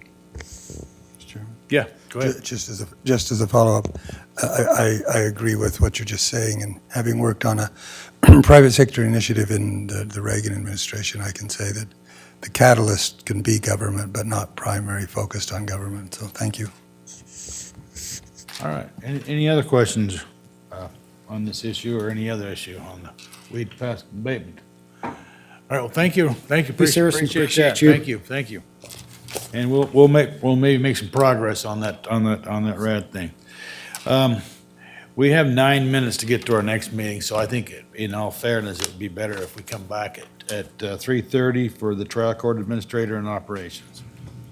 Because I don't want to give you just 5 minutes and have to leave. So we'll be adjourned until 3:30.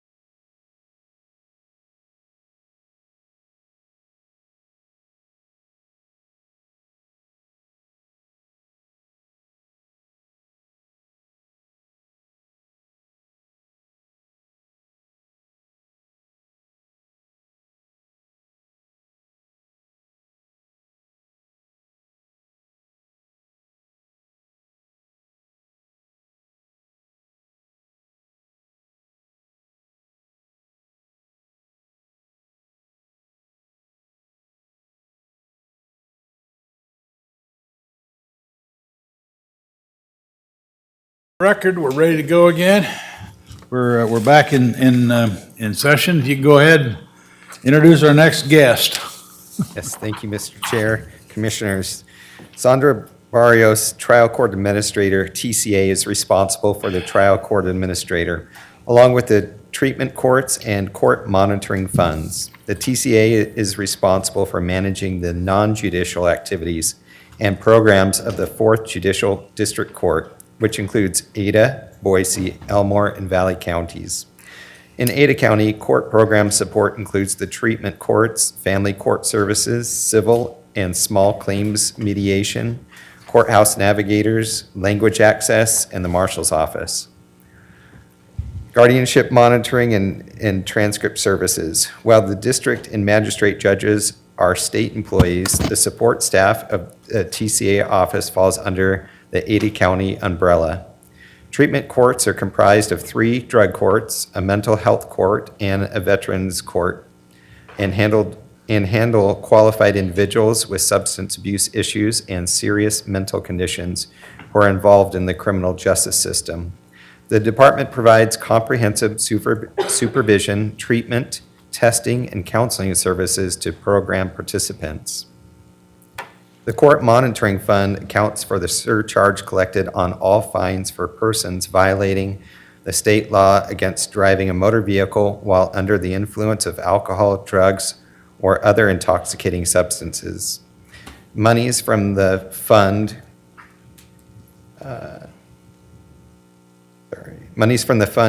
may be utilized for alcohol or drug abuse-related probation, treatment or prevention programs for adults and juveniles, as well as the purchase of ignition, interlock, and electronic devices.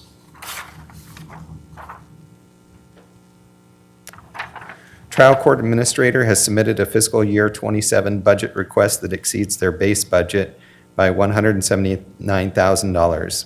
They are requesting the use of fund balance for $179,000. Treatment Courts has submitted their fiscal year 27 budget request, which is $41,324 under base budget. No operating or personnel supplementals are being requested. Court Monitoring has submitted their fiscal year 27 budget request that is flat or equal to their base budget, and no operating or personnel supplementals are being requested.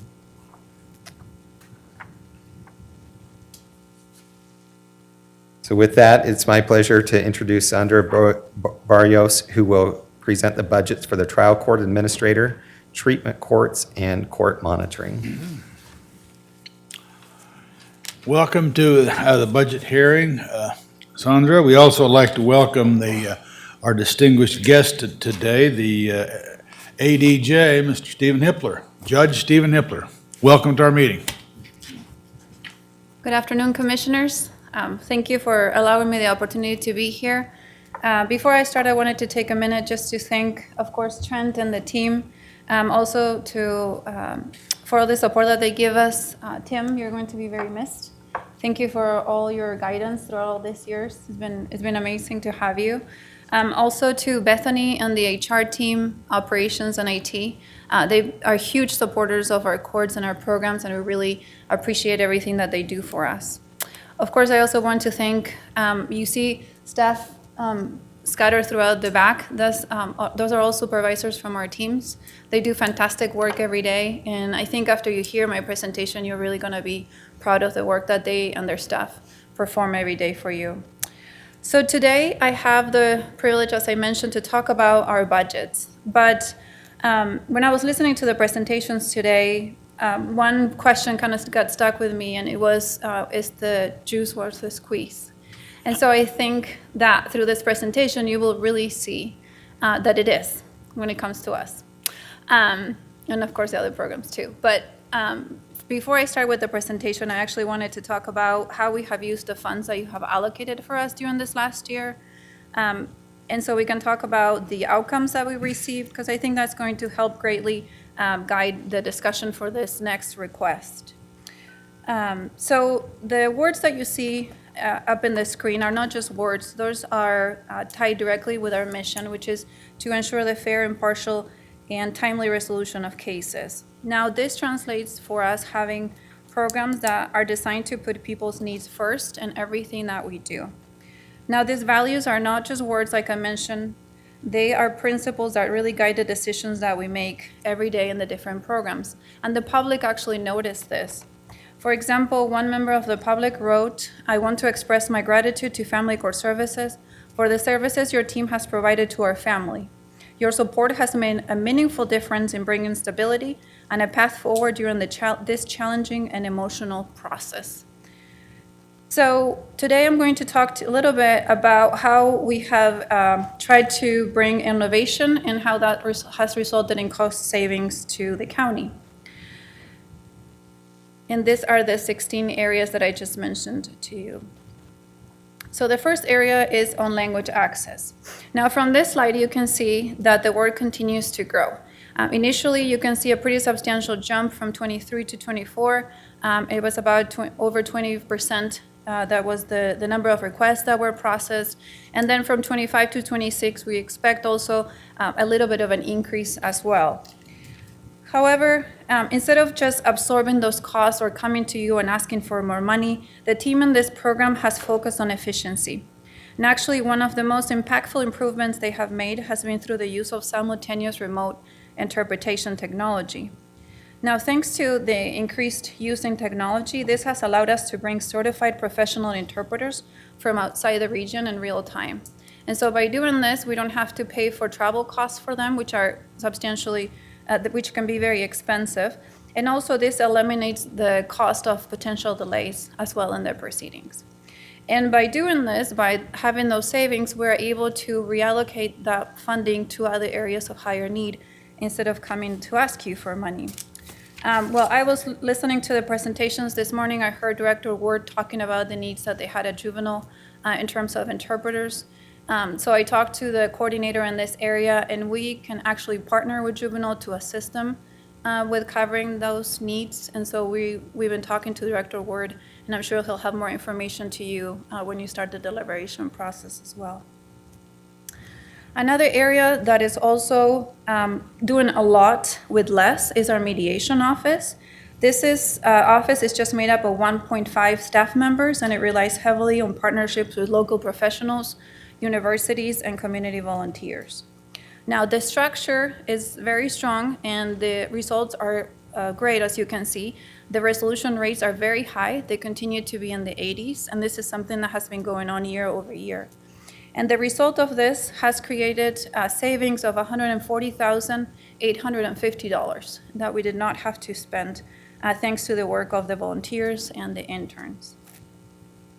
Now, if we continue with the topic of strong community partnerships, we have our Court Navigator program. This is a program that has little to no cost to the county because it's composed of just one full-time member, a staff member. And as you can see from the slide, they have helped over 15,000 individuals, constituents who have come through our doors. You can see that they're working with 6 different colleges. They had 13 different interns who participated in the program. They have helped people complete forms, navigate the court system, and they have actually educated them so that they can be more active in their own cases as well. Now, as you can see from the comments, it is also a strong workforce development pipeline because a lot of those former interns have been hired by different offices here in the courthouse, and they're loving their work. And then those who have moved on to other areas consistently provide positive feedback about the experience that they had here. Now, moving on to a different area, this is an area that the board supports a lot, is our treatment courts, and the impact that they have in our community is substantial. As you can see, the economic impact for the drug courts is in the 34 millions. The part that I wanted to highlight today is the employment rates. As you can see, for the drug courts, is 96% employed by the time the person graduates. If we look at the other courts, Veterans Court is 77% versus 19% when they started the treatment court. But the one that is most important to me personally is mental health court. And that is because those individuals have very high needs. They have severe mental health issues. And when they started the program, they're usually at 0% employed, and when they graduate, it's 85% their employment rate. This is huge. And then the rest are either employed or they are receiving benefits because they're on disability because they can't work. So as you can see, those programs improve stability, they reduce recidivism, and they really do strengthen our communities. The last area that I wanted to cover is our jury office. Now, this staff continues to operate at a very high level with very lean staff. It's just four within their office. And as you can see, they're helping over 40,000 individuals per year. Now, beyond this efficient juror management, this office has saved $135,000 or a little bit over that. And these are fees that would have had to be paid to jurors. However, jurors see the great work that the personnel is doing and they decide to donate it back to the county. And so they have, whether it's mileage or it's juror fees, that money doesn't leave the county and is able to be allocated to other areas of need within the office that will help jurors as well. So as you can see, this was just a very brief highlight of a couple of areas that we have, but all our programs have really worked diligently to reduce cost while continuing to provide high level of services, which the public has appreciated. And you can see what the public has written to in the jury office specifically. So with that context, I want to bring up now our budget requests.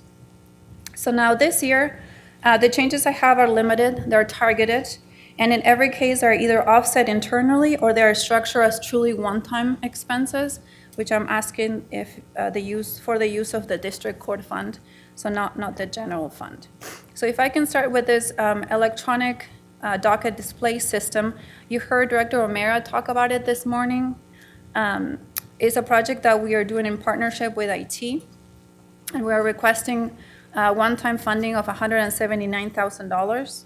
There is ongoing cost of $16,000 that we are able to offset within our own budget, so we're not asking for anything ongoing at all for this particular project. So the purpose of this project is to install monitors in front of all the courtroom doors, as you saw in the picture that he showed this morning. But the part that we are really interested in is that the software that comes with this platform will allow us to make better use of our employees' time. Currently, it takes one full-time employee to do the courtroom scheduling and all the updates that happen throughout the day.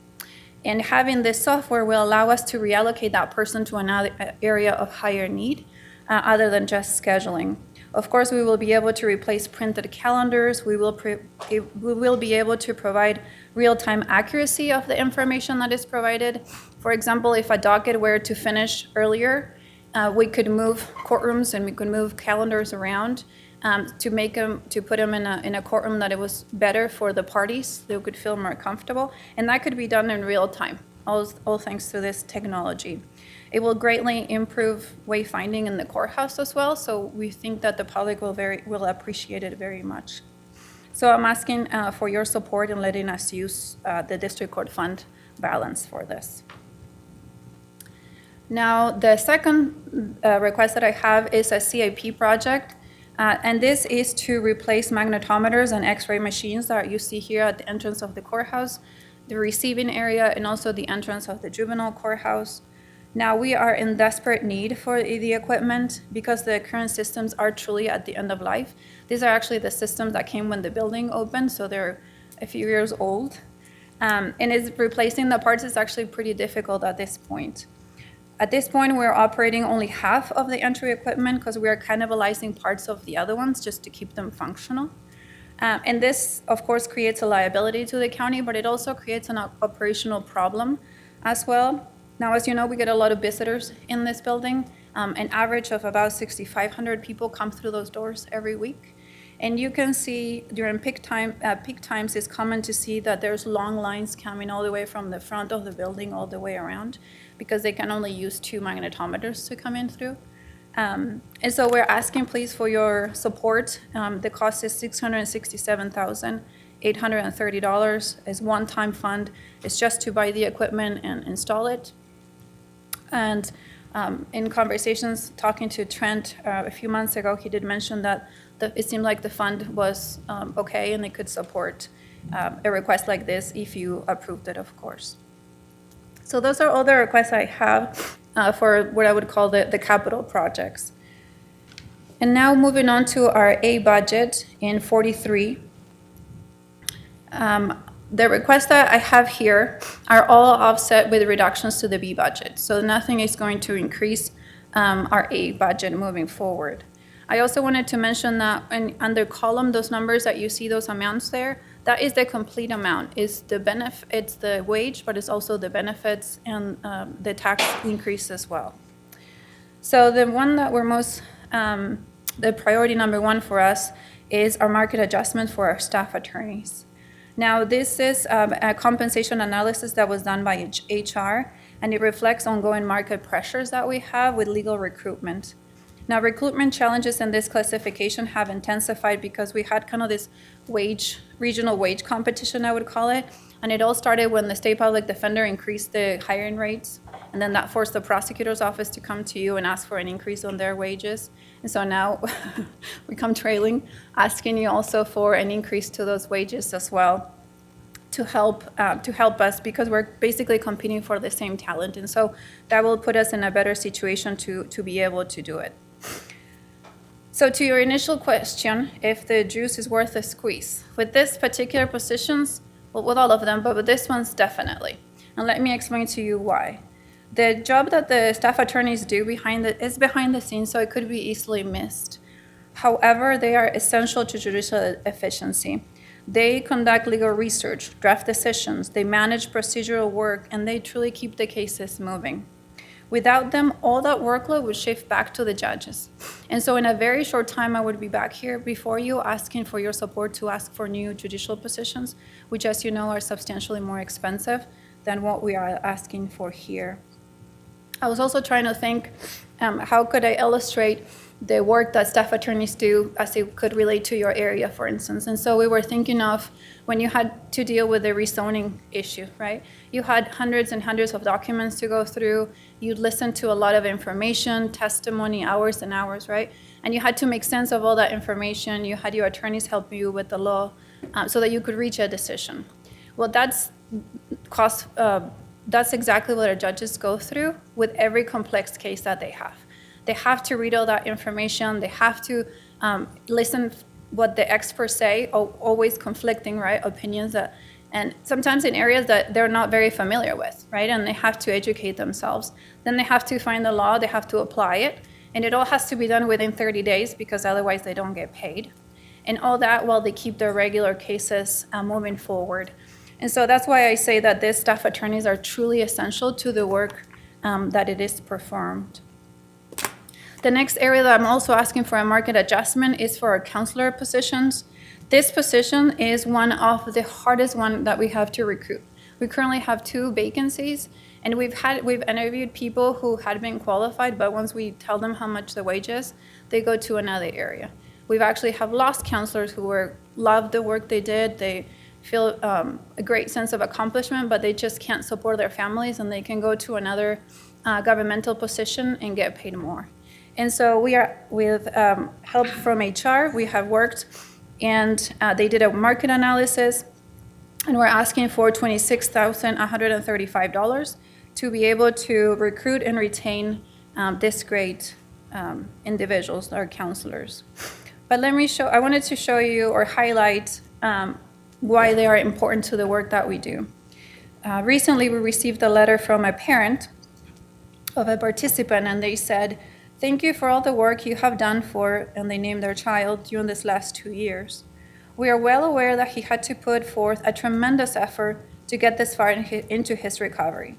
But we are also well aware that he likely could not have accomplished this without the support of Judge Cawthon, his PO, counselors, the UA Tech, and other staff. With much gratitude," and it's signed by the parents. Now, our counselors receive messages like this all the time. This is not rare for them. But that really proves that the connection they have between their work and the success of our treatment courts, the success of the participants, right, and then becoming later on productive members of our society. And that's why we really need to retain them. The third area that I'm asking for is to create lead positions. This is within the marshal's office. So this is an area that there's 21 staff members and just one supervisor per shift. And so that's a lot of people for that supervisor to support. And so we're asking to create the lead positions to provide the day-to-day operational leadership, to improve communication, to create consistent training across all the different shifts, and to help their supervisor, of course. But the other great thing about this lead positions is that it would also create an advancement pathway for staff, and this will help with retention and also with workforce stability. So those are the requests that I have for Department 43. Now in Department 44, excuse me, I'm asking for a reclassification. So 2 administrative positions, we're asking to reclassify to counselor positions. And this is needed because we have increased workload and because we've had new requirements from Magellan, which is the organization that manages Medicare funding in the state. They recently said, or within the last couple of months, said that the group, the number of participants within a group counseling can only be 12. And so when we had to restructure all those groups, we ended up with 6 new groups that now have to be led also by a counselor. So those are just examples of the increase in workload that we have to work through. The second is a market adjustment for alcohol and drug counselors, which I was just discussing with you. Again, they're just the positions that are the most difficult that we have to recruit and to retain staff. I'm asking for a billing specialist. As you can see, the amount is pretty small. It would be a promotion from an administrative specialist to a billing person. And the point of this position will be to strengthen the work that we do for revenue recover when we bill private insurance or we bill Medicaid and we bill the state as well. And the last request on this department is for a lead administrative assistant. And this is needed because, as you know, the treatment center is open Monday through Sunday, including holidays, and it's from 6 a.m. sometimes to 9 or 10 p.m. And there's one supervisor only. And of course, that one person can't be working, all the time. And so we would need a lead to be able to assist that supervisor, again, creating support for staff, and also helping with, consistent training, consistent support across all the different shifts. It would also provide progression staff for one of our employees because this position would be funded through a promotion as well of those who were interested and qualified for it. So those are all the changes that I have to Department 44. And then I have Department 163, which is our court monitor. As it was mentioned, we are asking for a new amount. It would be $40,000 to be used out of that account. This fund is used to support sheriff-led classes for individuals who are in custody, as well as the DUI interlock device installation and the fees that are associated with that. This is a fund that is funded through revenue, so there's no property tax in it at all. So those are all the requests that I have. I hope that you were able to see that we have made responsible use of the funds that you have entrusted to us and that you're proud of the work that is done by our staff. It is thanks to them that we are able to make the changes that have resulted in savings, and we have been able to maintain this high standards of service. Now, as you saw, our capital improvement project is truly a one-time investment in safety and efficiency. The supplemental will create efficiencies that will allow us to reassign one full-time staff member to another area of need as opposed to coming and asking you for a position. The proposed personnel changes are fully covered either internally or through internal restructuring and existing revenue. These are just adjustments that are targeted, they are HR supported, and they're focused on maintaining the staffing needs that we have to serve the public effectively. So I would like to reiterate too, please, but also wanted to mention that we know this is a very difficult time, very difficult year, and I don't envy your position by any means. But I do agree with departments heads and, who have spoken to you before, asking for a merit or a COLA increase for our employees.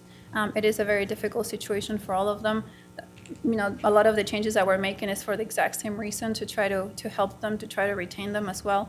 And I know that you care very much about them, and we see that in the decisions you make every day. So with that, I would like to respectfully request that you please approve the budget as it was submitted, and I'd like to stand for any questions. Okay, thank you. Thank you. One of the questions I'd have, you indicated you had how many marshals? Or 21.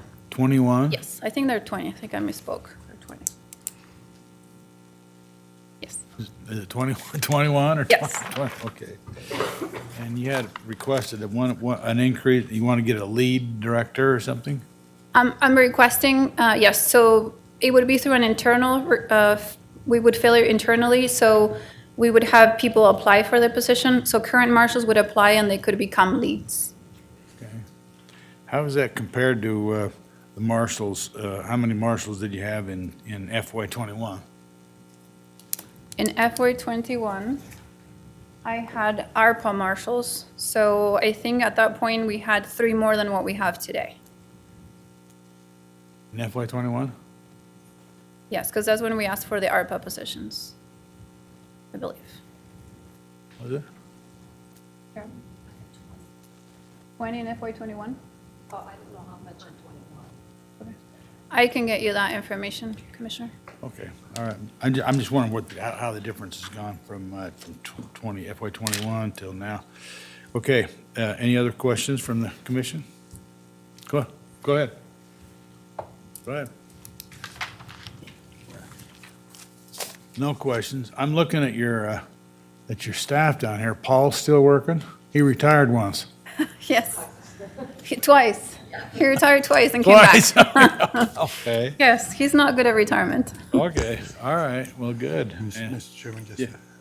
just a comment. Thank you for your diligence in outlining what you did and your consciousness. My question is, can you do with the request with what you already have? And you've been very diligent in helping us do that in your recommendations. So thank you very much. Thank you. There's one statistic that you failed to mention. That's how many drug-free babies are born out of the treatment center. 250? He might be able to better answer that. Kim? I know you're, We can definitely get that too. yeah, your judges always give that information when we have the graduation. I think it's really good information to Yes. have. All the people, how much more hours they're working, how much increases in the salaries, in the way pay that they're getting. I just think it's a successful program. Thank you for diligently operating it. You have any questions? Okay. Any more? Well, thank you very much, Sandra. Yeah, I will get you the answers too. Okay.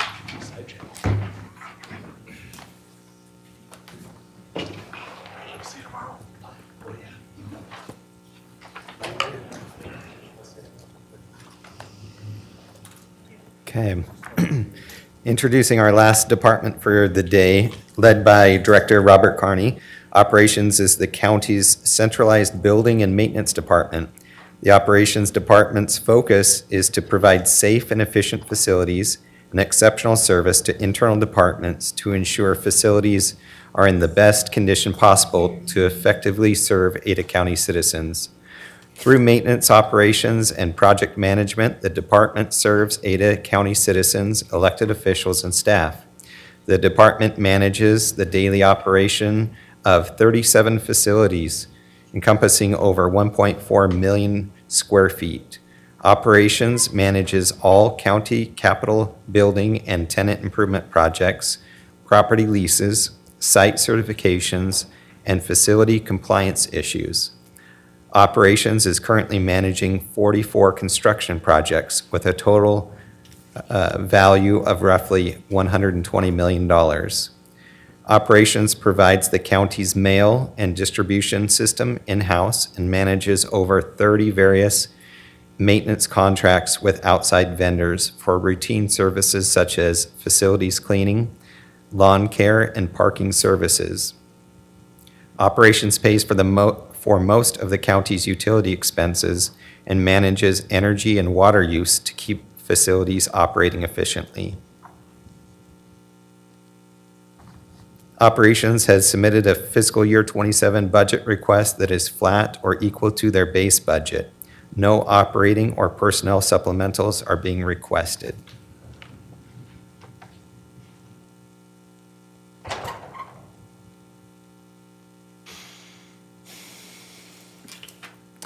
With that, it's my pleasure to introduce Director Robert Carney, who will present the budget for operations. Welcome. Bob, welcome to the meeting. Thank you, sir. Look forward to hearing your presentation. So great. Well, Chairman, Commissioners, appreciate the time and the opportunity to come before you today to present our proposed budget for FY27. Also just want to say thank you for your support and guidance over the past year and allow me to continue to lead the incredible team we have in our operations department. Just a couple of things that I'll cover today. Our mission statement, we'll go over some FY26 highlights. Our budget information, as you know, there's no supplemental request, and then it's stand for any questions at the end. As stated earlier, we have no requests for supplemental for any increase or any increase in staffing as well. Our vision is to provide exceptional service for our customers in our community. Our mission is we're dedicated to the effective oversight of our county facilities and resource to serve the needs of our community. Our focus is we get to serve the internal offices and departments within the county. We don't have really touched the community, so our focus is to serve those, our internal customers, so that they can serve the community, and that allows us to serve the community through them. And then our values are hardworking, effective, accountable, respectful, and trustworthy. I'll start off by some highlights of our capital projects. So the Park at Expo Idaho, we saw Director Coburg talk about it a little earlier today. We have an upcoming milestone. October of 26 will be the ribbon cutting ceremony, and then the park will hopefully be finished before the end of the fiscal year. A lot of great progress has taken place out there. If you haven't been out there in a while, I highly recommend you get out. It's changing on a daily basis right now. Here's a few more photos of what it looks like out there. You can see that it's changed quite a bit. There's the little plaza area over by the play pavilion, and then some of our play areas there as well. I have a quick little video that I like to show. It's a drone flight of the parks. You can kind of see what's going on out there.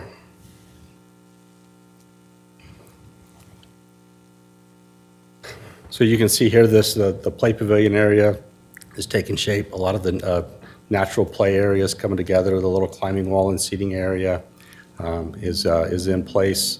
This is an older video. The newer, all the plants and trees have been planted in the area, so the natural play area is coming together.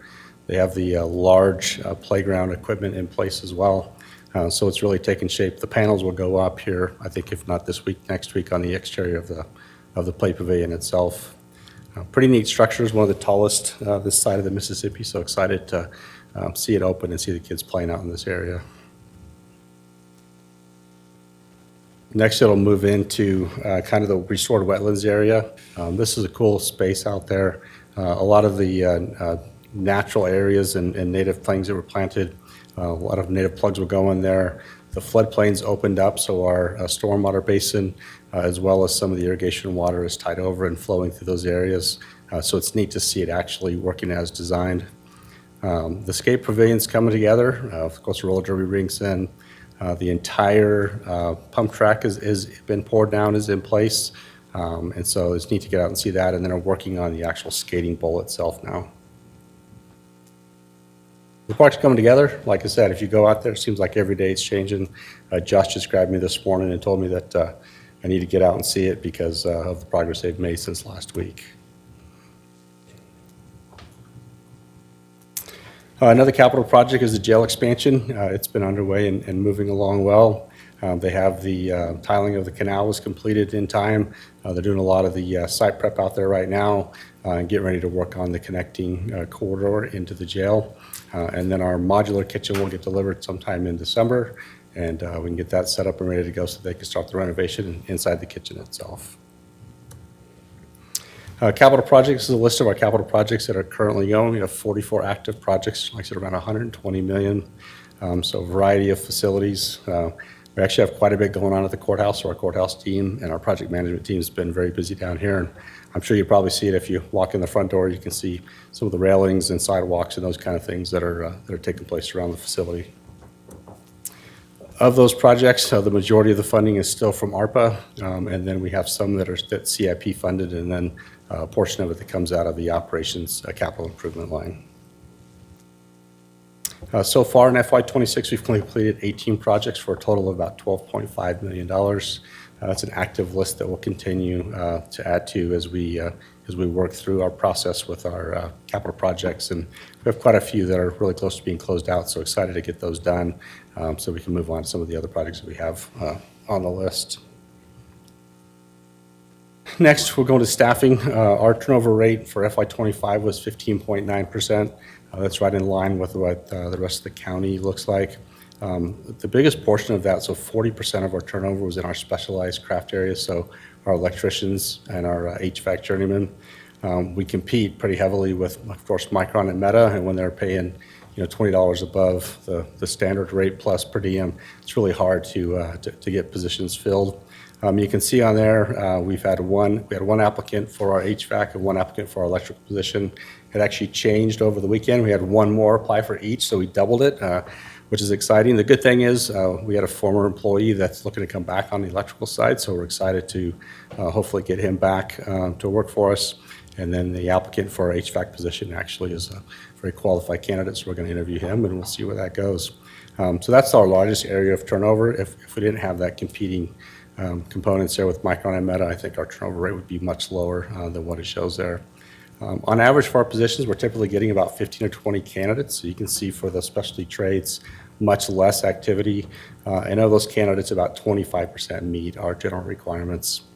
As I mentioned earlier, we're not asking for any new positions, but we are working with HR to reclass 2 positions. One will be our asset essentials role to allow it to provide greater oversight for the program and better support for our team out in the fields. And then we're also looking at reclassing our craftsman position into architect/facility planning type of a role that'll be able to do some small designs for us, assist with some code inspections and code reviews for our facilities, just to make sure that everything's compliant, and also go through and take all of our as-built plans and really consolidate them into one set for each of our facilities. We've realized this is an issue as we're working through our elections remodel that we were doing, as well as some stuff out at the jail. And so after 20 years of updates and renovations, we tend to get to a spot where our plans don't quite align with what we're looking to do. So we're working to make those changes and get that done. And so reclassifying this position will play a key role for us and for our department.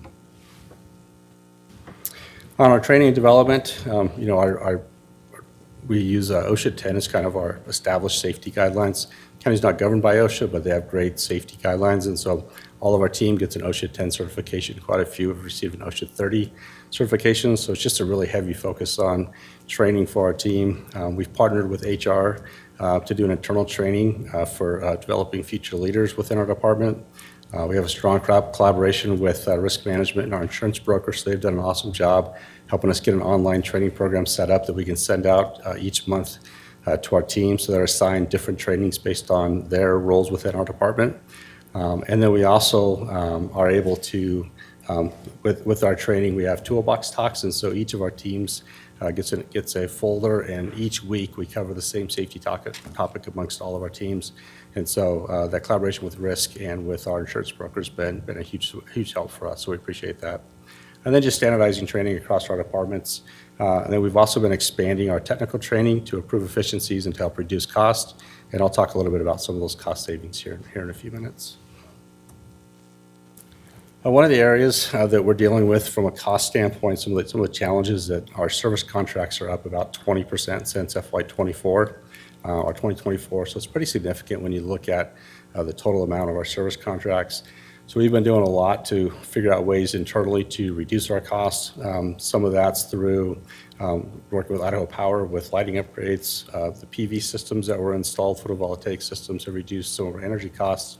Lighting upgrades, efficiency with HVAC, and then really being able to bring some of those projects in-house. We just completed a project last week over at CTC, where our internal HVAC team replaced 6 RTUs on that building. Normally, probably would have run us about 100 or 125 to do it, and they got it done for $50,000 and got everything in and done that same day. So pretty significant savings, so we're looking for those kind of opportunities as we move forward as well, to continue to find ways to reduce our costs and make sure that we're being good stewards of the money that you all provide for our budget. For FY27, you can see the majority of our budget. Utility expenses make up about 26% of it.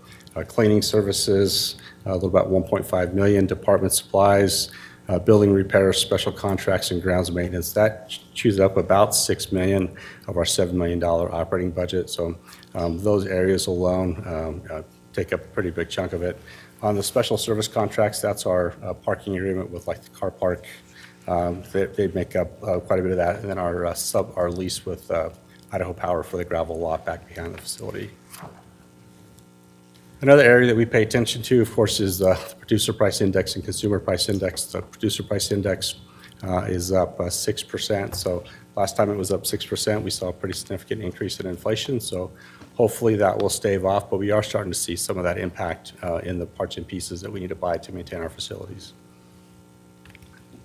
The other component that's been interesting is the impact of tariffs. We hadn't really seen much. We've seen higher prices come through, but we had our first request for a tariff impact for our elevator modernization contract. And that request was about $55,000. So it's the first time we've actually seen a hard request on a project. And so we're going to work through what that looks like and try and navigate that. But those are the things that we're trying to track on a regular basis and identify so that we can make sure that we're staying on top of it and then look for ways to continue to control expenses. Utilities, as you saw, make up a large portion of our budget. So this is our Idaho Power graph. The dark line is FY26 that we're currently in. You can see the yellow line above it is FY25, and so we're trending well below that. We've done a lot of great work with trying to reduce our energy usage at our facilities. Of course, the photovoltaic systems have been a huge help as well.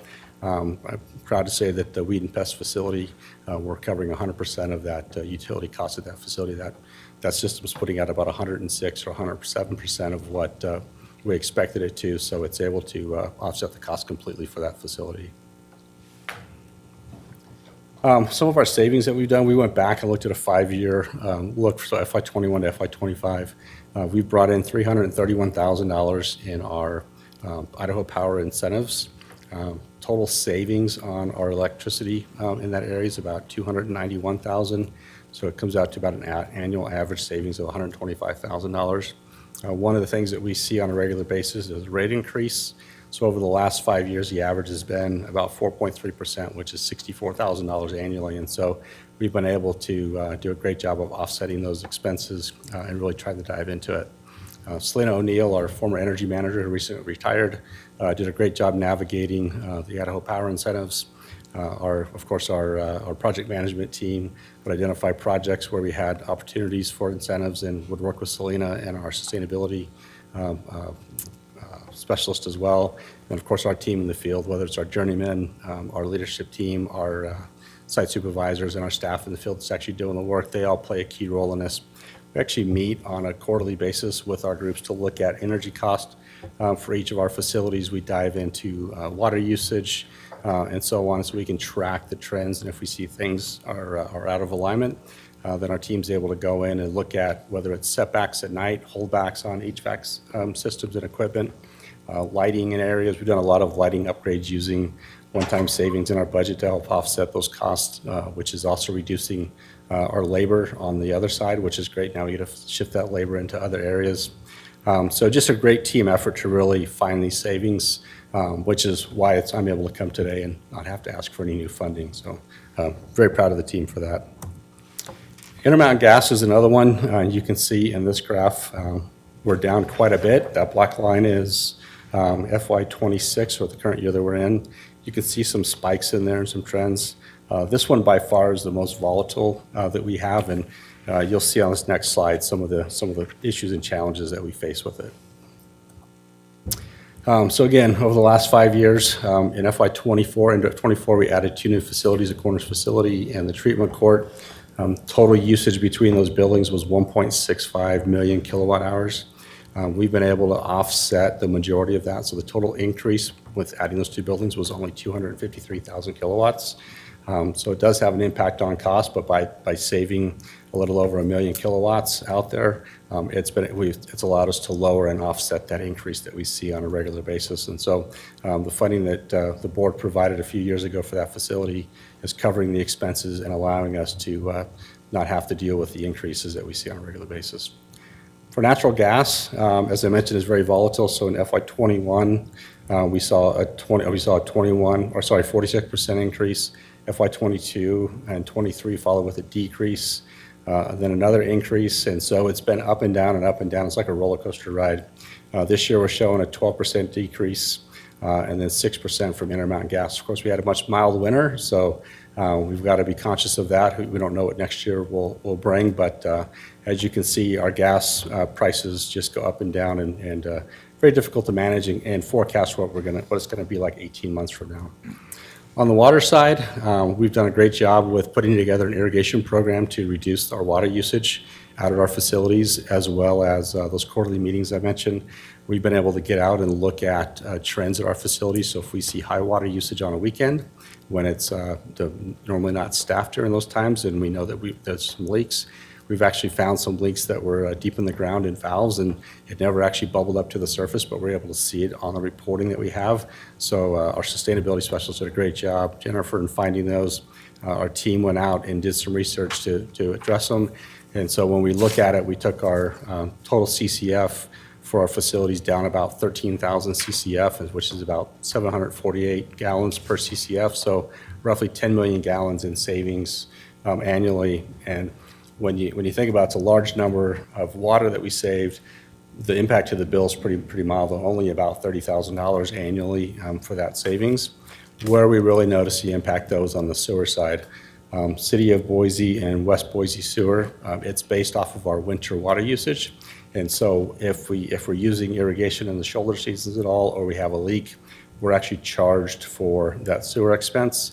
When we find leaks, we're able to go back to those agencies and ask for a reduction in our bill. And then we're trying to navigate costs.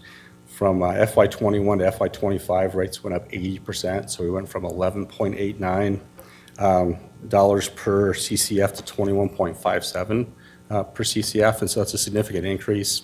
But by saving the water that we have and the impact on our sewer bills, we were able to save $131,000 roughly on an annual basis. So between our savings on the power side, the electricity, and savings on sewer, a little over $200,000. So like I said, proud of the team for the effort they put forth to make those things happen, and to just be diligent and stay on top of them. From our personnel budget, as we mentioned, we have no new requests. Our budget is staying flat. For personnel, it's actually down $4. So credit to Mark for finding the $4 for us. On our operating budget, it remains mostly flat, even though we've had some increase in services as well as increased costs. We've been able to reduce our spending through energy efficiency, in-house services, and equipment upgrades. We've been able to purchase some equipment to pull some of the services in-house. A great example of that is we would pay for snow removal down at the courthouse. It was about $48,000 to $50,000 annually. We bought some equipment, so our team had everything they needed to do it. We moved those services in-house, and of course, the last 2 winters have been pretty mild. And so instead of paying that fee to the contractor for services that may or may not need, we were able to save that money.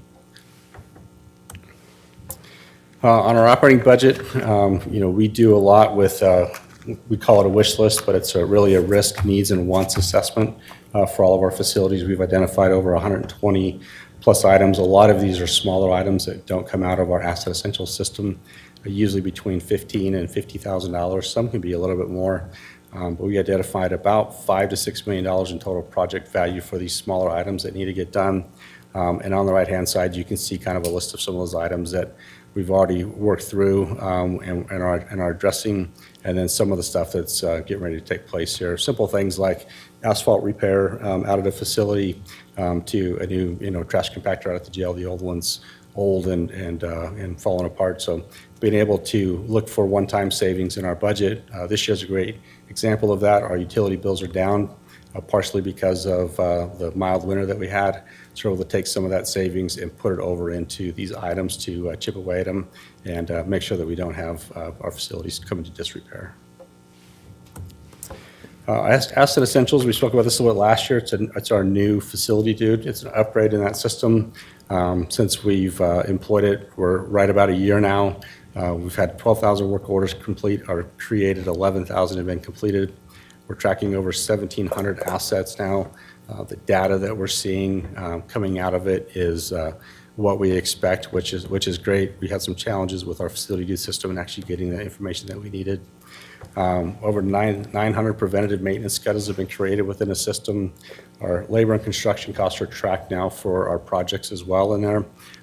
We look at a project most of the time and we just see the hard costs that we pay to a contractor or to the engineer or the architects on it. We don't see the impact of the time that our team spends working with them, navigating access, assisting when needed. You know, there's a lot that goes into it, whether it's on the early side of it with the setup of the project or at the end of it as we're trying to close out our project. So we're able to track all of that now. We can see the true cost of our labor on those projects as well.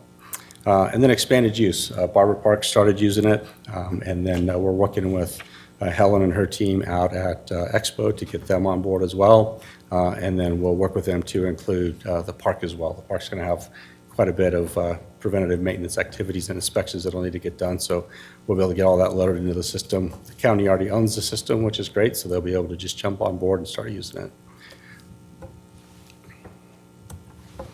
One of the nice things that we can see out of the system is there's about 900 other public agencies that are using it, and so we're able to compare how we sit compared to those other entities. So one of the nice things, the very top line, you can see our work orders completed per year per person compared to our peers. So our peer is the baseline at 100%, so we're completing about 145% compared to what they're competing. So it's nice to see that come through. The rest of our matrix are all either in line with our peers or a little bit better. So just excited for the work that our team is doing.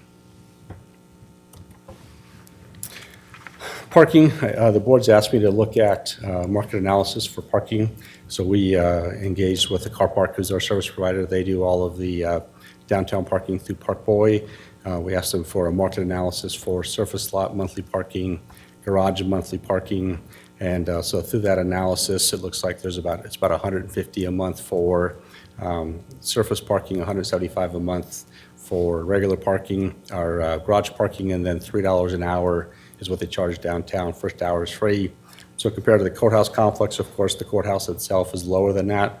There are some contracts that are in place with some other entities for the water center and so forth that kind of drive some of those contracts and some discounts that are given. But our Second Street garage, it actually is right in line with those non-county uses at the $175 per month for monthly parkers and $3 an hour for hourly parkers.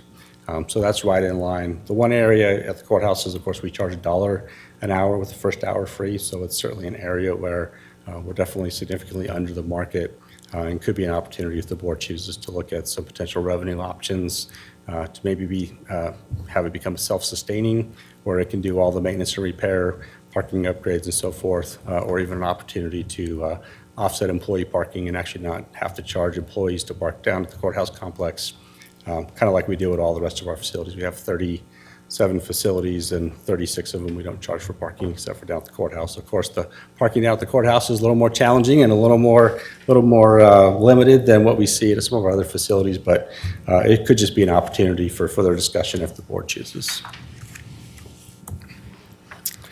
Our operating budget and capital, you can see our personnel budget, as I said, is flat. Our operating budget, shows a little difference. And then our capital budget, the change in our capital, we move money between capital and our operating a little bit depending on the needs and what we see come out of it. Last year we had a little more need. We had a large project that we had to try to offset in that process, so we moved money between operating to capital. So that's been right-sized, but you can see the total request, the difference there is $20,000, and that's just because we had a $20,000 increase in revenues forecasted for FY27. Capital expenses, I mentioned, we're moving from 3.3 back down to 3.1, which is our normal budgeted number for our capital and deferred maintenance. So that's right back in line with what it is. And part of that is to offset some of our costs like operating and our parking lot maintenance. We work with the auditor's office on a regular basis, and some of those items actually are considered a part of our operating expense instead of capital expense. So we have to move those funds between those departments, and we do so with their help. As mentioned, we have no supplemental requests for FY27. Then here's another just recap of our budget, and it shows the difference there is the $20,000 in revenue that we're forecasting. And with that, I'll stand for any questions. One last comment. I know it's a challenging time for budgets, and I know the board has some difficult decisions to make. I would say if there is an opportunity for any COLA merit, I know it plays a big role with our team and retention, so just want to put that plug in to try and help our team if there's any opportunity for it. So, Thank you, Bob. Appreciate your presentation. Appreciate the work you do for the county. Because you seem to have, your operation runs pretty smooth, it seems like. And you had some difficult times coming in, and you got it cleaned up pretty good. And I'm glad for that. Thank you. thank you, appreciate that. And it seems as though this year we'll finish up some fairly big projects this year, including the park. And that was a long time project coming and getting it developed. And I want to commend your team for keeping that on track, because I think we're going to finish it on track. Well, hopefully to finish it on time and within the budget. And Josh Brand's done a phenomenal job leading the park project, and he's been a part of it from day one. And if you ever get a chance to go out and do a tour with him, you can just see how excited he is about it. And his enthusiasm comes through in those tours for sure. No question. All right, any other questions from the commission? Chairman? Go ahead. Thank you for the parking. I'll be interested in looking at that data that you have when we have the final data. But a couple of questions. Weed and Pest, you said was the solar was that basically paying for its electricity. How's the coroner's office? The coroner's office is doing well. We had a rough start with it. We were in kind of the winter months when it kicked on, and so we weren't quite seeing it produce at the level that we were hoping to. The last few months, though, it's right back up to where we expect it to be. So excited to see what the summer looks like, so we can really get a good feel for what that system's going to produce. The great thing with the system out at the coroner's office is it won't produce 100%. The facility's not large enough. There's not enough rough space to get there. But normally when we do a calculation, we look at what we're going to send back to the grid, because that's what Idaho Power pays you.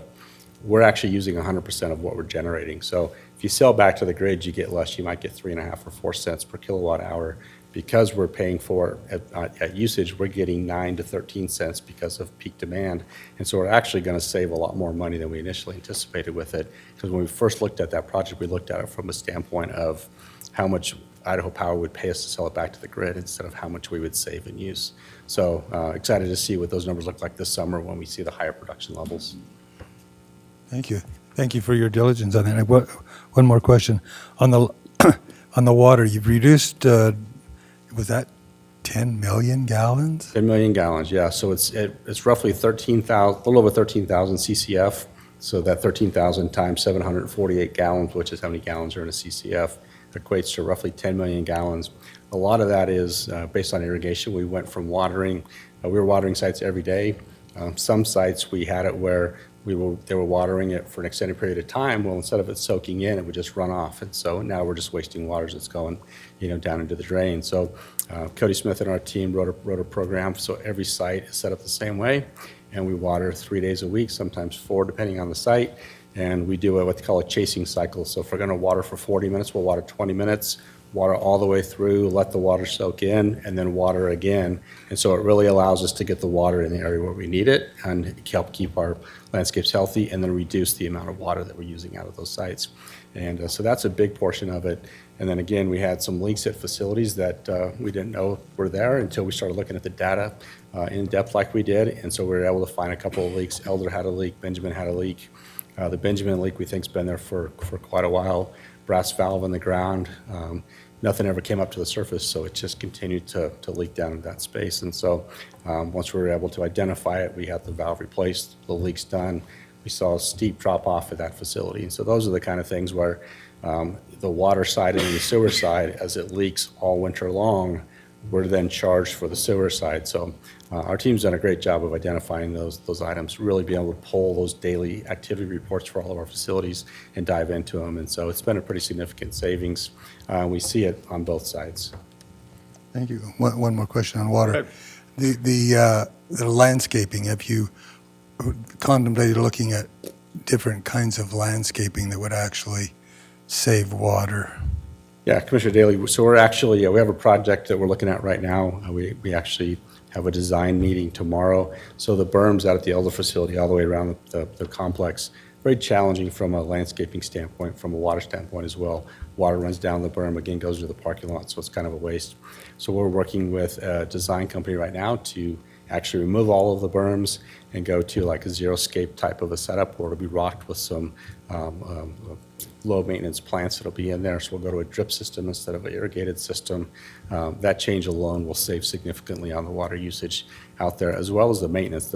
Trying to maintain the lawn on those berms is incredibly challenging as well. So we should see a decrease in our ongoing expense for maintenance out at that facility and a significant decrease in our water usage out there. We're going to use this as kind of our test plot. We think it's a great facility for it, and then really start to look at other areas. There's a berm out at the Benjamin campus that would be a great area to look at as well. And then how do we incorporate maybe some seating so staff that work at those facilities can have a nice area to go have lunch, so it'll be low maintenance, reduce our ongoing expenses, and reduce our water usage. Thank you for your due diligence. Appreciate it. Okay, any other questions? Go ahead.